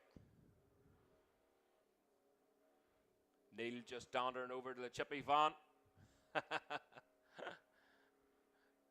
Great to see so many hardcore race fans here. Make sure you have your suntan lotion on. A few red faces there. So here we go then, back to the leaders. Oh, look at Andy Mack now. He's a lot closer to Sean Buckle this time. So we expect a fast lap here from Andy Mack. It was indeed. So Andy Mack posts the fastest lap. He's closer to him than he's ever been. Again, just looking for a wee bit of a gap there up the inside.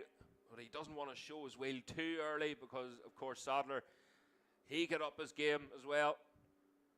But Andy Mack just controlling this by the looks of it in second place at 134.0. Sadler, the last time round, posting the fastest lap, that was a 134.2. Sean Buckle at 135.1.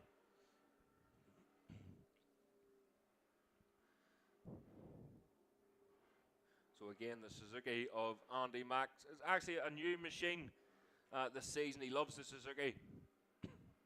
And the Tom Hearn paint job up the side of it. A wee bit of nostalgia for you. And don't forget, guys, the 24th of May, Saturday the 24th, is the Joey Dunlop Celebration Day in Ballymoney. So get that down into your calendars and make it up. It's going to be very special. We're going to have a multiple array of Joey Dunlop machines ridden by multiple legends, world champions, British champions. Here they go, back to the leaders then. As they cross the line, it's Andy McAllister then. Has finally got the better of Aaron Sadler, but Aaron Sadler moving over to the right-hand side. Oh, but McAllister goes defensive now, and he may lose the drive up the hill, so he has to be careful on what he's doing.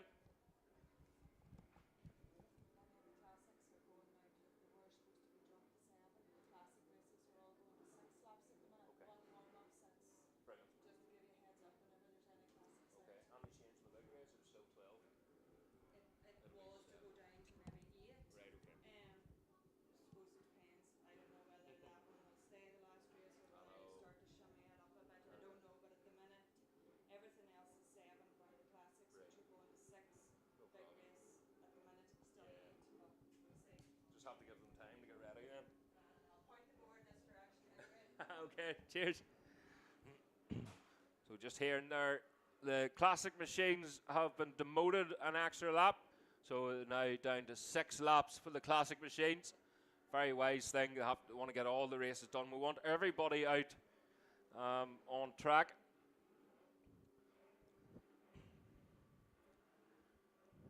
Including Andy McAllister, Aaron Sadler and Sean Buckle. So it's only fair that everyone gets their race. Again, Mark Johnson, Paddy McColgan and Roddy Taylor were meant to be in this race, but unfortunately they haven't made it. Here we go then.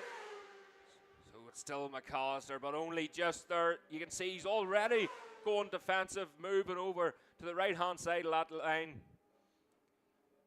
And still just using the middle of the road. He's going to have to be careful here. He has the pace. He knows he has the pace. He's done that lap 133.5. Aaron Sadler 134.0. So he knows he's got the pace. He's went defensive now, and he just has to be careful. 2 laps to go then of this race. So the 350 machines, if you can make your way to the holding area. That's the 350 machines to the holding area, please. Again, all classic machines now, all classic races have been demoted to 6 laps.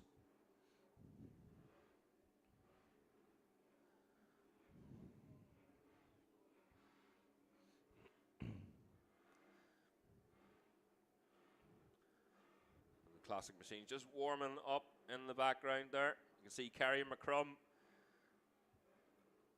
just looking over for Gareth Arnold. I've never said a big congratulations. They're due their child here. I think a wee boy, I think, as far as I know. So another one to join the paddock. Brilliant to see. It's very, very family orientated. So here they come then, the leaders back down from the Bray side. So that gap has opened up ever so slightly there for Andy McAllister. Sean Buckle dropping way back now on that R6. So his best lap was a 1:34.7. That time round a 1:35. Although the two in front have upped their game now. Andy Mack now down to a 1:32.2. Aaron Sadler going along with him here with a 1:32.3. So they're nearly neck and neck where time's concerned. So the two of them will be enjoying this race, no doubt, under the sunshine of Cookstown. And again, just an opportunity to thank all the sponsors here for Cookstown, including the new title sponsor, Burr Competitions, where you can either win, well, you can win a lot of things: boats, cash, cars, motorbikes. There's a lovely ZX10 down there, like the old school, the retro coloured ZX10, the purple and pink through it.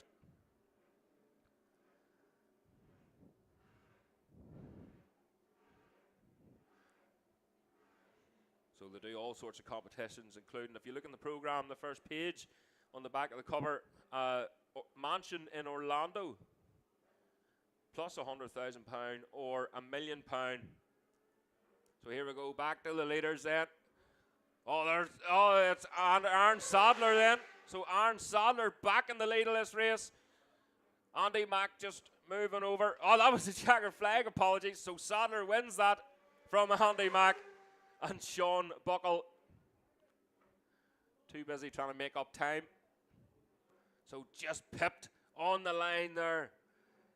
Andy Mack will be furious with himself.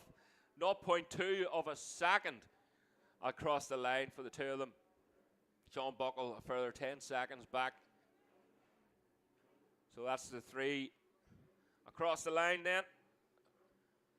And the sweeper is out on track, guys, so please be aware.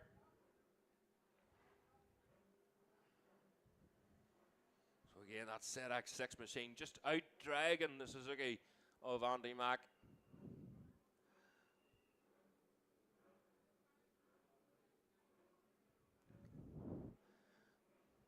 So here we go then, the 350 classic machines going out onto the road now. See Kyle Parks getting his machine pushed. Massive field of classic bikes here today at Cookstown.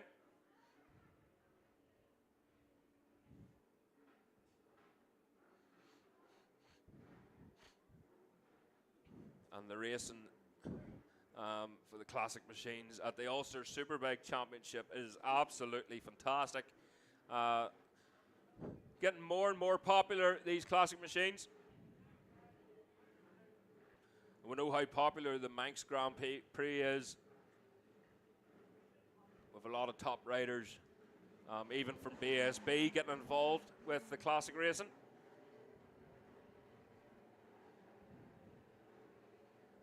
So one warm-up lap, 6-lap race.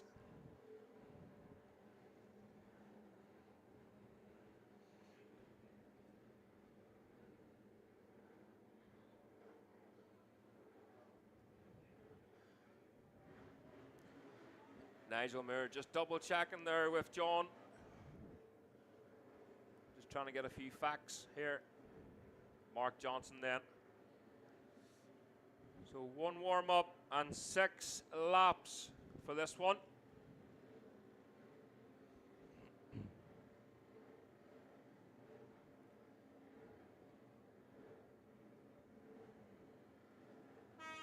Mark Kirkpatrick down there.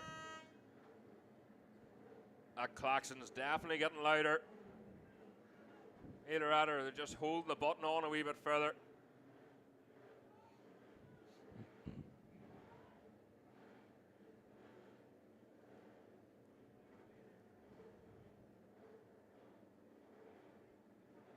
So good to see. There's Barry Davison. Yes, that's your spot, buddy.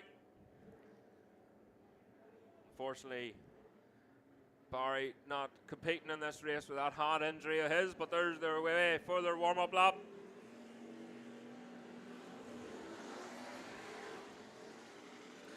So a huge field of machines, classic machines here. The 350s leaving the grid. Again, wee bit of a misfire out of some of them there. Another 350 competitor there. I see down standing with the orange bib, Mark Kilpatrick. So good to see Mark here.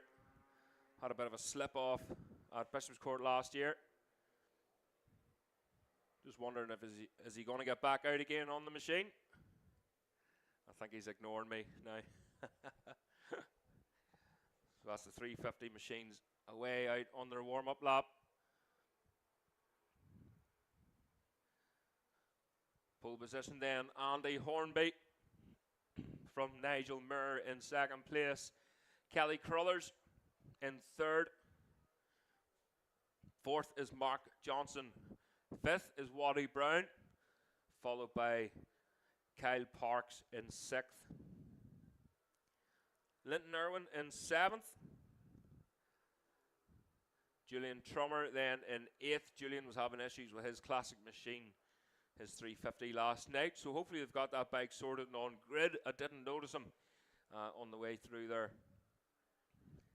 Andy Kildare in ninth then. Gareth Arnold in 10th. Ian Thompson 11th. David Glover in 12th. Gary Hutton in 13th. Brian Harding 14th. Eddie Gilmore 15th. Stephen Walsh in 16th. Chris Mayer in 17th. Paul McMahon in 18th. Malcolm Love lines up 19th alongside Richard Ford in 20th place. Again, a lot of these machines, they didn't get out last night, and this is the first time they're on track again. The riders, the rider alone only had to do 5 laps, and a lot of them opted just to stick with the one machine. They could be riding a 650, a 125. Some of them are out in 5 different classes. So a busy day for some people.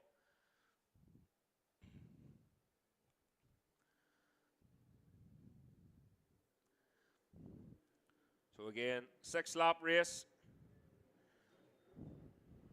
As the line up on the grid, they take up the grid positions. So the Open A Superbike race then should be coming up next. So no Andy Hornby by the look of it. So pole position not being taken up. But they are ready to go then. We're just waiting on the marshals giving the all clear throughout the track.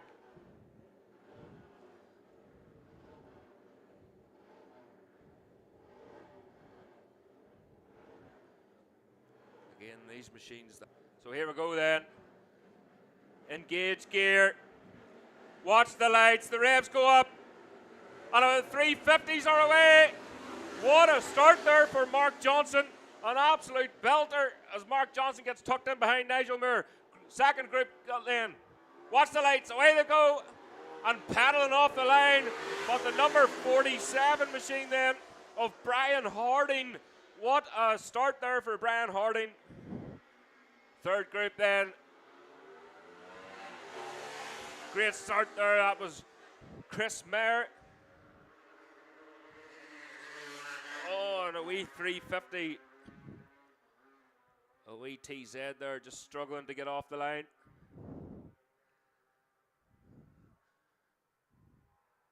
Sounds more like a wasp trying to get out of the house.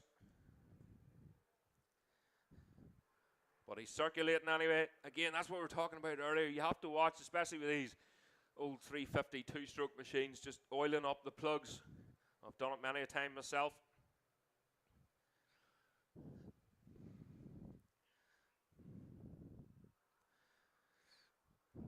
So we're keeping an eye then on Nigel Muir. Keep your eye on Nigel Muir to see. He got a good start there.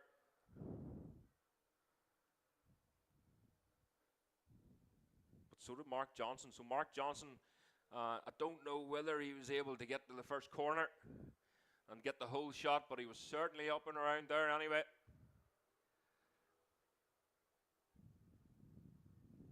So we're waiting for them coming through the brace side. Here they come, just in time then. And that looks like Nigel Moore, is it? It is indeed. So Nigel Moore then in the lead in this race from Mark Johnson. Oh, gaggle going through there.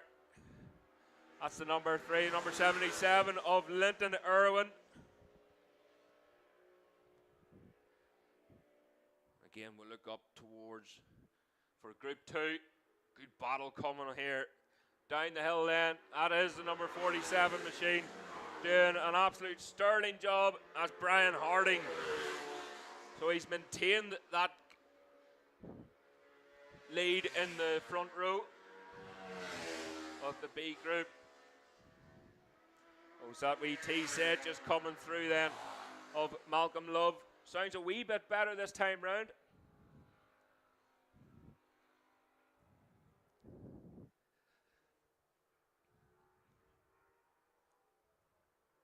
So Nigel Moore in the lead, this one from Mark Johnson, Kelly Crullers in 3rd, Kyle Parks in 4th. Then we have Waddy Brown, Linton Irwin in 6th. Brian Harding up into 7th place and cracked a time.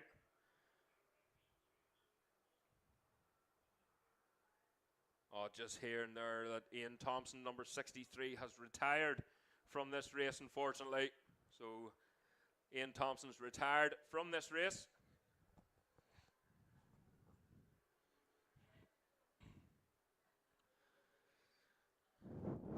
So great run there. Gary Hutton as well, up into 10th place. Stephen Walsh in 8th. Unfortunately, Ian Thompson. So that's actually promotes Gary Hutton up into 9th place. Here comes the leaders. Nigel Moore, what was the gap? 1.2 last time round across the line. It is now 2 seconds. A great race here. Kyle Parks and Kelly Crullers as they head down.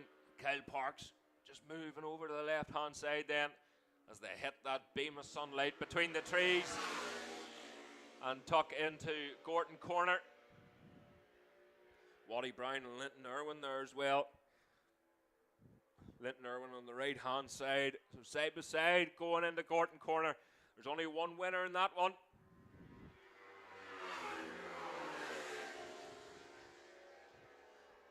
Gary Hutton, Stephen Walsh then way through. Brian Harding still holding on to that 7th place. David Glover, Gareth Arnold up into 10th.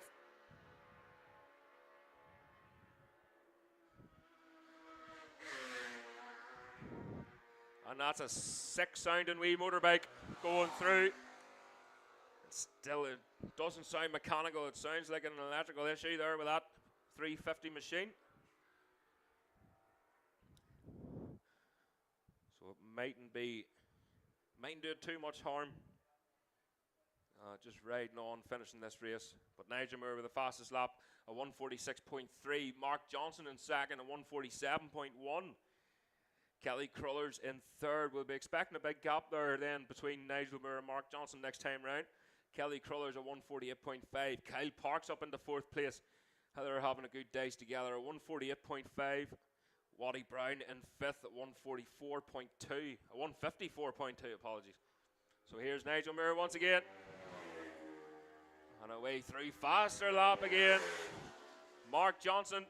We're waiting Kelly Crullers, Kyle Parks here as the compact below us, just trying to give it some more gears as they head towards Gordon. Up the hill then. That's the number 3 machine of Waddy Brown and Linton Irwin still close in behind. Linton Irwin in the slipstream of that machine. And again moving over, he seems to have the legs on a straight line there over Waddy Brown. In the Gorton Corner then on the brakes, and he can't do anything about him just this minute. So good battle further back there, number 20, 47, Brian Harding. So Gary Hutton just ahead of Brian Harding, Stephen Walsh. You can see Brian Harding just tucking back in behind the number 20 machine of Hutton. So David Glover way through. So we're waiting Malcolm Love then. I mean, just to see whereabouts in corrected time. Oh, Malcolm Love's retiring. So Malcolm Love unfortunately retired out of this race. He's of the entrance of the paddock.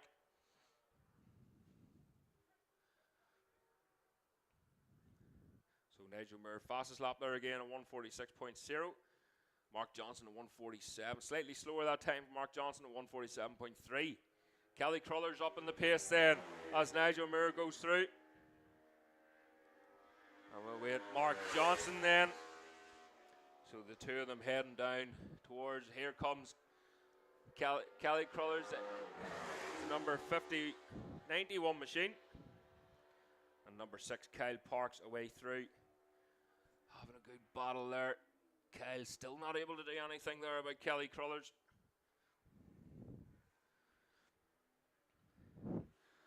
There's Waddy Brown then. Linton Irwin still having a good battle. Linton Irwin must be just struggling in the corners there.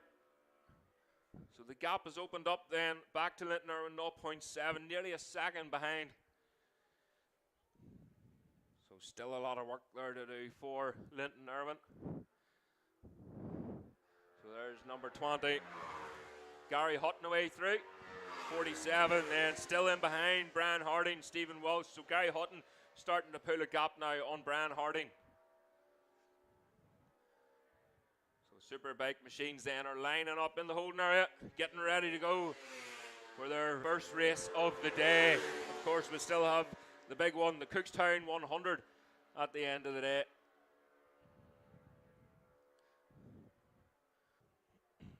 So the gap back to Mark Johnson has opened up now. 5 seconds, just over 5 seconds then. As Chris Mayer goes through.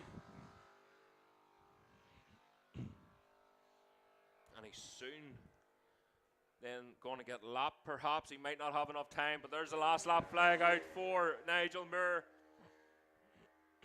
Just one lap to go to finish this one off. And Mark Johnson away through. Looking like he's in a safe second place. Next machines back are Kelly Crullers and Kyle Parks. Slightly closer that time together. So Kyle Parks closed the gap ever so slightly. 0.5 of a second. But Nigel Muir 145.6 that time. Still faster. Faster again.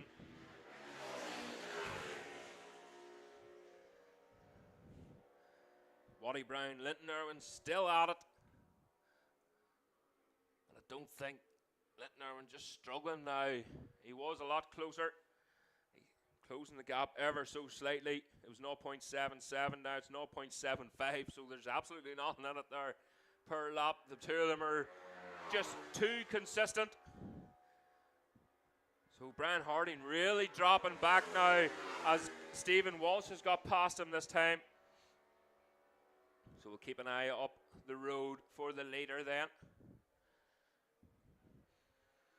As they start to come through on this last lap. 483, so we're looking for Chris Mayer, but Nigel Muir may have been able to get past Chris. You'll notice on Chris's bike, who's this coming around Brayside. So there we go then. The checkered flag is out for Nigel Muir, who takes the win. Chris Mayer coming down the number 221 machine. Mark Johnson then, he'll be over the moon with that second place, but we'll keep an eye on Kelly Crullers. Has Kyle Parks been able to get the better? And he has. So Kyle Parks has just got ahead there of Kelly Crullers across the line on the last lap and takes the last step of the podium. What a result there for young Kyle Parks. He'll be loving that. And just for an extra note, that is the first 350 winner in 12 years. The first different 350 winner in 12 years, because the master himself, Barry Davison had to sit this one out. So the first different 350 winner in about 12 years. But we'll see him back hopefully before the end of the season. And we'll see Barry on the grid here next year, no doubt. So that last lap then for Nigel Moore was a 1:45.5. Oh, close battle further back, Stephen Walsh, Brian Harding. So Harding was able to tuck in behind Walsh the whole way then, that last lap. But he just dropped off Gary Hutton that wee bit. So Nigel Moore with the fastest lap and the win.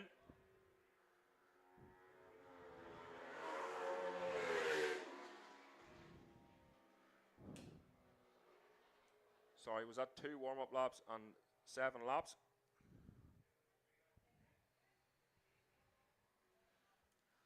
So just hearing there an announcement, the Open A, the Superbike race, will be 2 warm-up laps and a 7-lap race.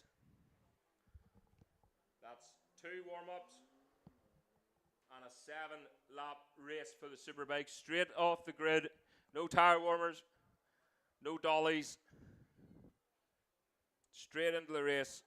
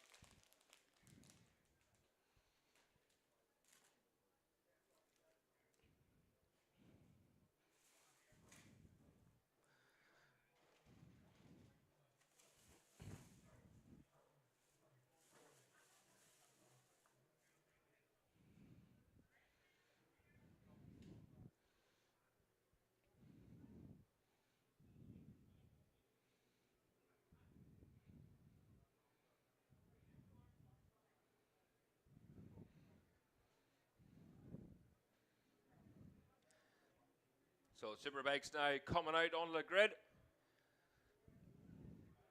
Again, 2 warm-ups, 7-lap race.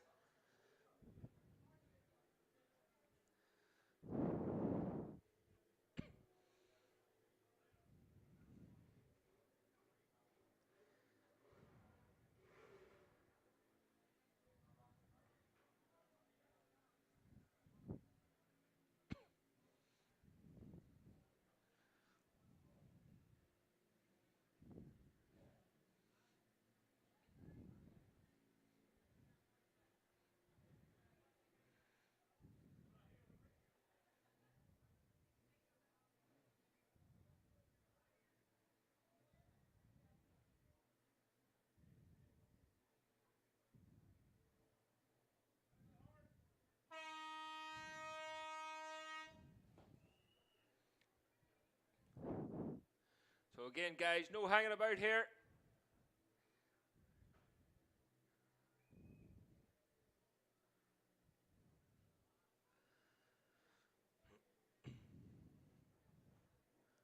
James Chalk there just having a wee word with Arnie. Looking down at the front end of that BMW machine. So here we go then. Straight out, again, 2 warm-ups, 7-lap race. It's to clean a wee bit of the dirt off the track there. So the machines are going out now onto their warm-up lap. warm-up laps, should I say. Money after telling you, as you think I know myself. So Chalky's away, Sweeney, Ryan Whitehall, Neil Kernahan. Listen to this. Brian McCormick, Michael Dunlop away. So Brian McCormick just setting up that BMW machine for the launch control. Still a wee bit of a spin of the back wheel there. And a wee skip, but you really,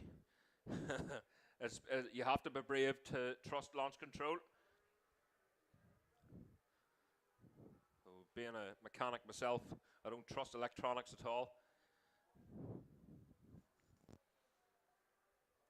So here we go then. It's Michael Dunlop who is on pole, and he'll be looking for another win here today. Michael Sweeney in second. Derek McGee lines up in third. Neil Kernahan in fourth. Brian McCormick in fifth. Ryan Whitehall, good start for him, in sixth place. Darrell Tweed in seventh. James Chalk in eighth. Remember, guys, 2 warm-ups, 7-lap race.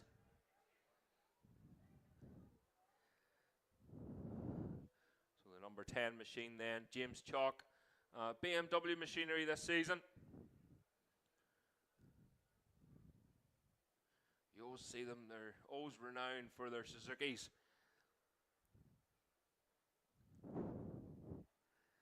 So James Chalk then, here they come for the first of the warm-up laps. And that was Chalky. That looks like Ryan Whitehall, it is indeed.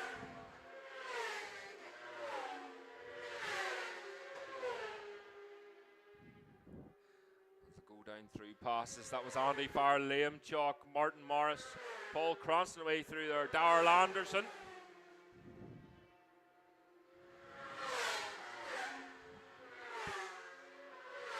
A bit of a wobble there from Brian McCormick as he goes through on that BMW. Just the front end going a wee bit light here. The back end, sometimes you get, if you like a softer machine, a softer setup, sometimes the back end squats and it just brings the front end light all the time. Brian McCormick, he's very, very tall. Indeed, so a wee bit of work for him to get tucked in behind. Not so bad in these bigger bikes, but certainly the Super Twins and the 600s, especially that Triumph, it could be difficult for him to get squeezed into that frame.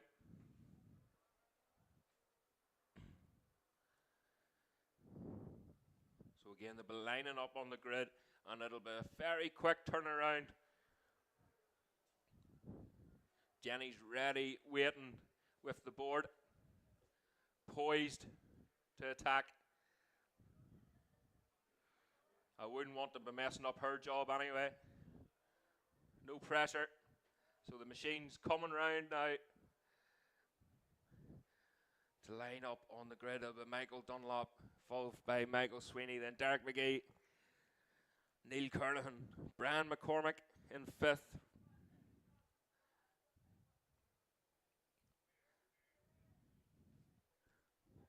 So then, after this, then will be the junior support machines. I can see some of them already lined up there in the holding area.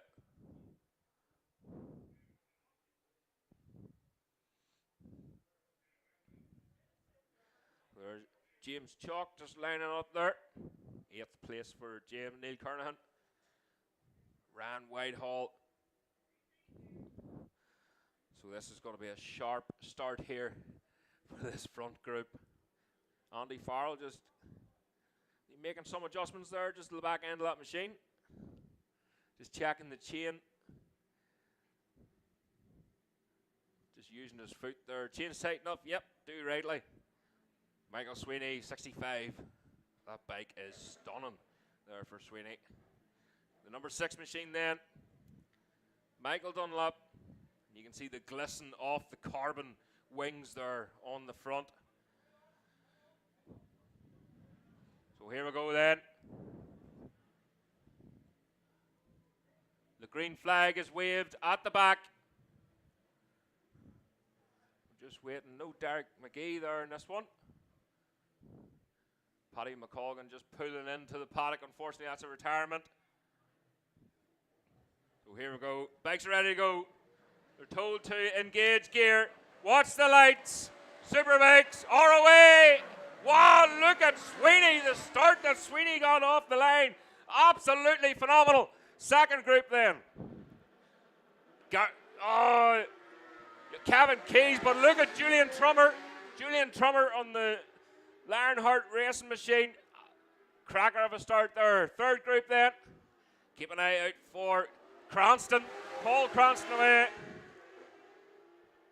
And again, heading down into the distance, into the sunshine towards Gorton Corner. But what about Michael Sweeney? Definitely had a good breakfast, Sweeney. As sharp as a die, off the line then. Michael Dunlop looked like he dropped down the field a wee bit there, but we've seen it in the Ducati, in the Supersport race. Michael Dunlop is a hard man to beat on the brakes.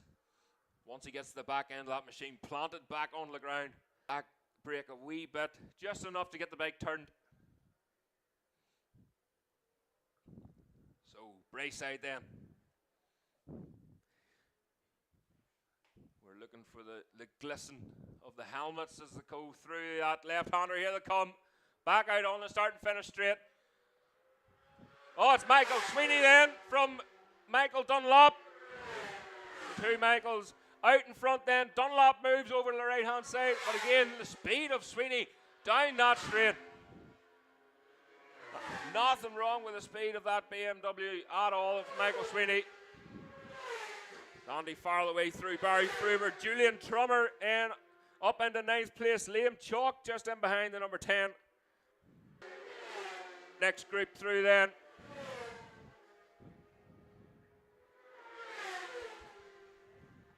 Liam Joran Whitehall, Martin Morris, Dermot Cleary, 13th there, Darrell Anderson 14th, Michael Gahan in 15th, Damien Horn 16th, Paul Cranston 17th, Graham McAleese 18th, 19th is Dennis Booth. And no sign of Patsy Williams there. But what a start here so far for Michael Sweeney. The gap back to Michael Dunlop was 0.4 seconds. Michael did move over to the right-hand side, maybe just checking grip levels there. Testing for a move later on his BMW machine.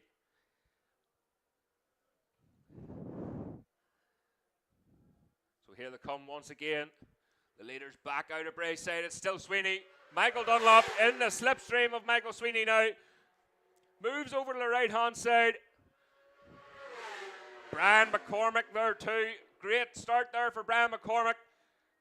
And I'm just hearing there, Michael Dunlop, the fastest lap of 124.8. Red flag there. So a red flag, guys, unfortunately, for this one.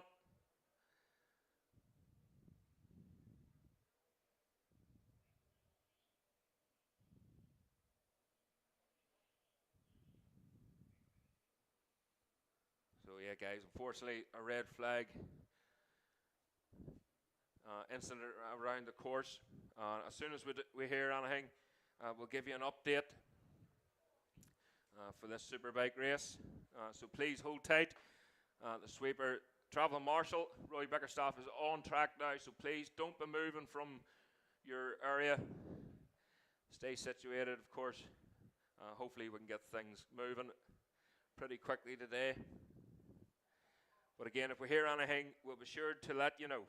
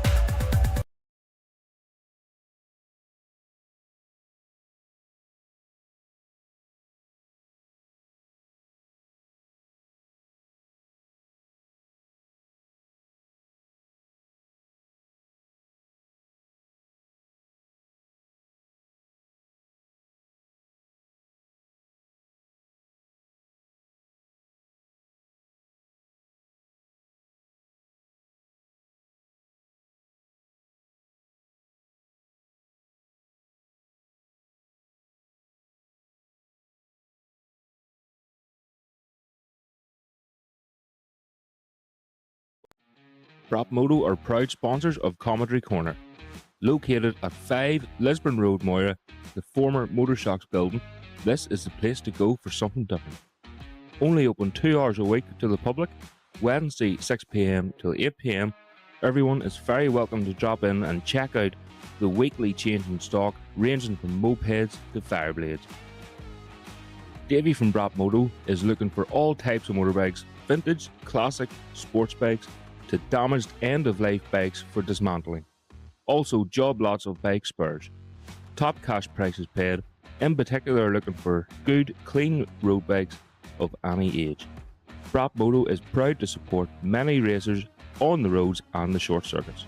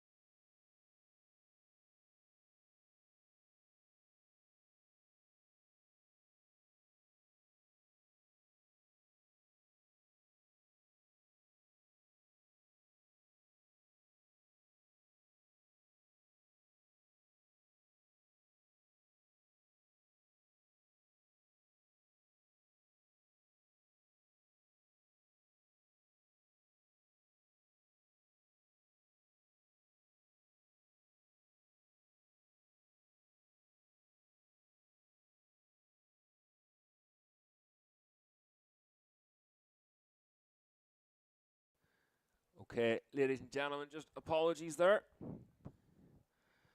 So, this incident still being dealt with here. Unfortunately, it's just going to take a wee bit longer than we thought. In fact, I'll just update the crowd. Okay, ladies and gentlemen, so we're just dealing with this incident here. If you can please stay where you are.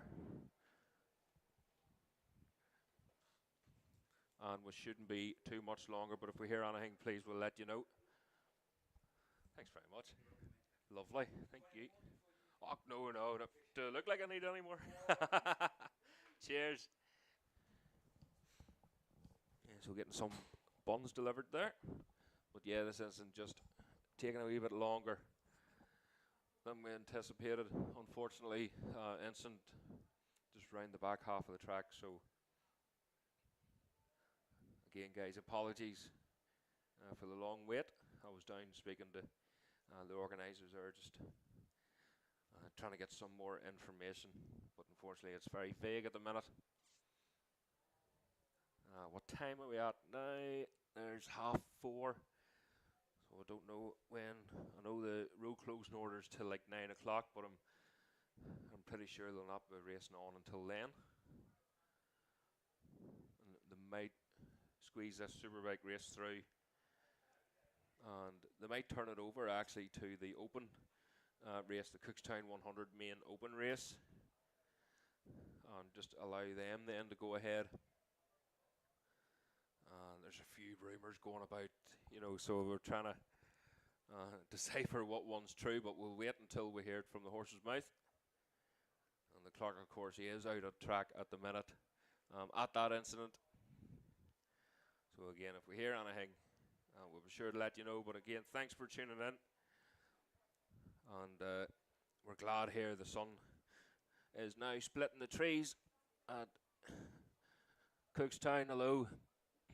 I always remember Noel Johnson nearly praying for rain at the Ulster Grand Prix. That's what we were just talking about there. Just to, like yesterday, we didn't have one incident yesterday.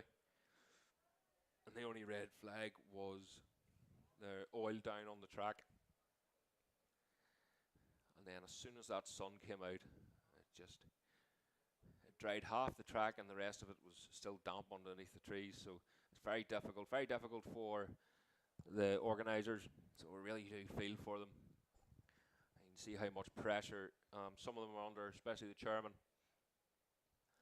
He's really had it dealt to him this weekend. So, but thanks for your patience, guys. And hopefully we can get things up and running here, depending. I just hear them on my radio here now.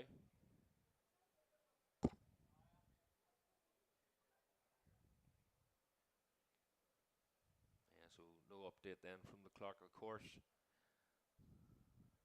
Whether the bikes are coming back into the paddock or not, but I think the majority of them are into the paddock. I don't think any were caught out back half of the track. Not too sure, but I did hear the car, of course, just let them on into the paddock. So I think maybe there was just a few that were sitting at Brayside and they let them through. I don't know, but again, the likes of these sort of incidents, the information is very limited.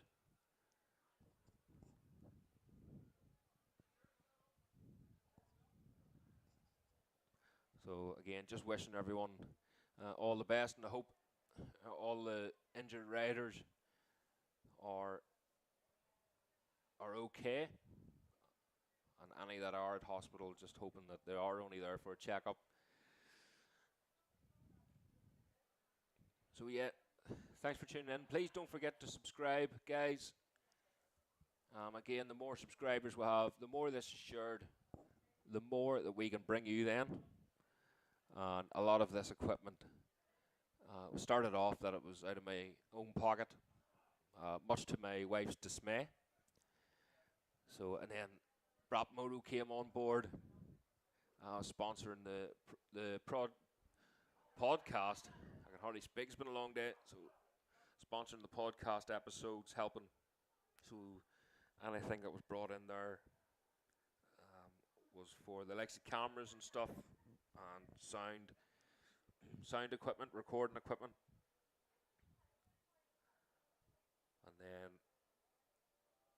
Classic Bike Festival Ireland. Very recently, most recent sponsor there during the week, came on board over Easter, so a huge thanks to them. And again, that's if anyone ever wants to ask, you know, even the sponsors and whatnot, what's this money going towards? And no problem, I'll tell you, it's not going out to, it's not going into my back pocket anyway. So bought a new laptop then, we're able to stream a lot quicker. And the other laptop there was more power in a tablet, probably. I know what you thought I was going to say, but no, it wasn't too good, so I bought another laptop there, 700 odd quid. So most of what was given went towards it. Well, all of it, and then plus a wee bit more but most of it was all out of my own pocket throughout the year.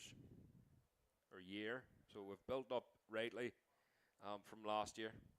And I see that some people were actually watching last year's live stream and thinking it was this year.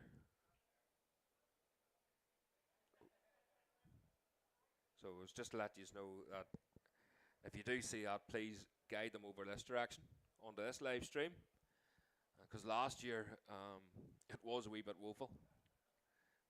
Again, probably better than nothing, but the reception was, well, crap, basically. But now I've invested in a router as well for Wi-Fi, and I might just actually move it out of the sun because everything's going to start melting here, I would say. It's like a bloody greenhouse, this wee box now.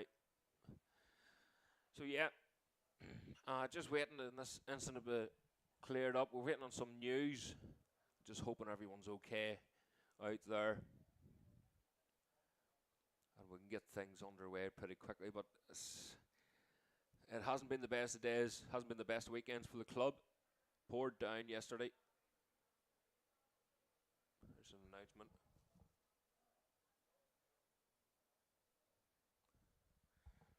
So, I don't know, Kitty just making an announcement there over the radio. I'm not getting anything at the minute, so she must have a different radio or some sort of, she must be talking to the clerk of the course somehow.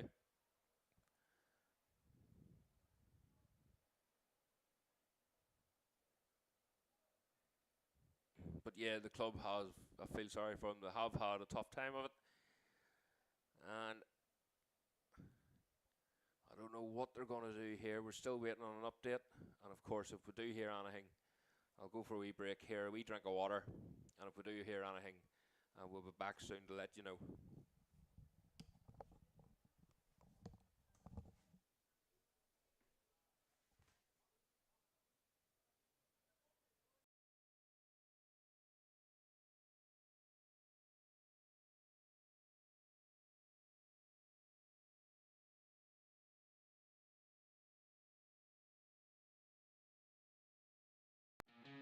Moto are proud sponsors of Commentary Corner.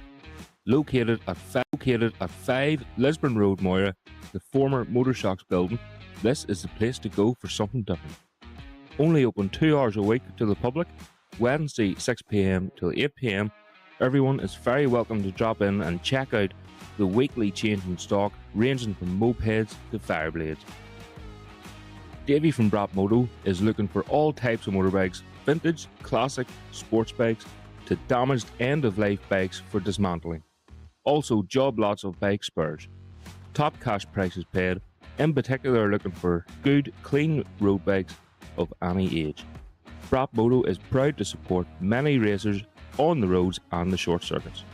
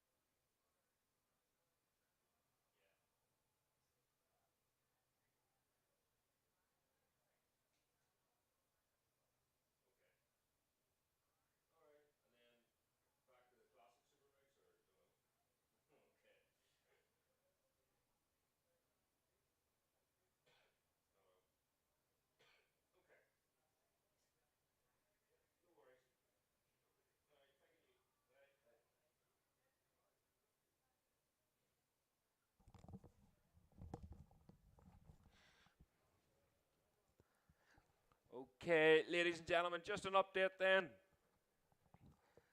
So we're going to run the junior support machines. So the junior support machines, if you can make your way to the holding area, please. And that will be followed by the big race, the Cookstown 100 Open A race.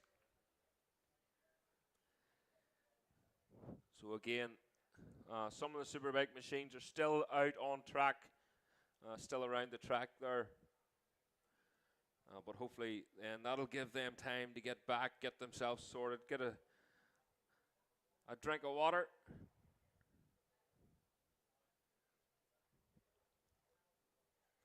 Before they go back out again. So the junior support machines will be out next, and that's followed by the Cookstown 100 Open A race, the big one of the day. So if you can get yourselves ready, please. For some of you are already in the paddock, but the rest of you is in and around the track. The junior support machines are going out now, and that'll give you a wee bit of time then to sort yourselves out. So again, just waiting for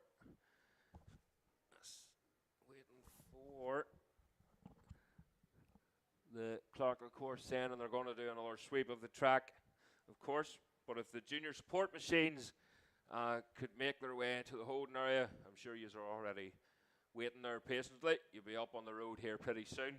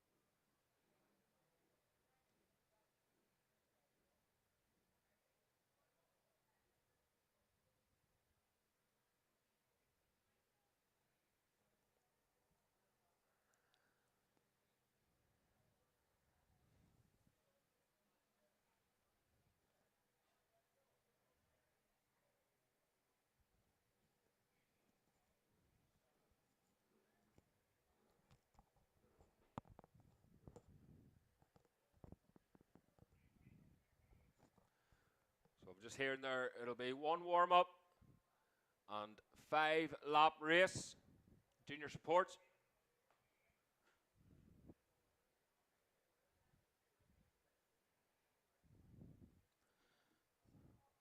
So one warm-up, 5 laps for the junior support machines. That's the junior support A, by the way.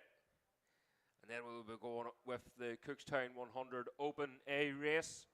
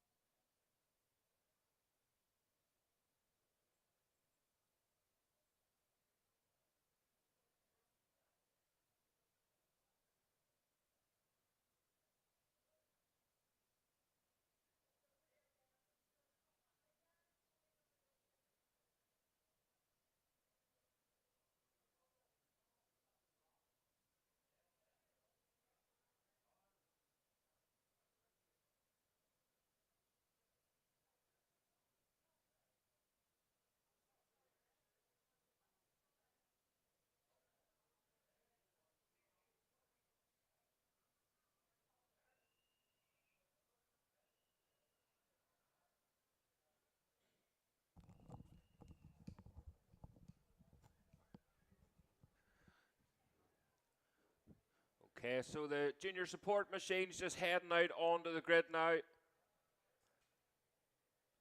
Chris Mayer there.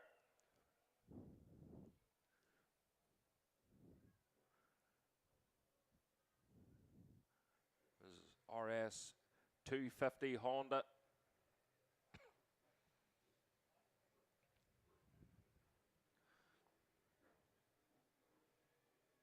That looks like it is Lee Osprey.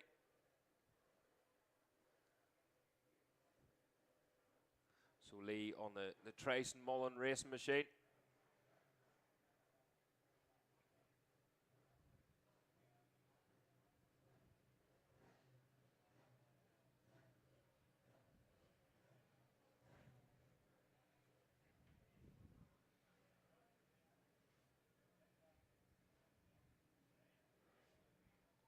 Just doing the last few checks around the track, checking the radios and whatnot, and then we'll be getting things underway here.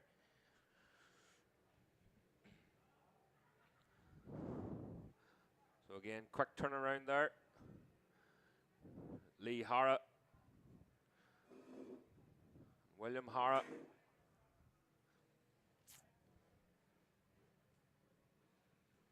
Sean Brawley, that's your pole sitter then, just making his way to the front row.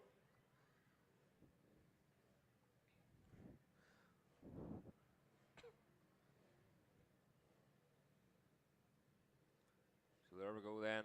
1 warm-up lap and 5 lap race. That's 1 warm-up lap and 5 laps.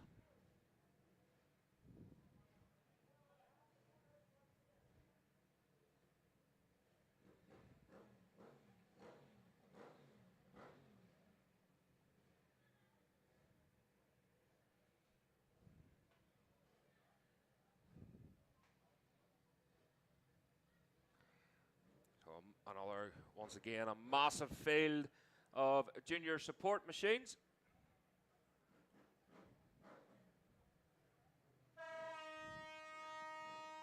So there we go then, the klaxon has sounded. And they'll be away very, very shortly on their warm-up lap. Kevin Canny there, not lovely. Aprilia, black and pink, is that CCR? Kevin Canny racing, so there we go. So the machines away on their warm-up lap. Kelly Crullers there, that's the number 36 machine. That's Kevin Lowry again. Just keep an eye on Kevin Lowry. He's had a great weekend so far. But your pole sitter then is Sean Brawley, followed by Lee Osprey on the Tyson Mullen machine in 2nd place. Kevin Canny 3rd. Lee Hara in the 2nd row in 4th. Kelly Crullers in 5th. Chris Mayer in 6th. Ashley Robson in 7th. James Walsh 8th. Kevin Lavery in 9th. And Dave Walsh then in 10th place. Brian Loughlin in 11th. Liam Trainer 12th. Jason Whelan in 13th. William Burchell 14th. Dale Brew in 15th place. Nick Healy in 16th. Then we have Malcolm Love in 13th. 17th. Tim Walsh then in 18th place. Eamon McCune in 19th. And Jack Myers in 20th.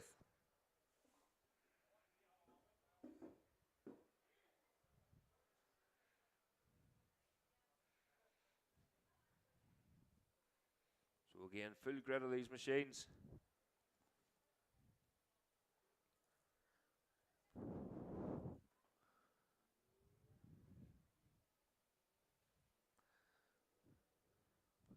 So the last I was updated, the Superbikes then will be going out next.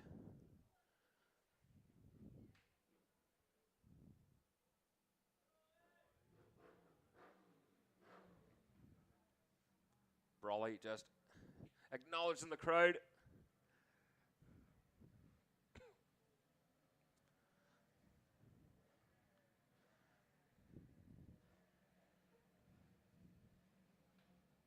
So here we go then. Again, it will be a quick turnover.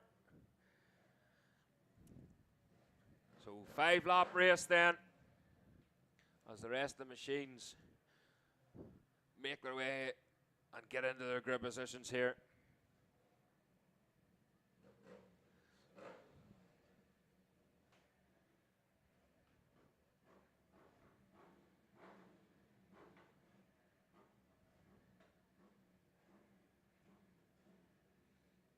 Just getting the all clear around the circuit.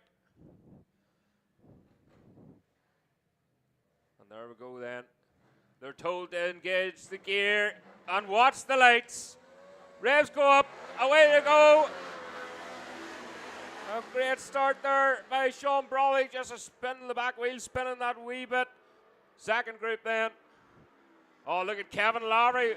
Oh, but the 2-8 then. Jason Whelan once again with an absolute rocket of a start. Third group then. Oh, that was Cahill.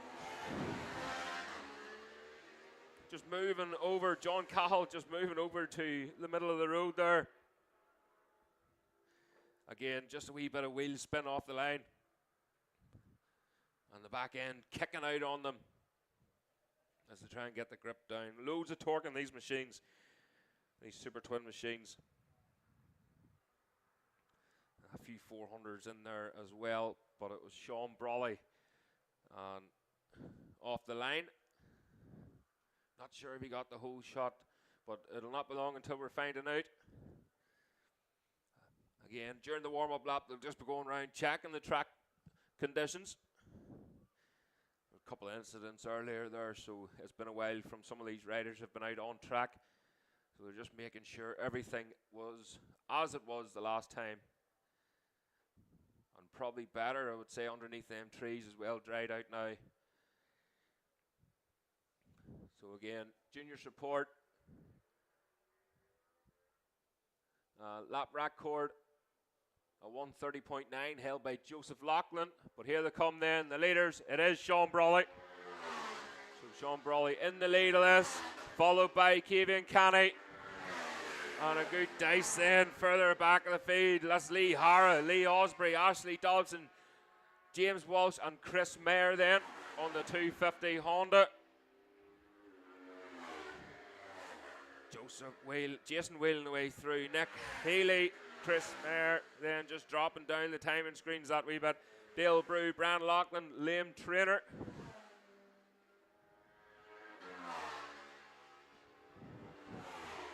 So that's looks like Loughlin then just chasing Jack Mayers. So Jack Mayers then, Loughlin just in behind.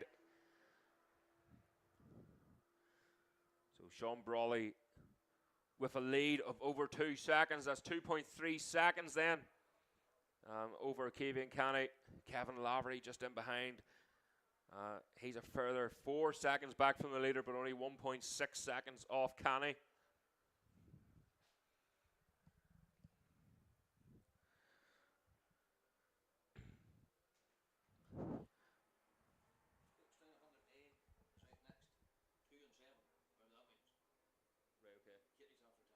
Cookstown 100A and 2 and 6. Right. 2 and 7. All right.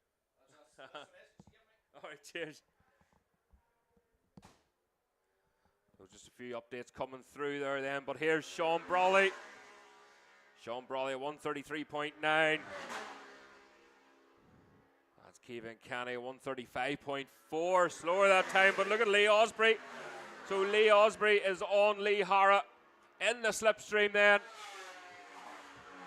And you can see that grey machine just in behind. So Lee Hara just tucking in a wee bit defensive there from Lee Hara as he comes past through Gorton Corner. So looking back then, up the hill, Chris Mayer is way through. So in 11th place there, he slots in on that 250 machine. good battle there further back again for Lachlan. So Sean Brawley then in the lead at 133.9. Kevian Canny in second at 135.4. Kevin Lavery in third at 136.5. William Burchell in fourth at 136.8. Lee Hara fifth with a 138.3. Lee Osprey in sixth at 138.2. Ashley Robinson in seventh place at 139.0. James Walsh in eighth with a 141.2. Jason Whelan then in ninth at 141.2. Nick Healy 10th. Chris Mayer in 11th. So here we go then. Back through Sean Brawley. Remember, this is only a 5-lap race. So 2 laps to go then in this one. Great battle further back. Look at Lee Osprey still struggling there to get past Hara. So that's a freight train of Super Twins. As the head, you can just hear the echoes of that wee 250 then of Chris Mayer at the minute in 8th place, but on corrected time, he's further down the field in 11th. Nick Healy up into 9th place now.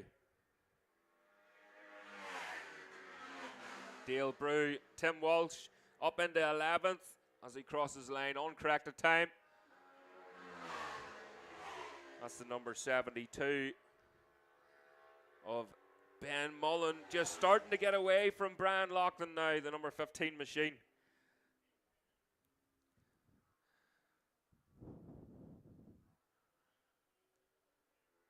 So that's number 11 then, John Cahill. The 400 machine. Eamon McKeown up into 18th then, goes Eamon. So Sean Brawley should be making an appearance here any second now. And here he is. That's the last lap flag now. So that's the Cookstown 100 Superbike race.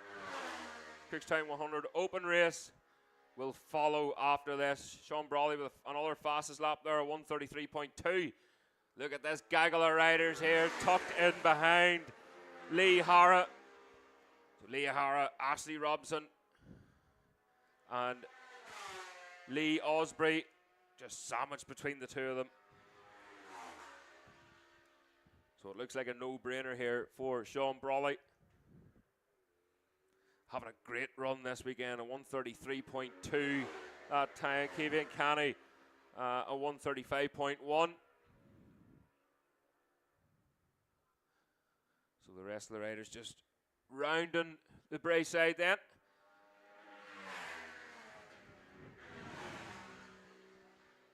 We'll keep a wee eye out then for Mullen and Loughlin. There they are. So I wonder if Brian Loughlin maybe has something up his sleeve here. Going to try and make a move. He has to try something quick because this race is shortly over. So Cookstown 100 Superbike race. You can make your way to the holding area, please, as quickly as you can. We'll get things underway here. So here we go then. There it is, the checkered flag once again. Sean Brawley, a fantastic win. Second place then goes to Kevian Canny.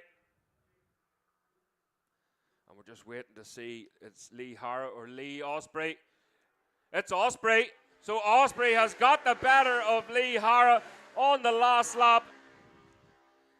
Fantastic last lap there for Lee Osprey on the Tyson Mullen machine. Smiles all around in that camp down here. So that's a happy man right there and a happy team. Ashley Robinson then just in behind Lee Hara. Fantastic result there in 5th place. James Walsh in 6th. Kevin Lowry 7th. Chris Mayer then 8th. We're just waiting for the next group for corrected time.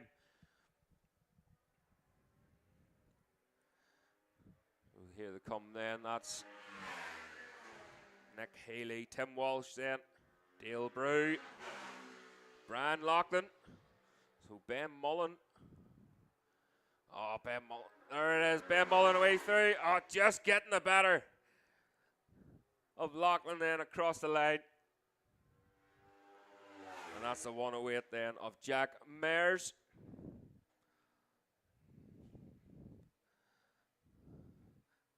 So that's the junior support machines then. Winner, Sean Brawley, followed by Keevan Kenny. Lee Hara just got pipped on the line for third place. So Lee Osprey takes the last step of the podium. Lee Hara has to settle for fourth place. Ashley Robinson in fifth. James Walsh sixth. Kevin Lavery in seventh. Eighth was Chris Mayer. Jason Whelan in ninth. Nick Healy 10th. Tim Walsh in 11th. Dale Brew 12th. Ben Mullen 13th. William Roberts 14th. Brian Loughlin in 15th. 16th was Jack Mears. And 17th, Eamon McKeown.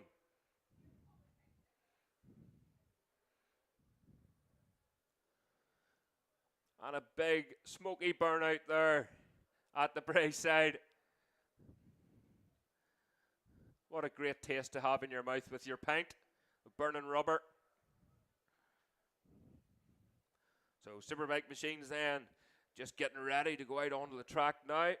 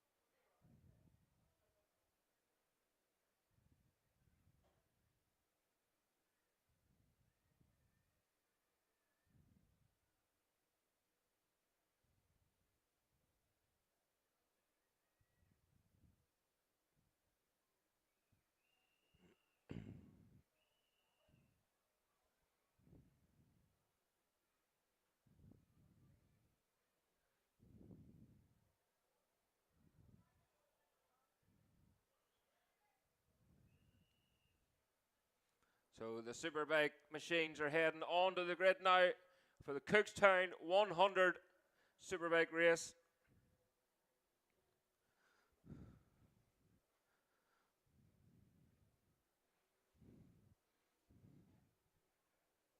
So this will be 7 laps, 2 warm-ups and 7 laps in this race.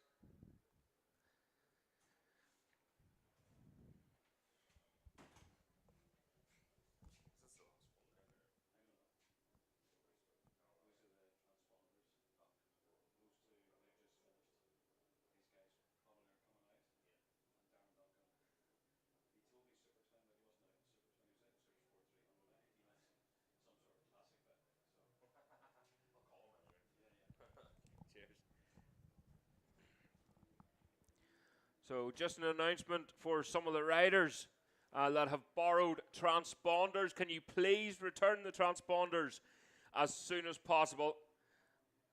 So in the Super Twins 105, Darren Duncan, or Super Sport 300, Darren Duncan, please return your transponders. Jack Mayers and Liam Trainer, I know yous are only in, but can you please return your transponders as soon as possible?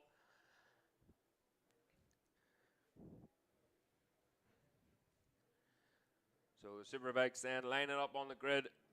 They will get 2 warm-up laps again, and this time it is a 7-lapper.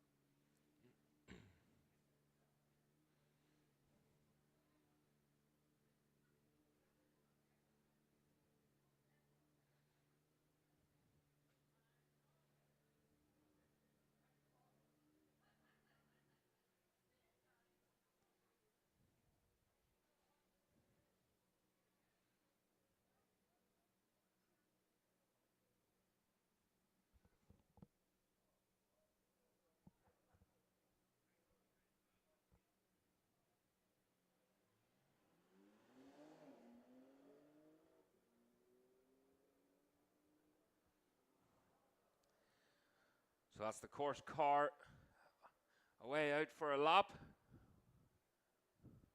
That thing fairly takes off off the line. It'll give these Superbikes a run for their money.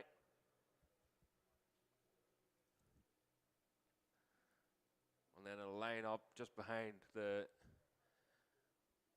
Superbikes before turning in. So again, 2 warm-up laps, 7 laps. Wee bit of waiting about to be done. The riders are getting impatient. So again, if we can get them away as quickly as possible. Another thing, there we go, there's the klaxon sounded then. No tire warmers, no stands.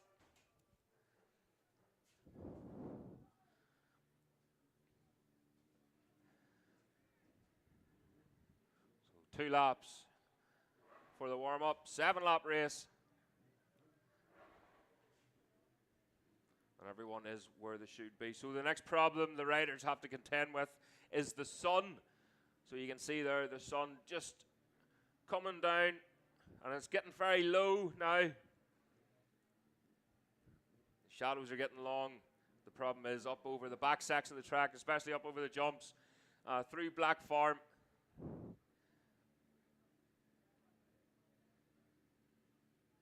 It can get very difficult to see in amongst the trees, the shadows and whatnot.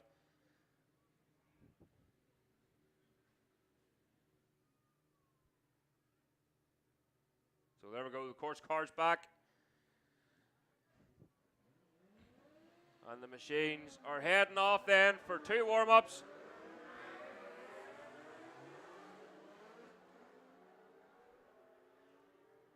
Brian McCormick just on the back wheel there on that Roadhouse Macau racing machine.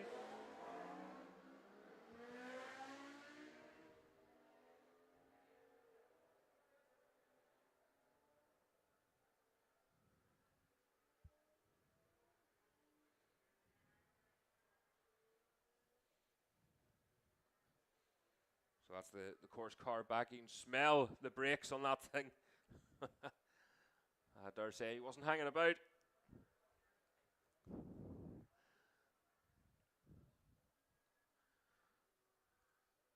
So out on their warm-up lap then. Again, 2 warm-ups and a 7-lap race. The Superbikes, Michael Dunlop on pole from Michael Sweeney. Derek McGee in 3rd. He joins us then for this race. Neil Kernahan in 4th. Brian McCormick in 5th. Ryan Whitehall in 6th. Darrell Tweed in 7th.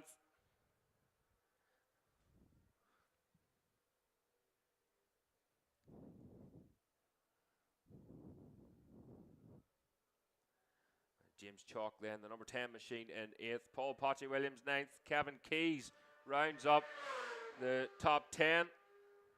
Derek McGee across the line then on that Super Sport machine. Remember, that is a 600cc machine. So it'll be interesting to see how he's going to fare out with these Superbikes here today.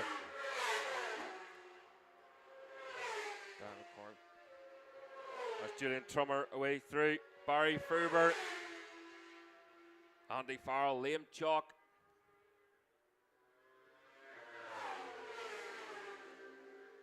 Oh, a big wheelie there. I think that was Cleary away through.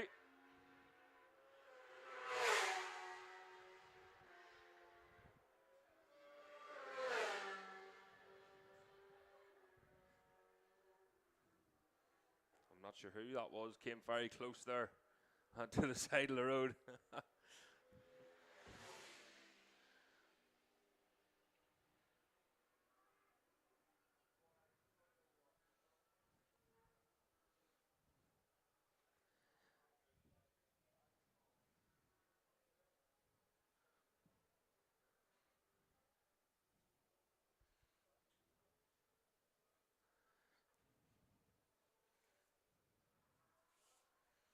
So the Superbike's just coming back round. Have to line up pretty sharpish here and get things going for this Cookstown 100 Open Superbike race. Superbike lap record. Michael Dunlop on the Honda. That was in 2013. So Michael Dunlop, a 122.6 way back then in 2013. So we'll keep a wee eye on that. See what depend on the track conditions. I think we're pretty safe to say that it is dry.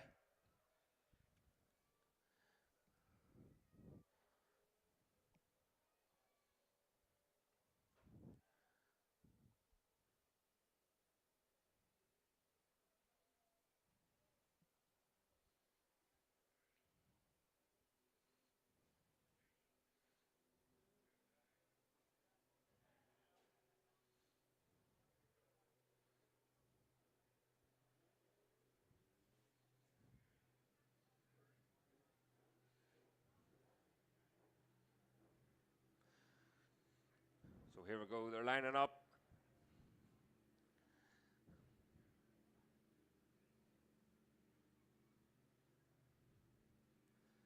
Neil Kernahan.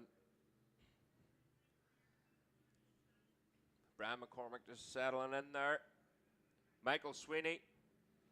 And Michael Dunlop then, the number 6 machine, your pole sitter. On the BMW. He says he's still waiting for parts for that machine, but he's told to engage gear and watch the lights straight away, just like that. And away to go. Michael Sweeney once again with an absolute rocket of a start, but he's struggling to keep the front end down that machine. Second group then, look out for Kevin Keys, but watch Julian Trummer just in behind. Look at that for a start for Julian Trummer once again off the line. Third group then, Paul Cranston in the middle. Oh, Anderson on the left-hand side, but look at Cleary. So Cleary got away there with a great start. You're going to hear them bellowing up round the back half of the track. So Dermot Cleary got a good start there off the line, but was he able to hold it? Again, whoever's in the front row is of the back group, they've got a clear road ahead of them. But again, will we have Michael Sweeney and Michael Dunlop once again, like the first Superbike race? Wait for them. Round in Brayside, they should be coming any second now. Doesn't take these Superbike machines too long to get round.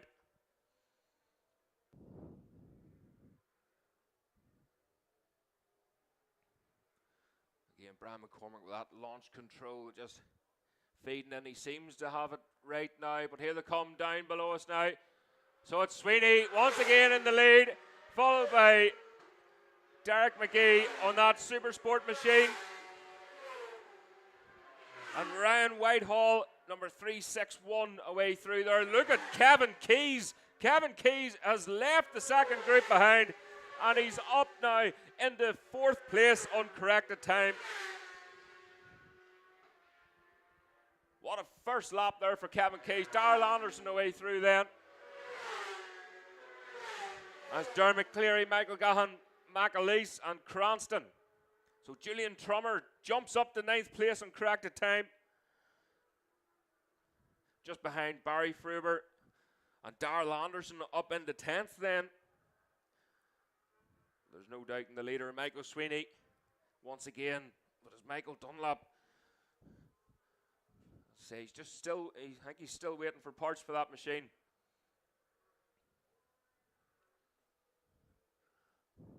So he's had plenty of testing. He's been out on that Ducati quite a bit. And he's obviously took to it well, because he is absolutely flying this day. And Michael Sweeney, how impressive is this for Sweeney? Oh, look at this. It's Michael Dunlop now who is in the lead. So Michael Dunlop takes the lead of this race. But look, Michael Sweeney moving over the left-hand side. And he's still in Dunlop's slipstream there, but hard on the brakes then for Gorton Corner as the rest of them come through. Ryan Whitehall, Barry Fruber then. We're just waiting on corrected time there. Julian Trummer, Darrell Tweed just in behind Trummer then on corrected time. So Trummer up into 8th place. Anderson still in that 10th place. Paul Cranston then in 13th, just behind the 91 machine of Graham McAleese. And Liam Chalk then 19th. Fastest lap, Michael Dunlop at 1:24.28. Michael Sweeney at 1:24.5. Derek McGee in 3rd at 1:26.0. Remember, Derek McGee on the Supersport machine. Kevin Keys in 4th place at 1:27.8. Very impressive from young Kevin Keys. Brian McCormick up into 11th. Neil Kernahan 6th. James Chalk in 7th. Julian Trummer 8th. Just chipping away, but here it is. Michael Sweeney still with him. So Sweeney still with Michael Dunlop here again. He's just sticking behind him that wee bit. He's not going to be doing any outbreaking manoeuvres on Dunlop. Into Gordon's. Neil Kernahan away through. There's Chalky.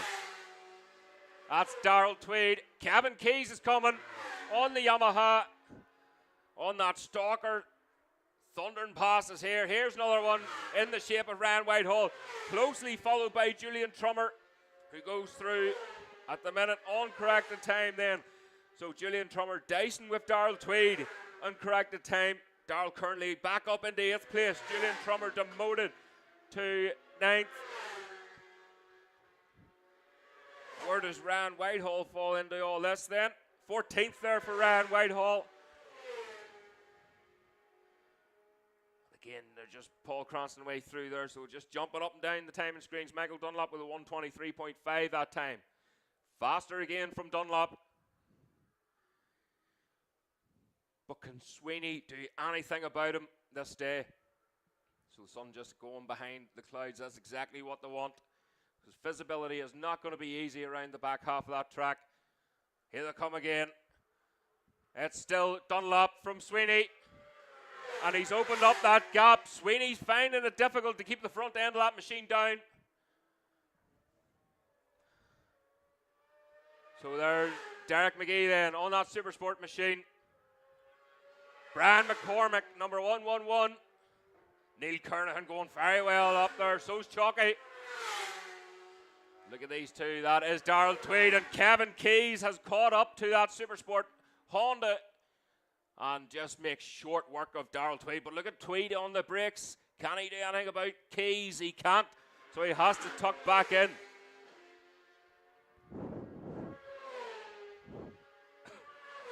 Andy Farrell the way through there. Andy Farrell currently sitting in 11th place.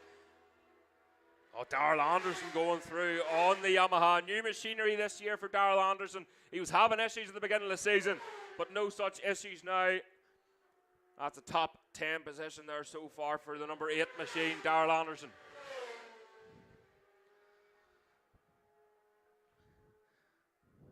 That's the last machine through there. Paul Cranston, again, multiple Cookstown 100 winner in the 500s in the 70s and 80s. Oh, Michael Dunlop, look at the lead. Now he has, the gap was 0.6 last time. It is now up to 2.1 seconds now. Back on Michael Dunlop. Faster again there for Michael Dunlop. A 122.7. We'll just have a look. Oh, so close. The lap record's a 122.6. So we'll have a wee nosy just on the next lap. It's so close here. Neil Kernan away through. James Chalk. Kevin Keys away through again. Back up into 4th position for Kevin Keys. Brian McCormick just in behind, but he's 2 seconds back off Keys. Keys is only 3.6 seconds back off McGee. So again, they'll be getting the last lap flag this time round as Andy Farrell goes through. Look at Darrell Anderson on that R1. He seems to be taming it rightly. So Darrell Anderson now up into 9th place.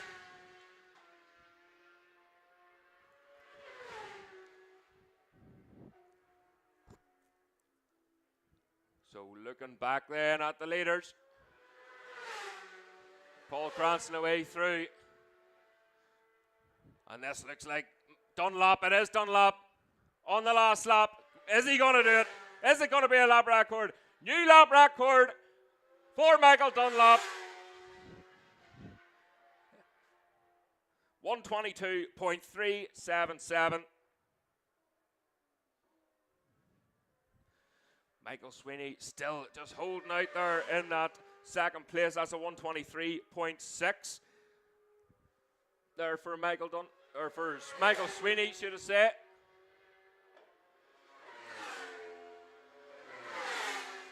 Through there, Kevin Keys as well.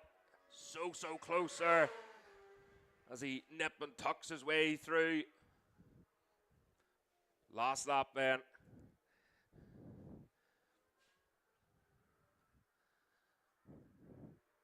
As we'll look back down, there's Ryan Whitehall then. Julian Trummer still hasn't been able to get past Ryan Whitehall. So Julian Trummer still in behind Whitehall, but he's in 10th place now. Darrell Anderson has got the better of Julian Trummer. So Darrell Anderson just ahead. There's Chalky.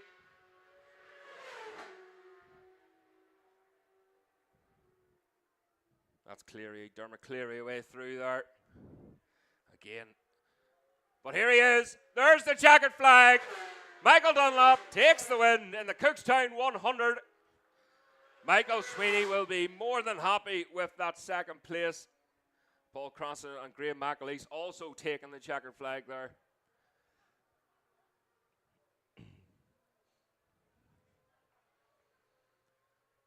And what a result there for Derek McGee, 3rd place on a Supersport 600 machine here at Cookstown. Brian McCormick then. We'll have to wait for Kevin Keys. And speaking of the devil, he's already got past Neil Kernan there. 4th place then for Kevin Keys. Brian McCormick 5th. Neil Kernan currently in 6th. The rest of the machines coming through. That's Darrell Tweed. We'll have to see where Darrell Anderson and Julian Trummer end up in this one. The 2 of them have been dicing it out on corrected time. But here's Ryan Whitehall. Julian Trummer with a leg out there, just acknowledging the flag. So, and there's Anderson. Oh, Anderson pips Julian Trummer on the line. So Trummer gets 10th place in this Superbike race. That's Liam Chalk and Dermot Cleary then.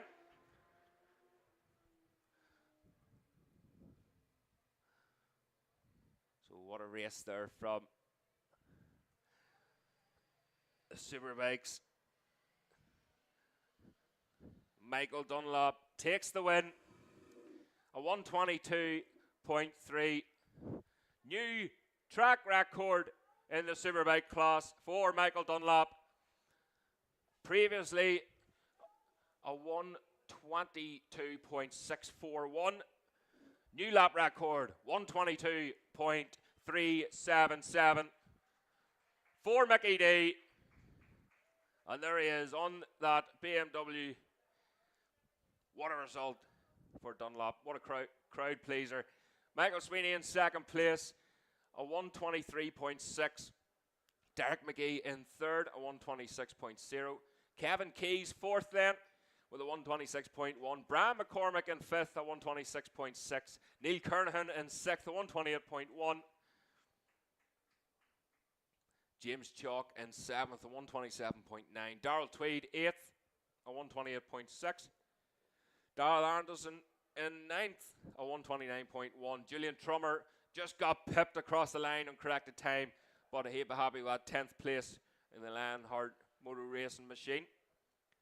129.6 there for Julian Trummer. Michael Gahan in 11th, a 129.9. Barry Fruber in 12th, a 130.6. Martin Morris then in 13th with a 130.8. Andy Farrell 14th, a 131.2. Ryan Whitehall in 15th, a 130.8 for Whitehall. Dermot Cleary in 16th, a 131.0. Liam Chalk then 17th with a 132.5. And Graham McAleese 18th, a 133.6. With Paul Cranston 19th and a 134.0. So again, just a reminder, please, for any riders that have borrowed transponders, can you please return them? That's Darren Duncan, Jack Mayers, Brian McCormick, and Julian Trummer. So them pair, they'll be just getting into the paddock now. So Darren Duncan and Jack Mayers, can you please return your transponders?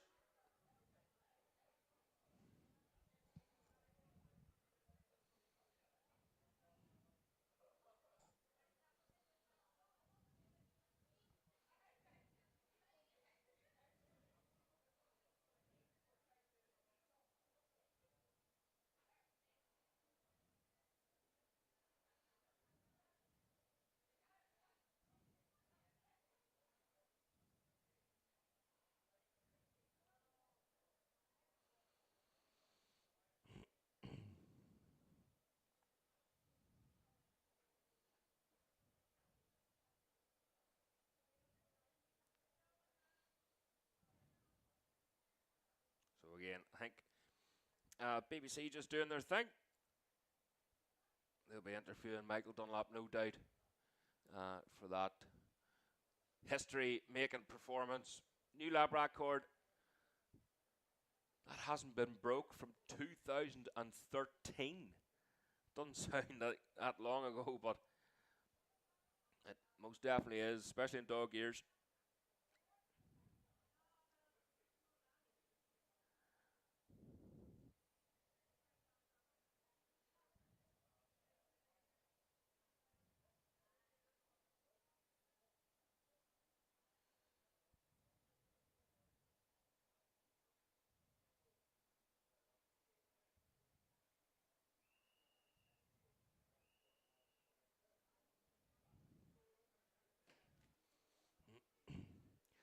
So here we go then. The machines just making their way out to the grid.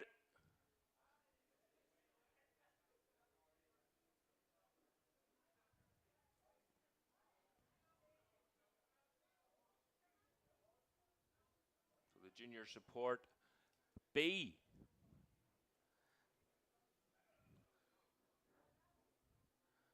I'm sure. So the that's the junior support B now, isn't it? Junior support B, Wish someone would. and then we'll go on back to program. Yeah. So if it's junior support B, it'll be classic superbike and senior classic. And I don't know, it depends how many, I suppose, gather for that B race as well.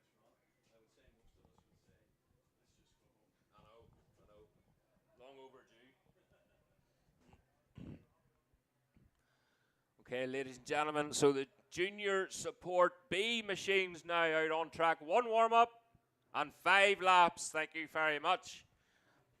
1 warm-up, 5 laps. Let's go. Number 3 then, pole position for Lee McGavick. That's on the Stone Mint Aprilia. And Stone Mint it is indeed. Lovely machines, these Aprilias. Very highly competitive. Stuart McCann there, the number 23. Again, 1 warm-up lap, 5 lap race.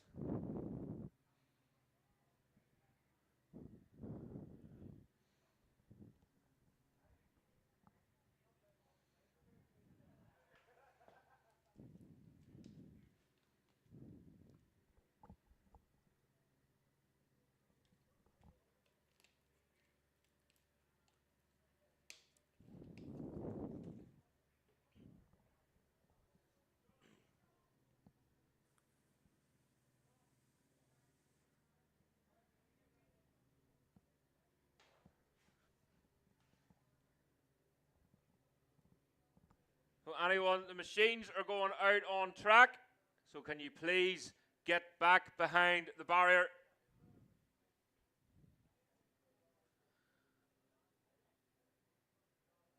So please get behind the barrier.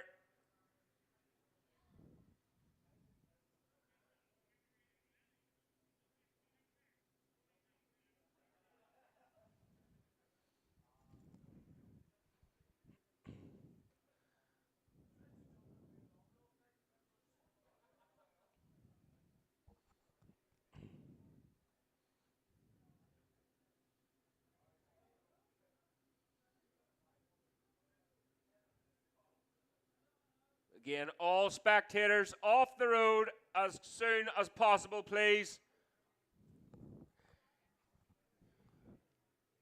Egypt.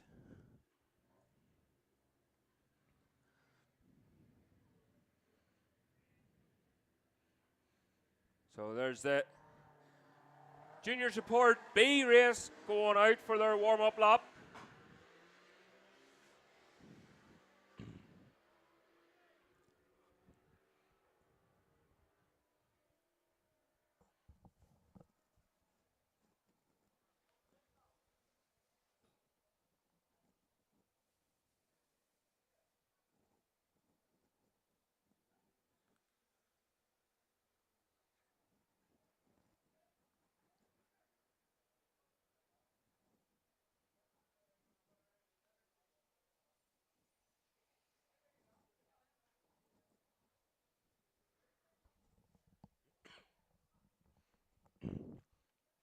So remember, folks, we are still racing. So that's the Junior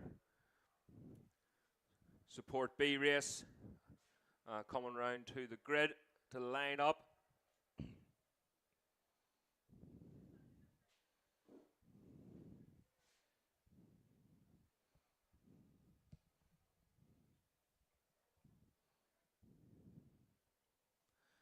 So we'll have Lee McGavick then on pole, followed by Stuart McCann. I know we have a depleted grid here, but this is what I have on screen. Brendan Flynn then in 3rd. Don't think Brendan was on the grid. James Rothery in 4th. Roy Worst. Roy had a wee slip off. I think it was in the Supersport 400 machine, but he is okay. Michael Hoy then in 6th. Robert O'Neill 7th. Simon Len in 8th. And Neil Lloyd in 9th. I didn't count 9 machines out there.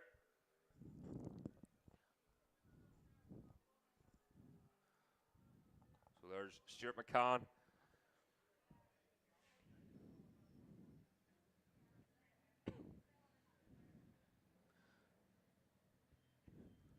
And James Rothery. Roy Worst is out. So the green flag is flown at the back. just waiting. We seem to have issues with the radio at Mackney throughout the day.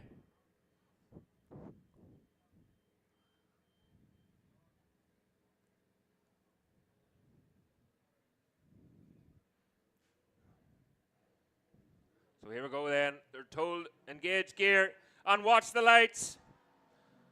McGavick. Oh, way to go. Good start there for Stuart McCann. But the power of the Aprilia just getting laid down onto the tarmac. As we look down to the first corner. So Gorton corner, it looks to be, to see a glimmer of green there. It looks to be McGavick then in the lead of this race, but great start there for Stuart McCann on his Super Twin machine. Super Twins have came a long way from when they first started. I remember Paddy McColgan bringing a Super Twin machine to the Ulster Grand Prix one year. Again, Paddy always had exotic machines, even this weekend with the Ducatis. And he always loved a Ducati. I remember him bringing a Ducati in the back of a pickup one day to Bishop's Court. But he always had these exotic machines, and he brought this SV 650 to the Grand Prix one time, and I don't think most people didn't know what it was. It's great to see Paddy out this weekend. Always interesting chat with Paddy. He's a good lad. So the leaders soon should be coming through the Bray side. Lee McGavick with a good start, but it was Stuart McCann. It was Stuart McCann that was holding on to the back of him. So here we go then. It is McGav, the number 3 machine, and a huge lead he has over these three in behind. So Lee McGavick in the lead from Roy Worst, Stuart McCann, James Rothery, and Neil Lloyd then in 5th.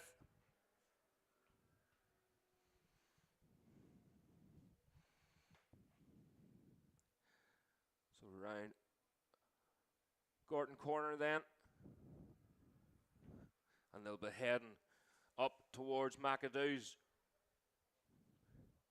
before turning right. Again, it's very technical up round there, and McAdoo's you do have to be careful.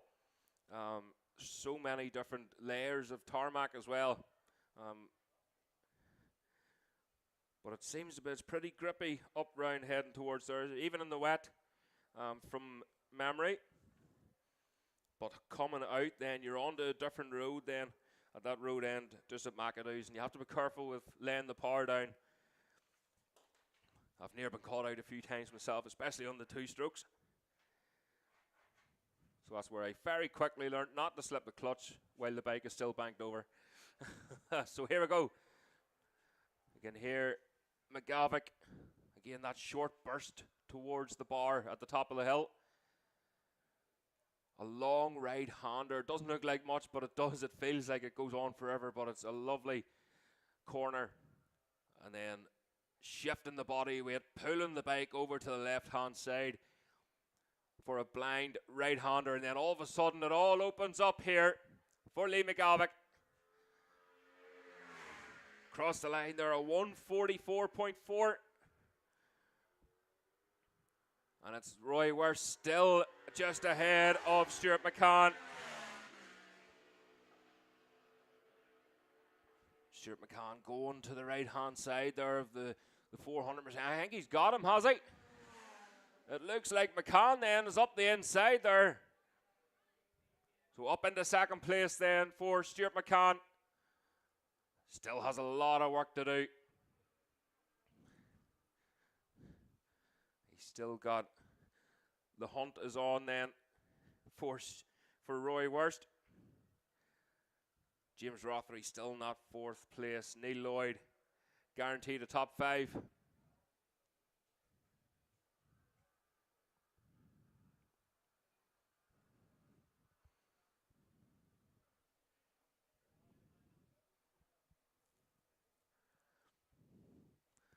So just rolling in. I think the classic Superbikes then are up next.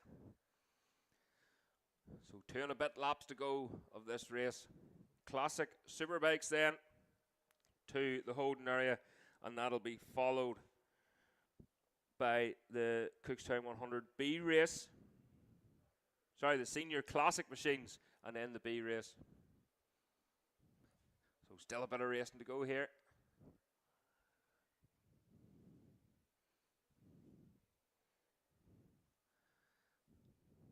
So the sun just sort of settling in behind them clouds, which is a good thing for the riders.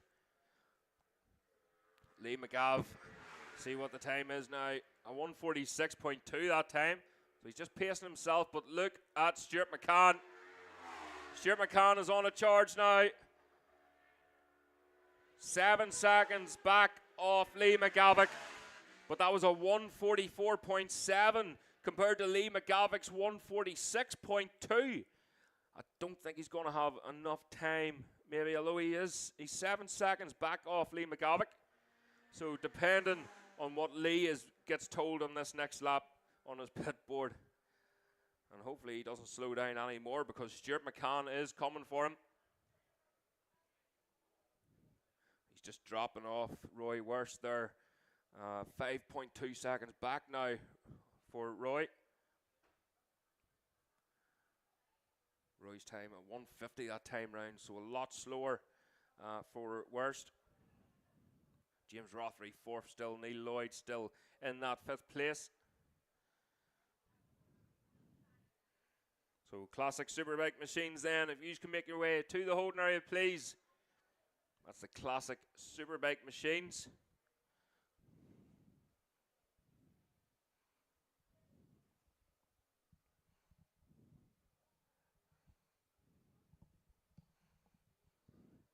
Kevin Keys just down below us here signing autographs.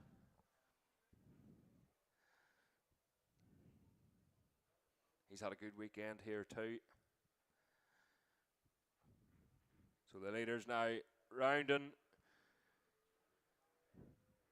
the Bray side. The number 3 machine of McGavick away through again. We're waiting on, and there's McCann then. So Stuart McCann already.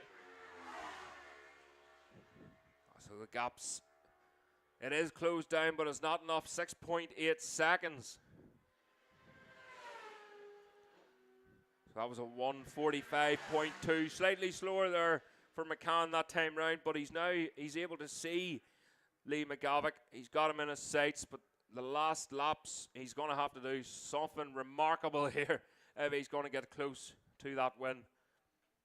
But knowing Stuart McCann, he'll be well over the moon with that 2nd place. Neil Lloyd away through. Again, junior support. It was a way really to get newcomers in. And a wee bit like the Cup Championship and the Ulster Superbikes. So certain people get moved up into the pros. Some people just stay then into the junior and senior classes. And some don't even bother, just go into the pros. A few riders, including myself, just started road racing with the Superbike. Went to the Ulster Grand Prix, and Richard Agnew was very kind to show my lap times there, and I got allowed a Super A license. I was able to do the Ulster Grand Prix race on the Saturday then, not just the Cup race on the Thursday. But here we go then. Here it is. The Stone Mint, number 3, Lee McGavick takes the win. Checkered flag there, and Stuart McCann in 2nd place. Stuart McCann posts the fastest lap that time round, a 1:44.1 compared to McGavick's 1:44.4. So Stuart McCann had a brilliant chance there to win that, but unfortunately he just got held up at the start. Roy Wurst away through. And in 3rd place, and that's James Rothery. And then we're waiting then on Neil Lloyd, but that was a beezer of a lap there for Stuart McCann. A 1:44.1.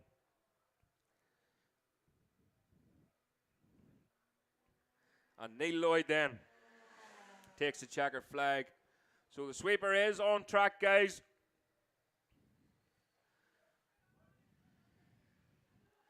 So Jack Agnew out on that lovely Ducati Monster, supplied by Millsport.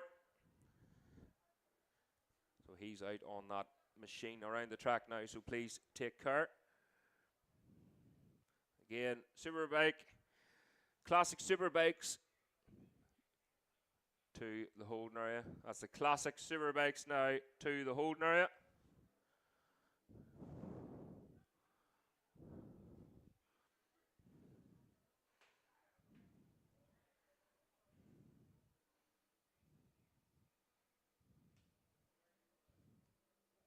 You must have a curfew.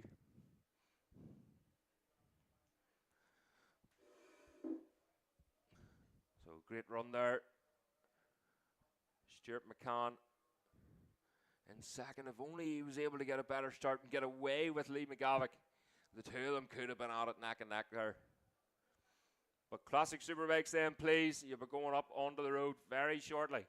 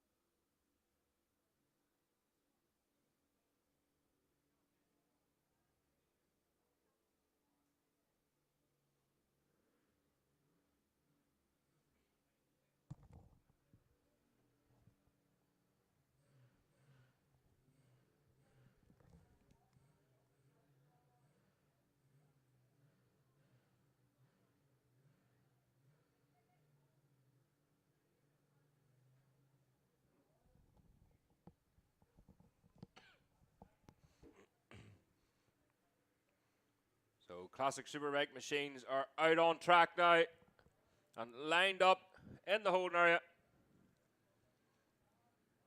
Or on the road, should I say. It's been a long day. It has been a long day.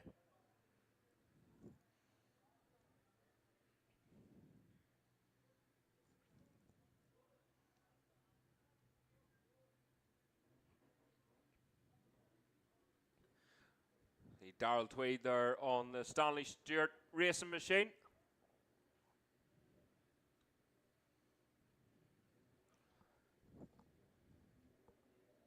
The YZF Yamaha.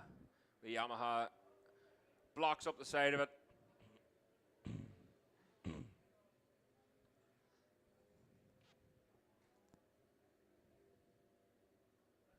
Just needs the rollers for that Yamaha.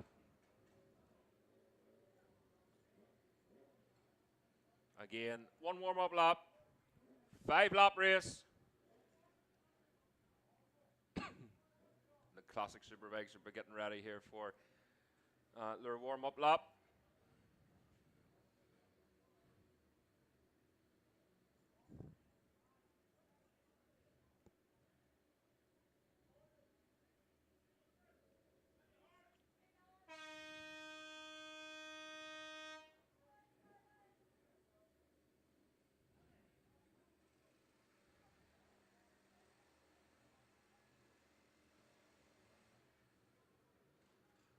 got that Yamaha going then.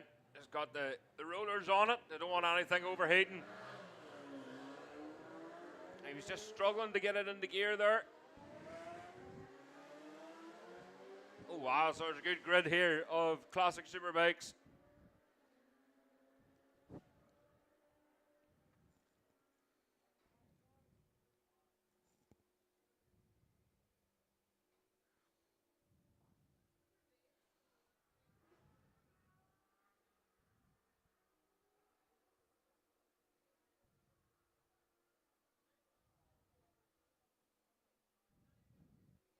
So Darrell Tweed then on pole for the classic Superbikes, followed by Paul Cranston, the number 93 machine on the front row. Paul has been absolutely on form this weekend. What is he now? He's in his 60s. He's bound to be well into his 60s now. 66. Starting the front row on a Superbike. Paul Williams in third. Anthony McColgan, a.k.a. Paddy McColgan, in fourth. Andy Hornby, the number 42 machine, in fifth. Dennis Booth in the Booth Racing. Very Loctite looking, that machine. Lovely colours there of the Booth Racing machine in sixth. Kelly Crullers in seventh. Damien Horn, eighth. Roddy Taylor in ninth. Colin Croft, 10th. Neil Rutledge in 11th. Corn Smith in 12th. James Rothery in 13th. And Darren Duncan in 14th. Not sure if Darren's going out in this one. Keep an eye on him, the number 105. But there's Paddy McColgan on the Ducati, the Oxford Products Ducati. Go ahead, Kelly.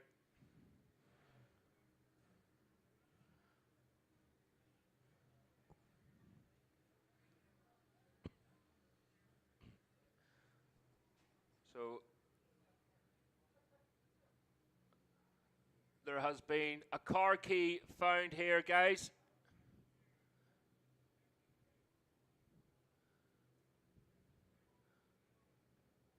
So there's been a car key found here and a house key, no key ring on it. So it's just down there. So here we go then. They're told to watch the lights. And away they go. Again, great start there. Second row then. Roddy Taylor leads them off. A great start there for the number 77 machine, Neil Rutledge. As they head down towards Gorton once again.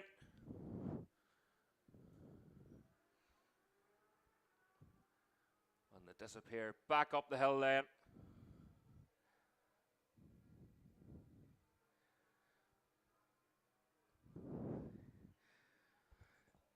Just took a bit of a panic attack there. One of the cameras lay down, but we got it up and going again. So we'll be keeping an eye on Darrell Tweed then.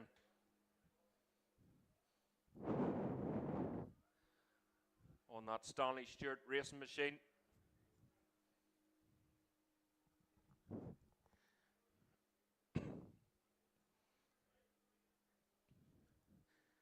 Again, there's a set of car keys found on the road there, so they're down here. I think they're down here at the control tower. So the big blue shipping containers here, just below the timekeepers.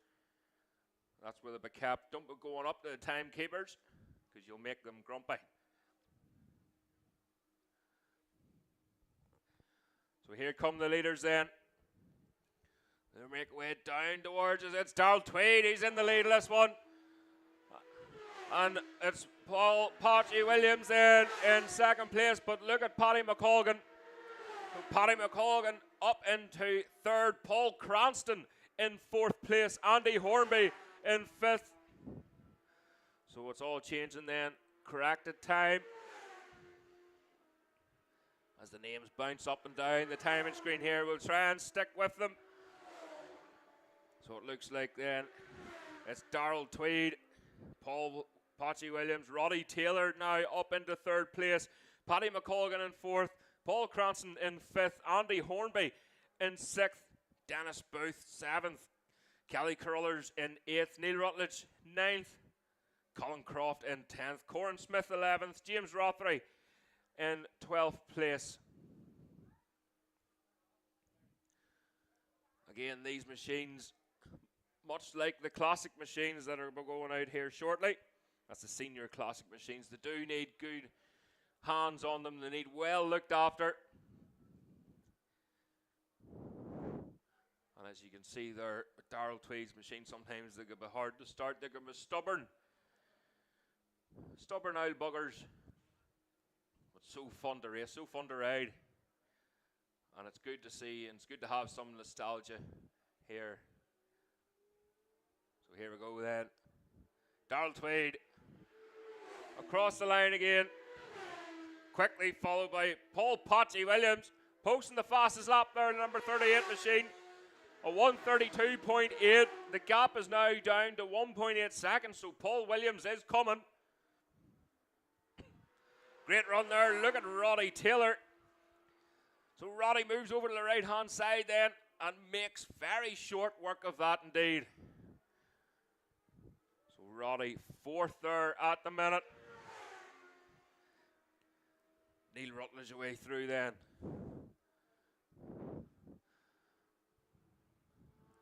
That's the number 31 machine, and there's Corin Smith then in 11th, just behind Colin Croft.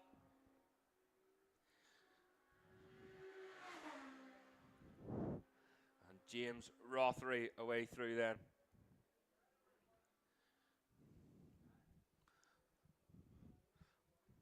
So the senior classic machines heading to the holding area now.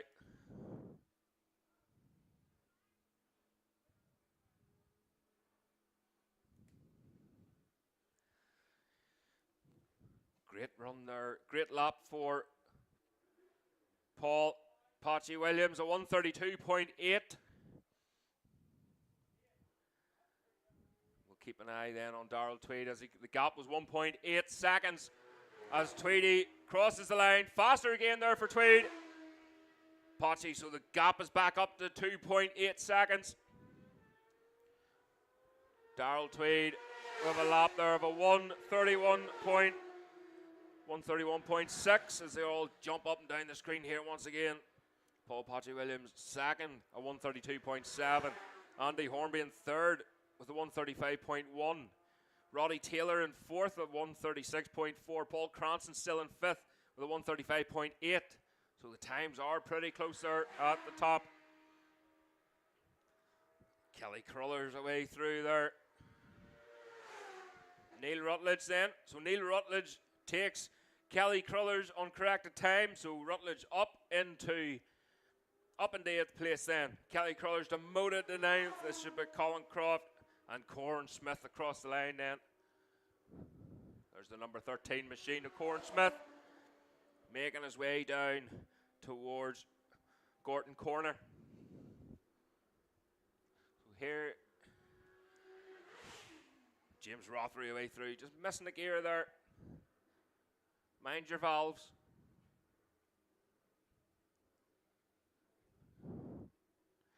So Darrell Tweed, the gap was 2.8 seconds.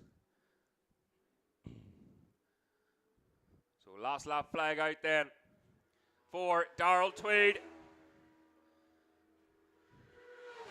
Here's Paul Potchy Williams then away through. Both of them slightly slower that time. They're both into the 1:32s. Here's Andy Hornby. Lovely sounding machine that of Andy Hornby's. He goes through. That's a 1:35.1 for Hornby. Paul Cranston at 1:35.3. Dennis Booth. That's Roddy Taylor away through on the Suzuki. 1:36.4 for Taylor. Currently in 5th place. He was third there for a while, but everyone seemed to have upped their game. So Roddy Taylor slower that time round at 1:36.8. Kelly crawlers her way through. Where does Rutledge slid undo then? 8th place. Again, just ahead of Crawlers.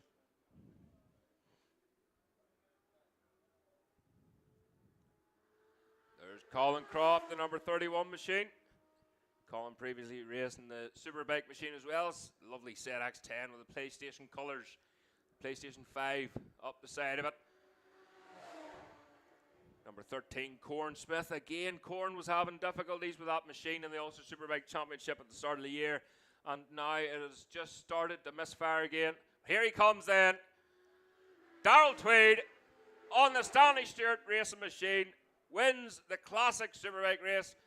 And Paul Patrick Williams then in second. Hornby was getting closed down there slightly by Paul Cranston, but here he comes then. Andy Hornby takes it there. Oh, Paul Cranston then just getting pipped on the line by Dennis Booth for 4th place. 0.2 of a second. And Paddy McColgan then across the line, but Roddy Taylor leapfrogs and takes that 6th place from Paddy.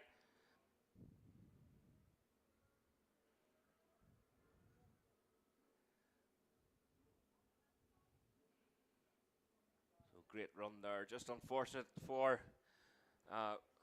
Williams. Just wasn't able to hold on to that pace that he had on the second lap. But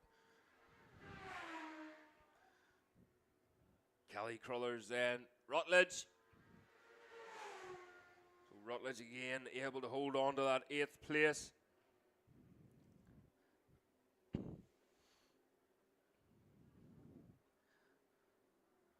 So the senior classic machines then getting themselves ready to come out onto the road. That's Colin Croft. Corn Smith then, has he made it round? Just started misfiring there as he crossed the line, and he has indeed. He's determined to finish his first Cookstown 100. Across the line he goes then. He's been looking forward to that all weekend. And I'm not sure whether it was Corin's first road race. It is. I thought he'd done the Ulster Grand Prix. But there we go. Corn's first ever road race. And he's completed it. With a big smile on his face.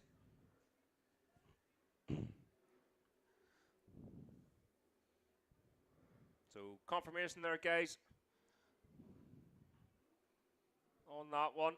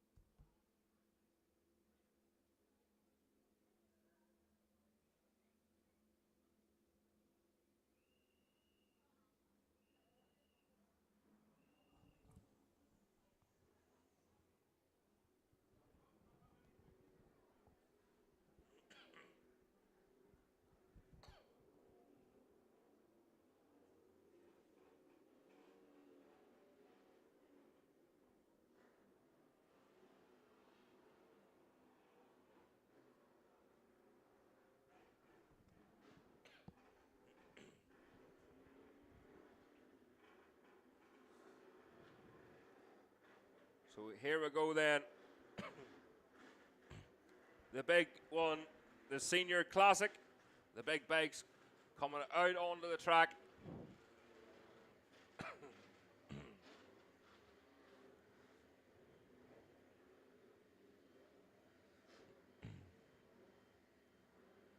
Young Davis in there. The legs walked off him today, no doubt.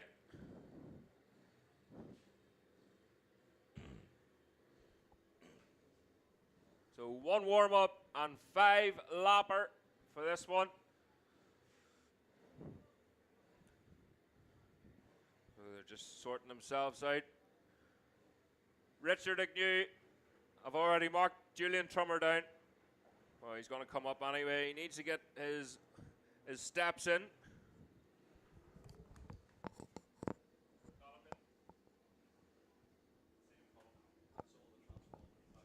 I marked it down there.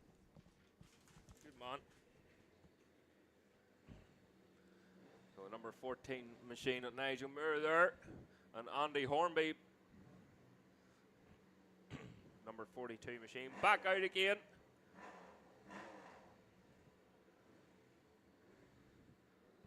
That lovely, lovely triumph of his.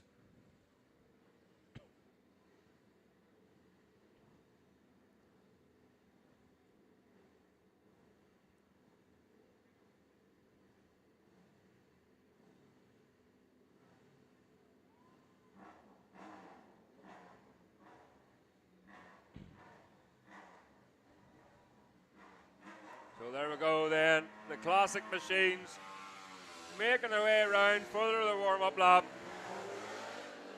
Loads of triumphs, some power in these machines as well. You can see Andy Kildare nearly slipping off the back of that bike. I think it just took him.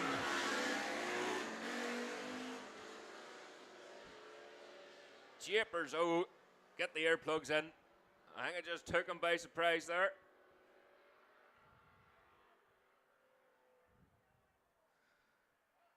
So again, 1 warm-up and a 5-lap race.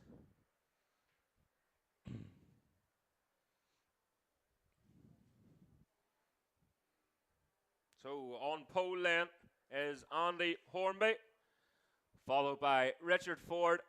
Again, Richard Ford, he is on fire today. Place Waddy Brown in 4th. Andy Kildare, and just smell that unburnt oil and fuel. I'll put hers in your chest. Waddy Brown then in 4th, Andy Kildare 5th, Eddie Gilmore in 6th, Mark Johnson in 7th, James Chalk in 8th, 9th was Anthony Ambler, Andy Farrell in 10th. Mixture of 500 machines in there as well. Sean Leonard in 11th place. Ian Thompson in 12th. Kelly Carruthers in 13th. Getting a lot of miles done this weekend. Getting the money's worth in. Andy McAllister then in 14th. Brian Loughlin 15th. David Glover in 16th. 17th is Neil Lloyd. Jared Hoare in 18th. Gavin Duffy in 19th, and Phil Lunny rounding off the top 20.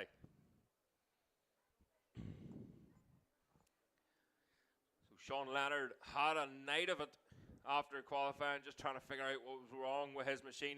It was misfiring badly yesterday, but he figured out that it was the manifold just came loose a wee bit. And that's what they do, these machines, they just shake themselves to bits. Proper race machines, Grand Prix machines in their day. These were the Superbikes of yesteryear. Well, Andy Hornby just making his way through.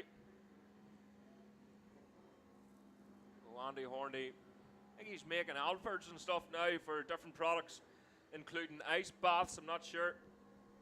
I'll have to check that. Fact checking. Don't like fact checking, usually shoot from the hip. There we go, Nigel Burr just looking across over. He's the coolest character. But here we go. They've told to engage gear. And watch the way they go then. And just listen to them Nortons leave the front group. So second group then, away they go. Oh, look at Sean Leonard, a great start there by Sean Leonard. And now for the third group. Just taking it easy, just creeping forward that wee bit. Oh, the number 75 machine. Neil Lloyd got a cracker start there from the third group.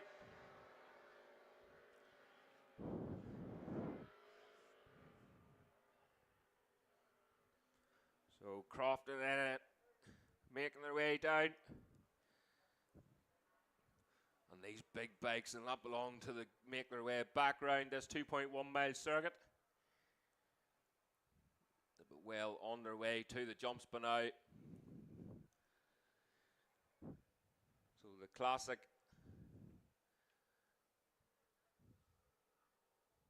Classic 1000 then. Andy Hornby actually holds that on his Triumph. That's 750. A 138.6 is the lap record. And again, we'll just keep it at the 500 cc's. Neil McWhorter holds that on a Norton.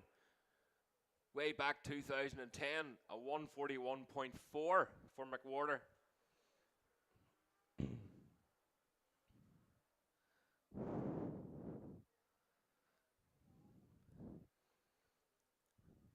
Again, we're just waiting for the machines. Here they come then. Down towards us, it's Hornby that's in the lead, but look at Kildare. So Andy Kildare with a great start. Nigel Moore just in behind them then. Them Triumphs sound absolutely amazing. And they still sound amazing even today with their modern machines. Oh, good race here coming down. That was Ian Thompson, Brian Loughlin, David Glover all the way through there. We'll have to wait for the third group then before we get any sense of the corrected time.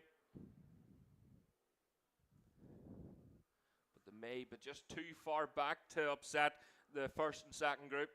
A couple of retirements already, unfortunately. So that's Phil Lunny away through there. And George Hoyer.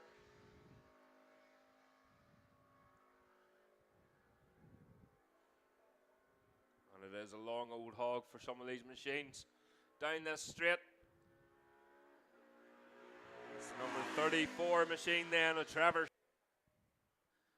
So you can hear them Triumphs echoing, the noise of them just coming down that hill. Here they are then, is it already? It is indeed. So Andy Hornby then, way out in front now. But Andy Kildare, the number 51 machine, being chased by Nigel Moore. And that's the number 3 then of Waddy Brown. It's always great to see Waddy Brown competing in the Ulster Superbike Championship as well.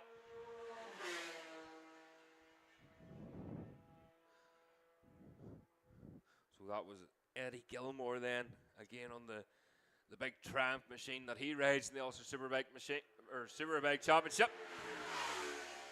Ian Thompson, Anthony Ambler, Brian Loughlin all the way through there having a great dice. A freight train of classic machines are away through.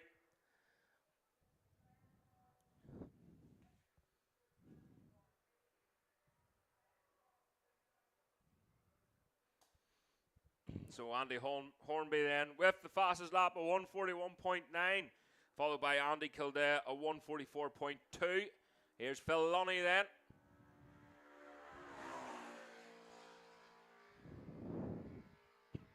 And it should be Trevor Stewart then. That's next up. It is indeed.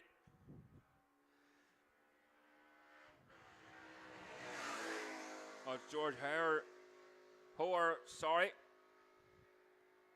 Trevor next then, currently in 13th position. But he'll not belong till he's caught by Andy Hornby.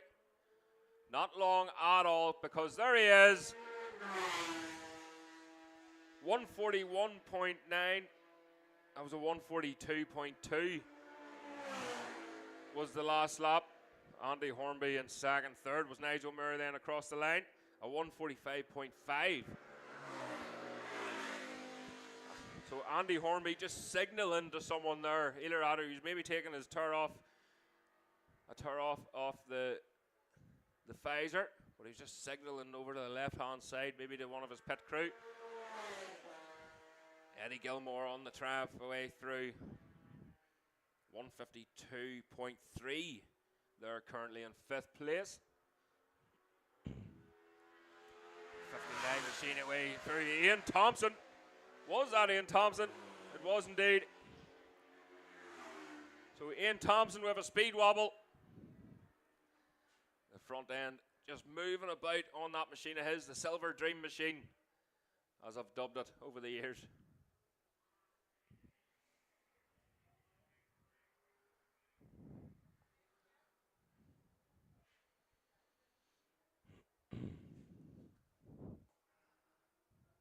So again, Phil Lunny, I think, will be the next machine through. Again, Andy, I think they're calling the Cookstown B race if there's any machines available.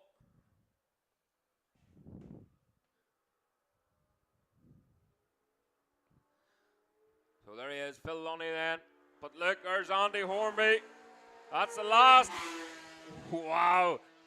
Never fails to impress. That's the last lap flag then for Andy Hornby. Andy Kildare, Nigel Moore still at it. Nigel Moore, the gap has stayed the same there. Trevor Stewart, they're just slower riders then to contend with here. So Andy Hornby again with a faster lap at 141.6. Andy Kildare at 144.2. Nigel Moore at 144.1. Waddy Brown at 144.7. So a great race there. So Eddie Gilmore again. He's been looking forward to get the taps opened up on that Triumph. It's all right at the short circuits, but it's great down here. This long straight from Brayside right the whole way down to Gordon. Great battle here further back then. Sean Leonard just in the middle of it all. Sean Leonard maybe thinking about going round the outside there. But I think he'll think second of it. So the Superbike B race, the Cookstown 100 B race, should be in the holding area. I'm not sure. But the leader will be coming around here very soon. So here he is then. He'll be over the moon with that. Across the line, Andy Hornby takes the win in the Senior Classics. On his tramp, here we go then. Oh, look at Nigel Moore. So Nigel Moore so close that time to Andy Kildare, but it wasn't enough. Oh, Phil Lunny too. Just getting a fright there from Waddy Brown. So close between them per 0.1 of a second. The gap was down to across the line with Andy Kildare.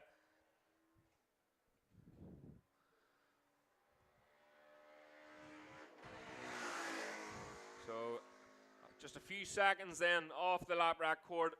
So maybe just a wee bit too cold for them machines. There's Eddie Gilmore then across the line.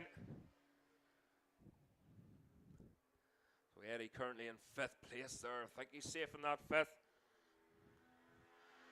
It's the 59, Anthony Ambler. No, he's not. Spoke too soon. Anthony Ambler pipped him on the line and corrected time. Only 0.4 of a second. Anthony Ambler beat Eddie Gilmore for 5th place. Eddie in 6th then on the Trav. He'll have to settle for that one. He doesn't have much of a choice.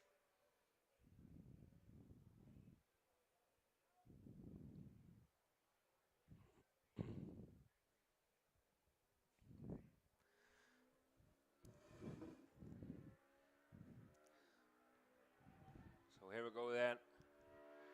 Trevor Stewart across the line. A big round of applause there for Trevor. So Superbike B, that's the Cookstown 100 open race. So the B race then for the Cookstown 100, they should be all lined up in the holding area, ready to go out onto the track. And I think they'll be given the go-ahead. So all spectators, please, can you stay where you are? We're trying to get everything hammered through here quickly. One more race to go.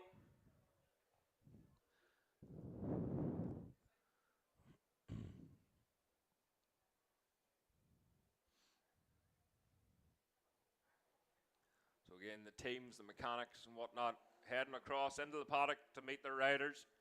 But please, spectators, please stay where you are. There is another race here.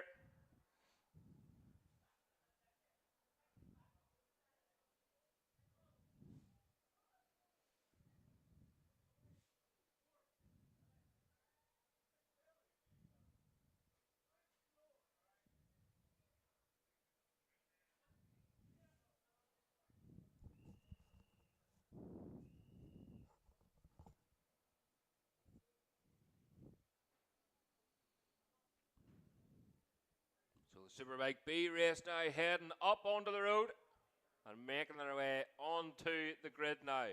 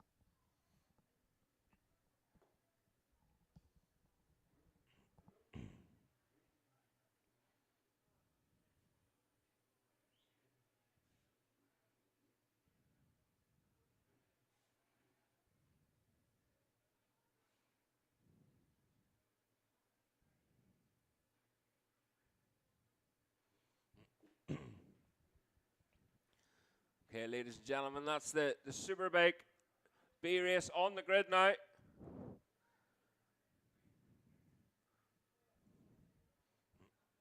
So this is the last race of the day. The Cookstown 100 Open B race. So we'll have Richard McLaughlin there on the old faithful ZX10. Dean McMaster then in behind. Stephen Deegan, his ZX6 machine.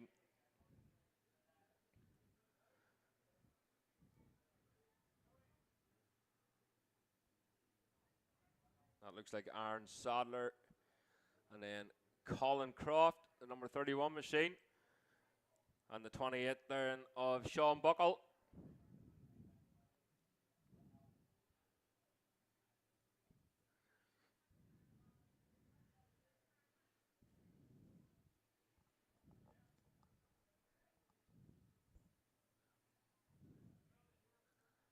So there we go, the Superbikes then out on their warm-up lap.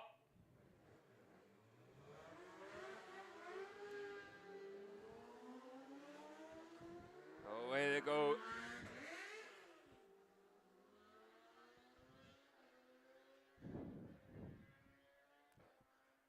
Not sure who that, I think that was Colin Croft just missing a cog or two. And Dean McMaster, I'm not sure whether that was wheel spin or clutch slip. The back wheel, just as that ZX10, that Superbike, puts the power down to that back wheel. It takes an awful lot to stop it spinning. So it looks like it's going to be Richard McLaughlin on the front row then, followed by Dean McMaster. Stephen Deegan just in behind. Aaron Sadler, Sean Buckle, and Colin Croft.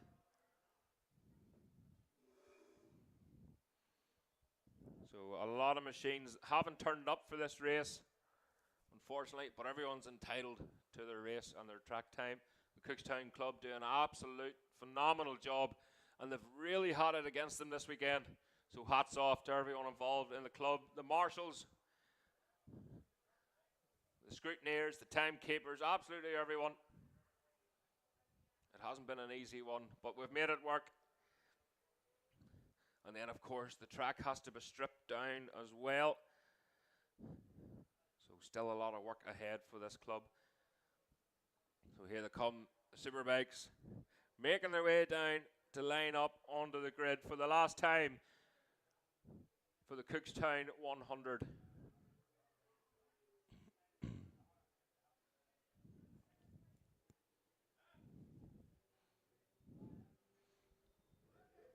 So Stanley Stewart on the road. He gets the Golder one last time. So please just watch your children on this fence, please. There's McLaughlin then. Richard McLaughlin, the ZX10. Dean McMaster on the slightly fresher machine in behind. Lovely new machine for this season. So here we go then. The green flag is waved at the back. Engage gear. They're told to watch the lights. Here we go then. Superbikes are away. Look at that start for Dean McMaster. Absolutely amazing start there for McMaster. Does he get the whole shot, but has he got the confidence on the brakes? It looked like he might have, but McLaughlin got good drive off the start line there as well. But Dean McMaster came from so far back.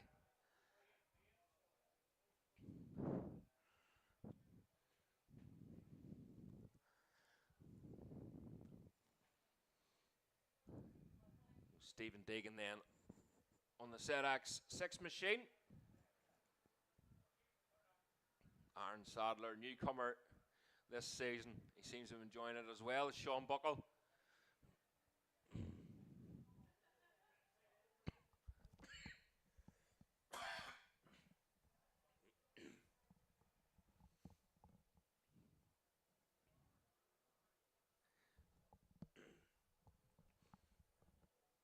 So again, interesting to see what the lap times that they'll be able to put down. We'll be looking closely at Dean McMaster in particular.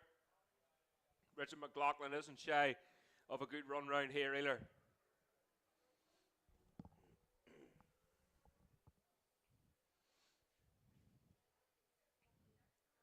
So here they come then, out on to, oh look at, it's McLaughlin is in the lead, but only just from Dean McMaster. And a great battle further back there too, the two ZX6 machines at it. Looking to see, can't really make it out there at Gorton Corner. But definitely McMaster was in the slipstream there. He may have had the legs on McLaughlin with that newer machine.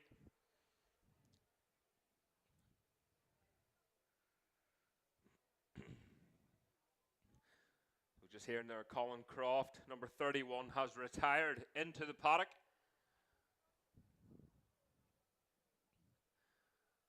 Again, not much luck in that Superbike this weekend, but Richard McLaughlin leads from Dean McMaster, Stephen Deegan in third, Aaron Sadler fourth, and Sean Buckle on the R6 Yamaha in fifth place.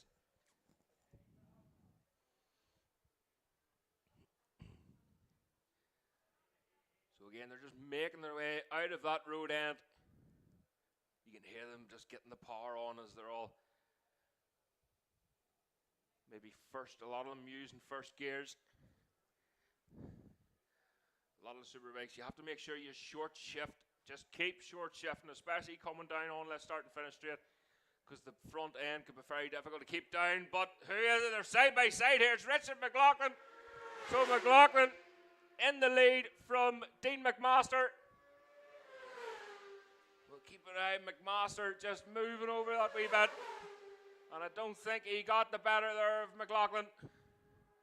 A great battle through with Aaron Sadler up in the third place. Stephen Deegan fourth. Sean Buckle. Oh, up the inside. I don't know whether that was Sadler just trying to make a move on Deegan. Richard McLaughlin then with the fastest lap at 1:31.8. Dean McMaster at 1:31.9. Aaron Sadler in third place at 1:32.9 for Sadler. Stephen Deegan in fourth at 1:36.8. And Sean Buckle at 1:36.5. Dragged back onto the back of Stephen Deegan then for Sean Buckle. Only 0.3 of a second back on Deegan.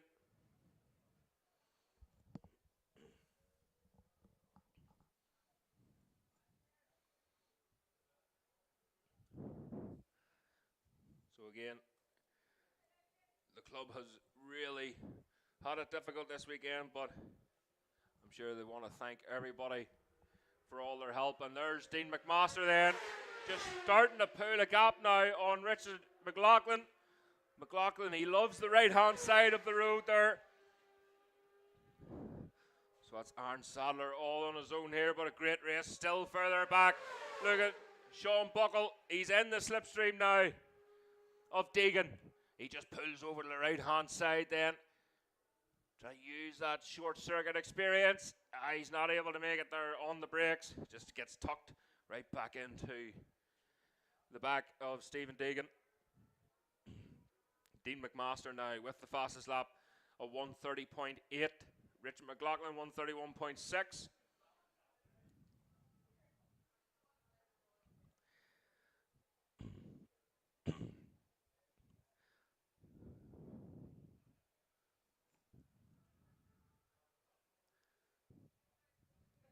This time round, they will be getting the last lap flag. Last lap flag already out. Jenny's going to have a hand to hold that up.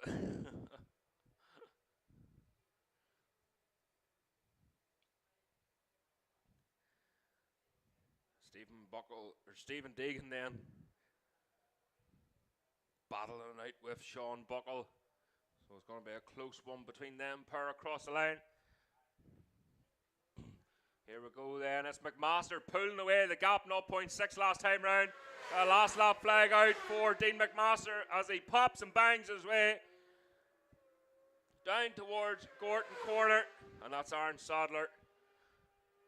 Where are Deegan and Buckle? Here they come then. It's still Buckle in behind Deegan. Just close enough maybe for a slipstream. Tucked right into that R6 Yamaha. He could always use the excuse that the bib slowed him down. I know as racers we do enjoy our excuses. So the checker flag out now then for this Cookstown 100 Open Race B. And the leader at the minute is Dean McMaster from Richard McLaughlin. McMaster slightly slower that time, but that was McLaughlin's fastest lap. But still not enough for Dean McMaster, 1:30.985. Richard McLaughlin last lap was a 1:31.5, and his fastest lap so far.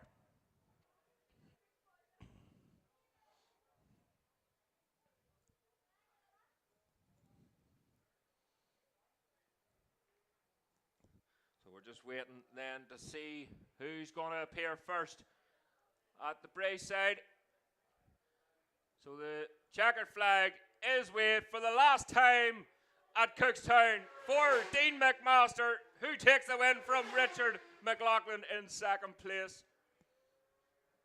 And here we go then. What a weekend there for Aaron Sadler, number 441. But now then back to this battle. Stephen Deegan and Sean Buckle. Has Buckle got anything left? He's right in behind him now in the slipstream, but it's not enough. Stephen Deegan takes it over Sean Buckle, 4th place. Buckle has to settle for 5th. So that's the sweeper now out on track. So all spectators, please stay where you are until the sweeper is passed. So great run there. Dean McMaster with the win, a 1:30.8 fastest lap. Richard Loughlin in second, a 1:31.5. Aaron Sadler third, a 1:32.1. Stephen Deegan in fourth with a 1:35.6. Sean Buckle in fifth, a 1:35.4.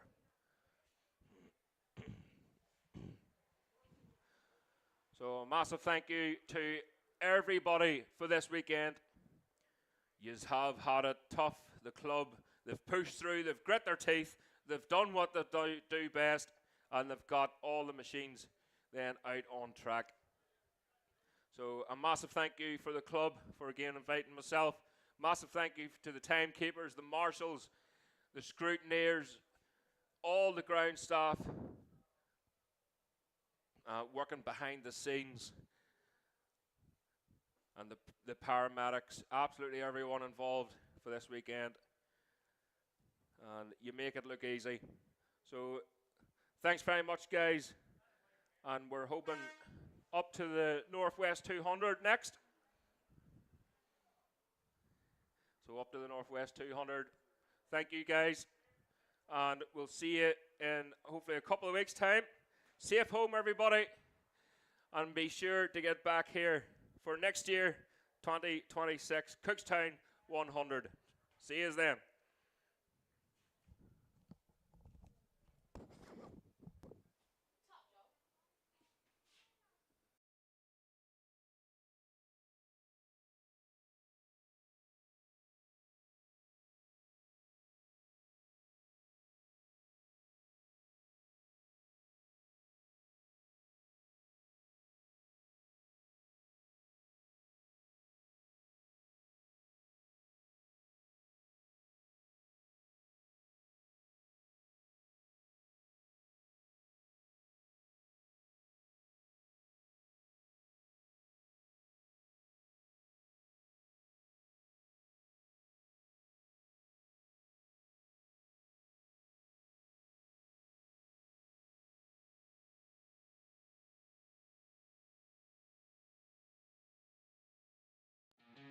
Moto are proud sponsors of Commentary Corner.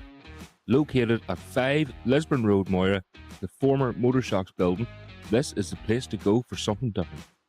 Only open 2 hours a week to the public, Wednesday 6 p.m. till 8 p.m. Everyone is very welcome to drop in and check out the weekly change in stock, ranging from mopeds to fireblades. Davey from Moto is looking for all types of motorbikes, vintage, classic, sports bikes, to damaged end-of-life bikes for dismantling. Also job lots of bike spares.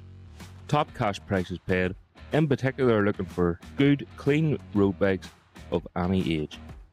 Moto is proud to support many racers on the roads and the short circuits.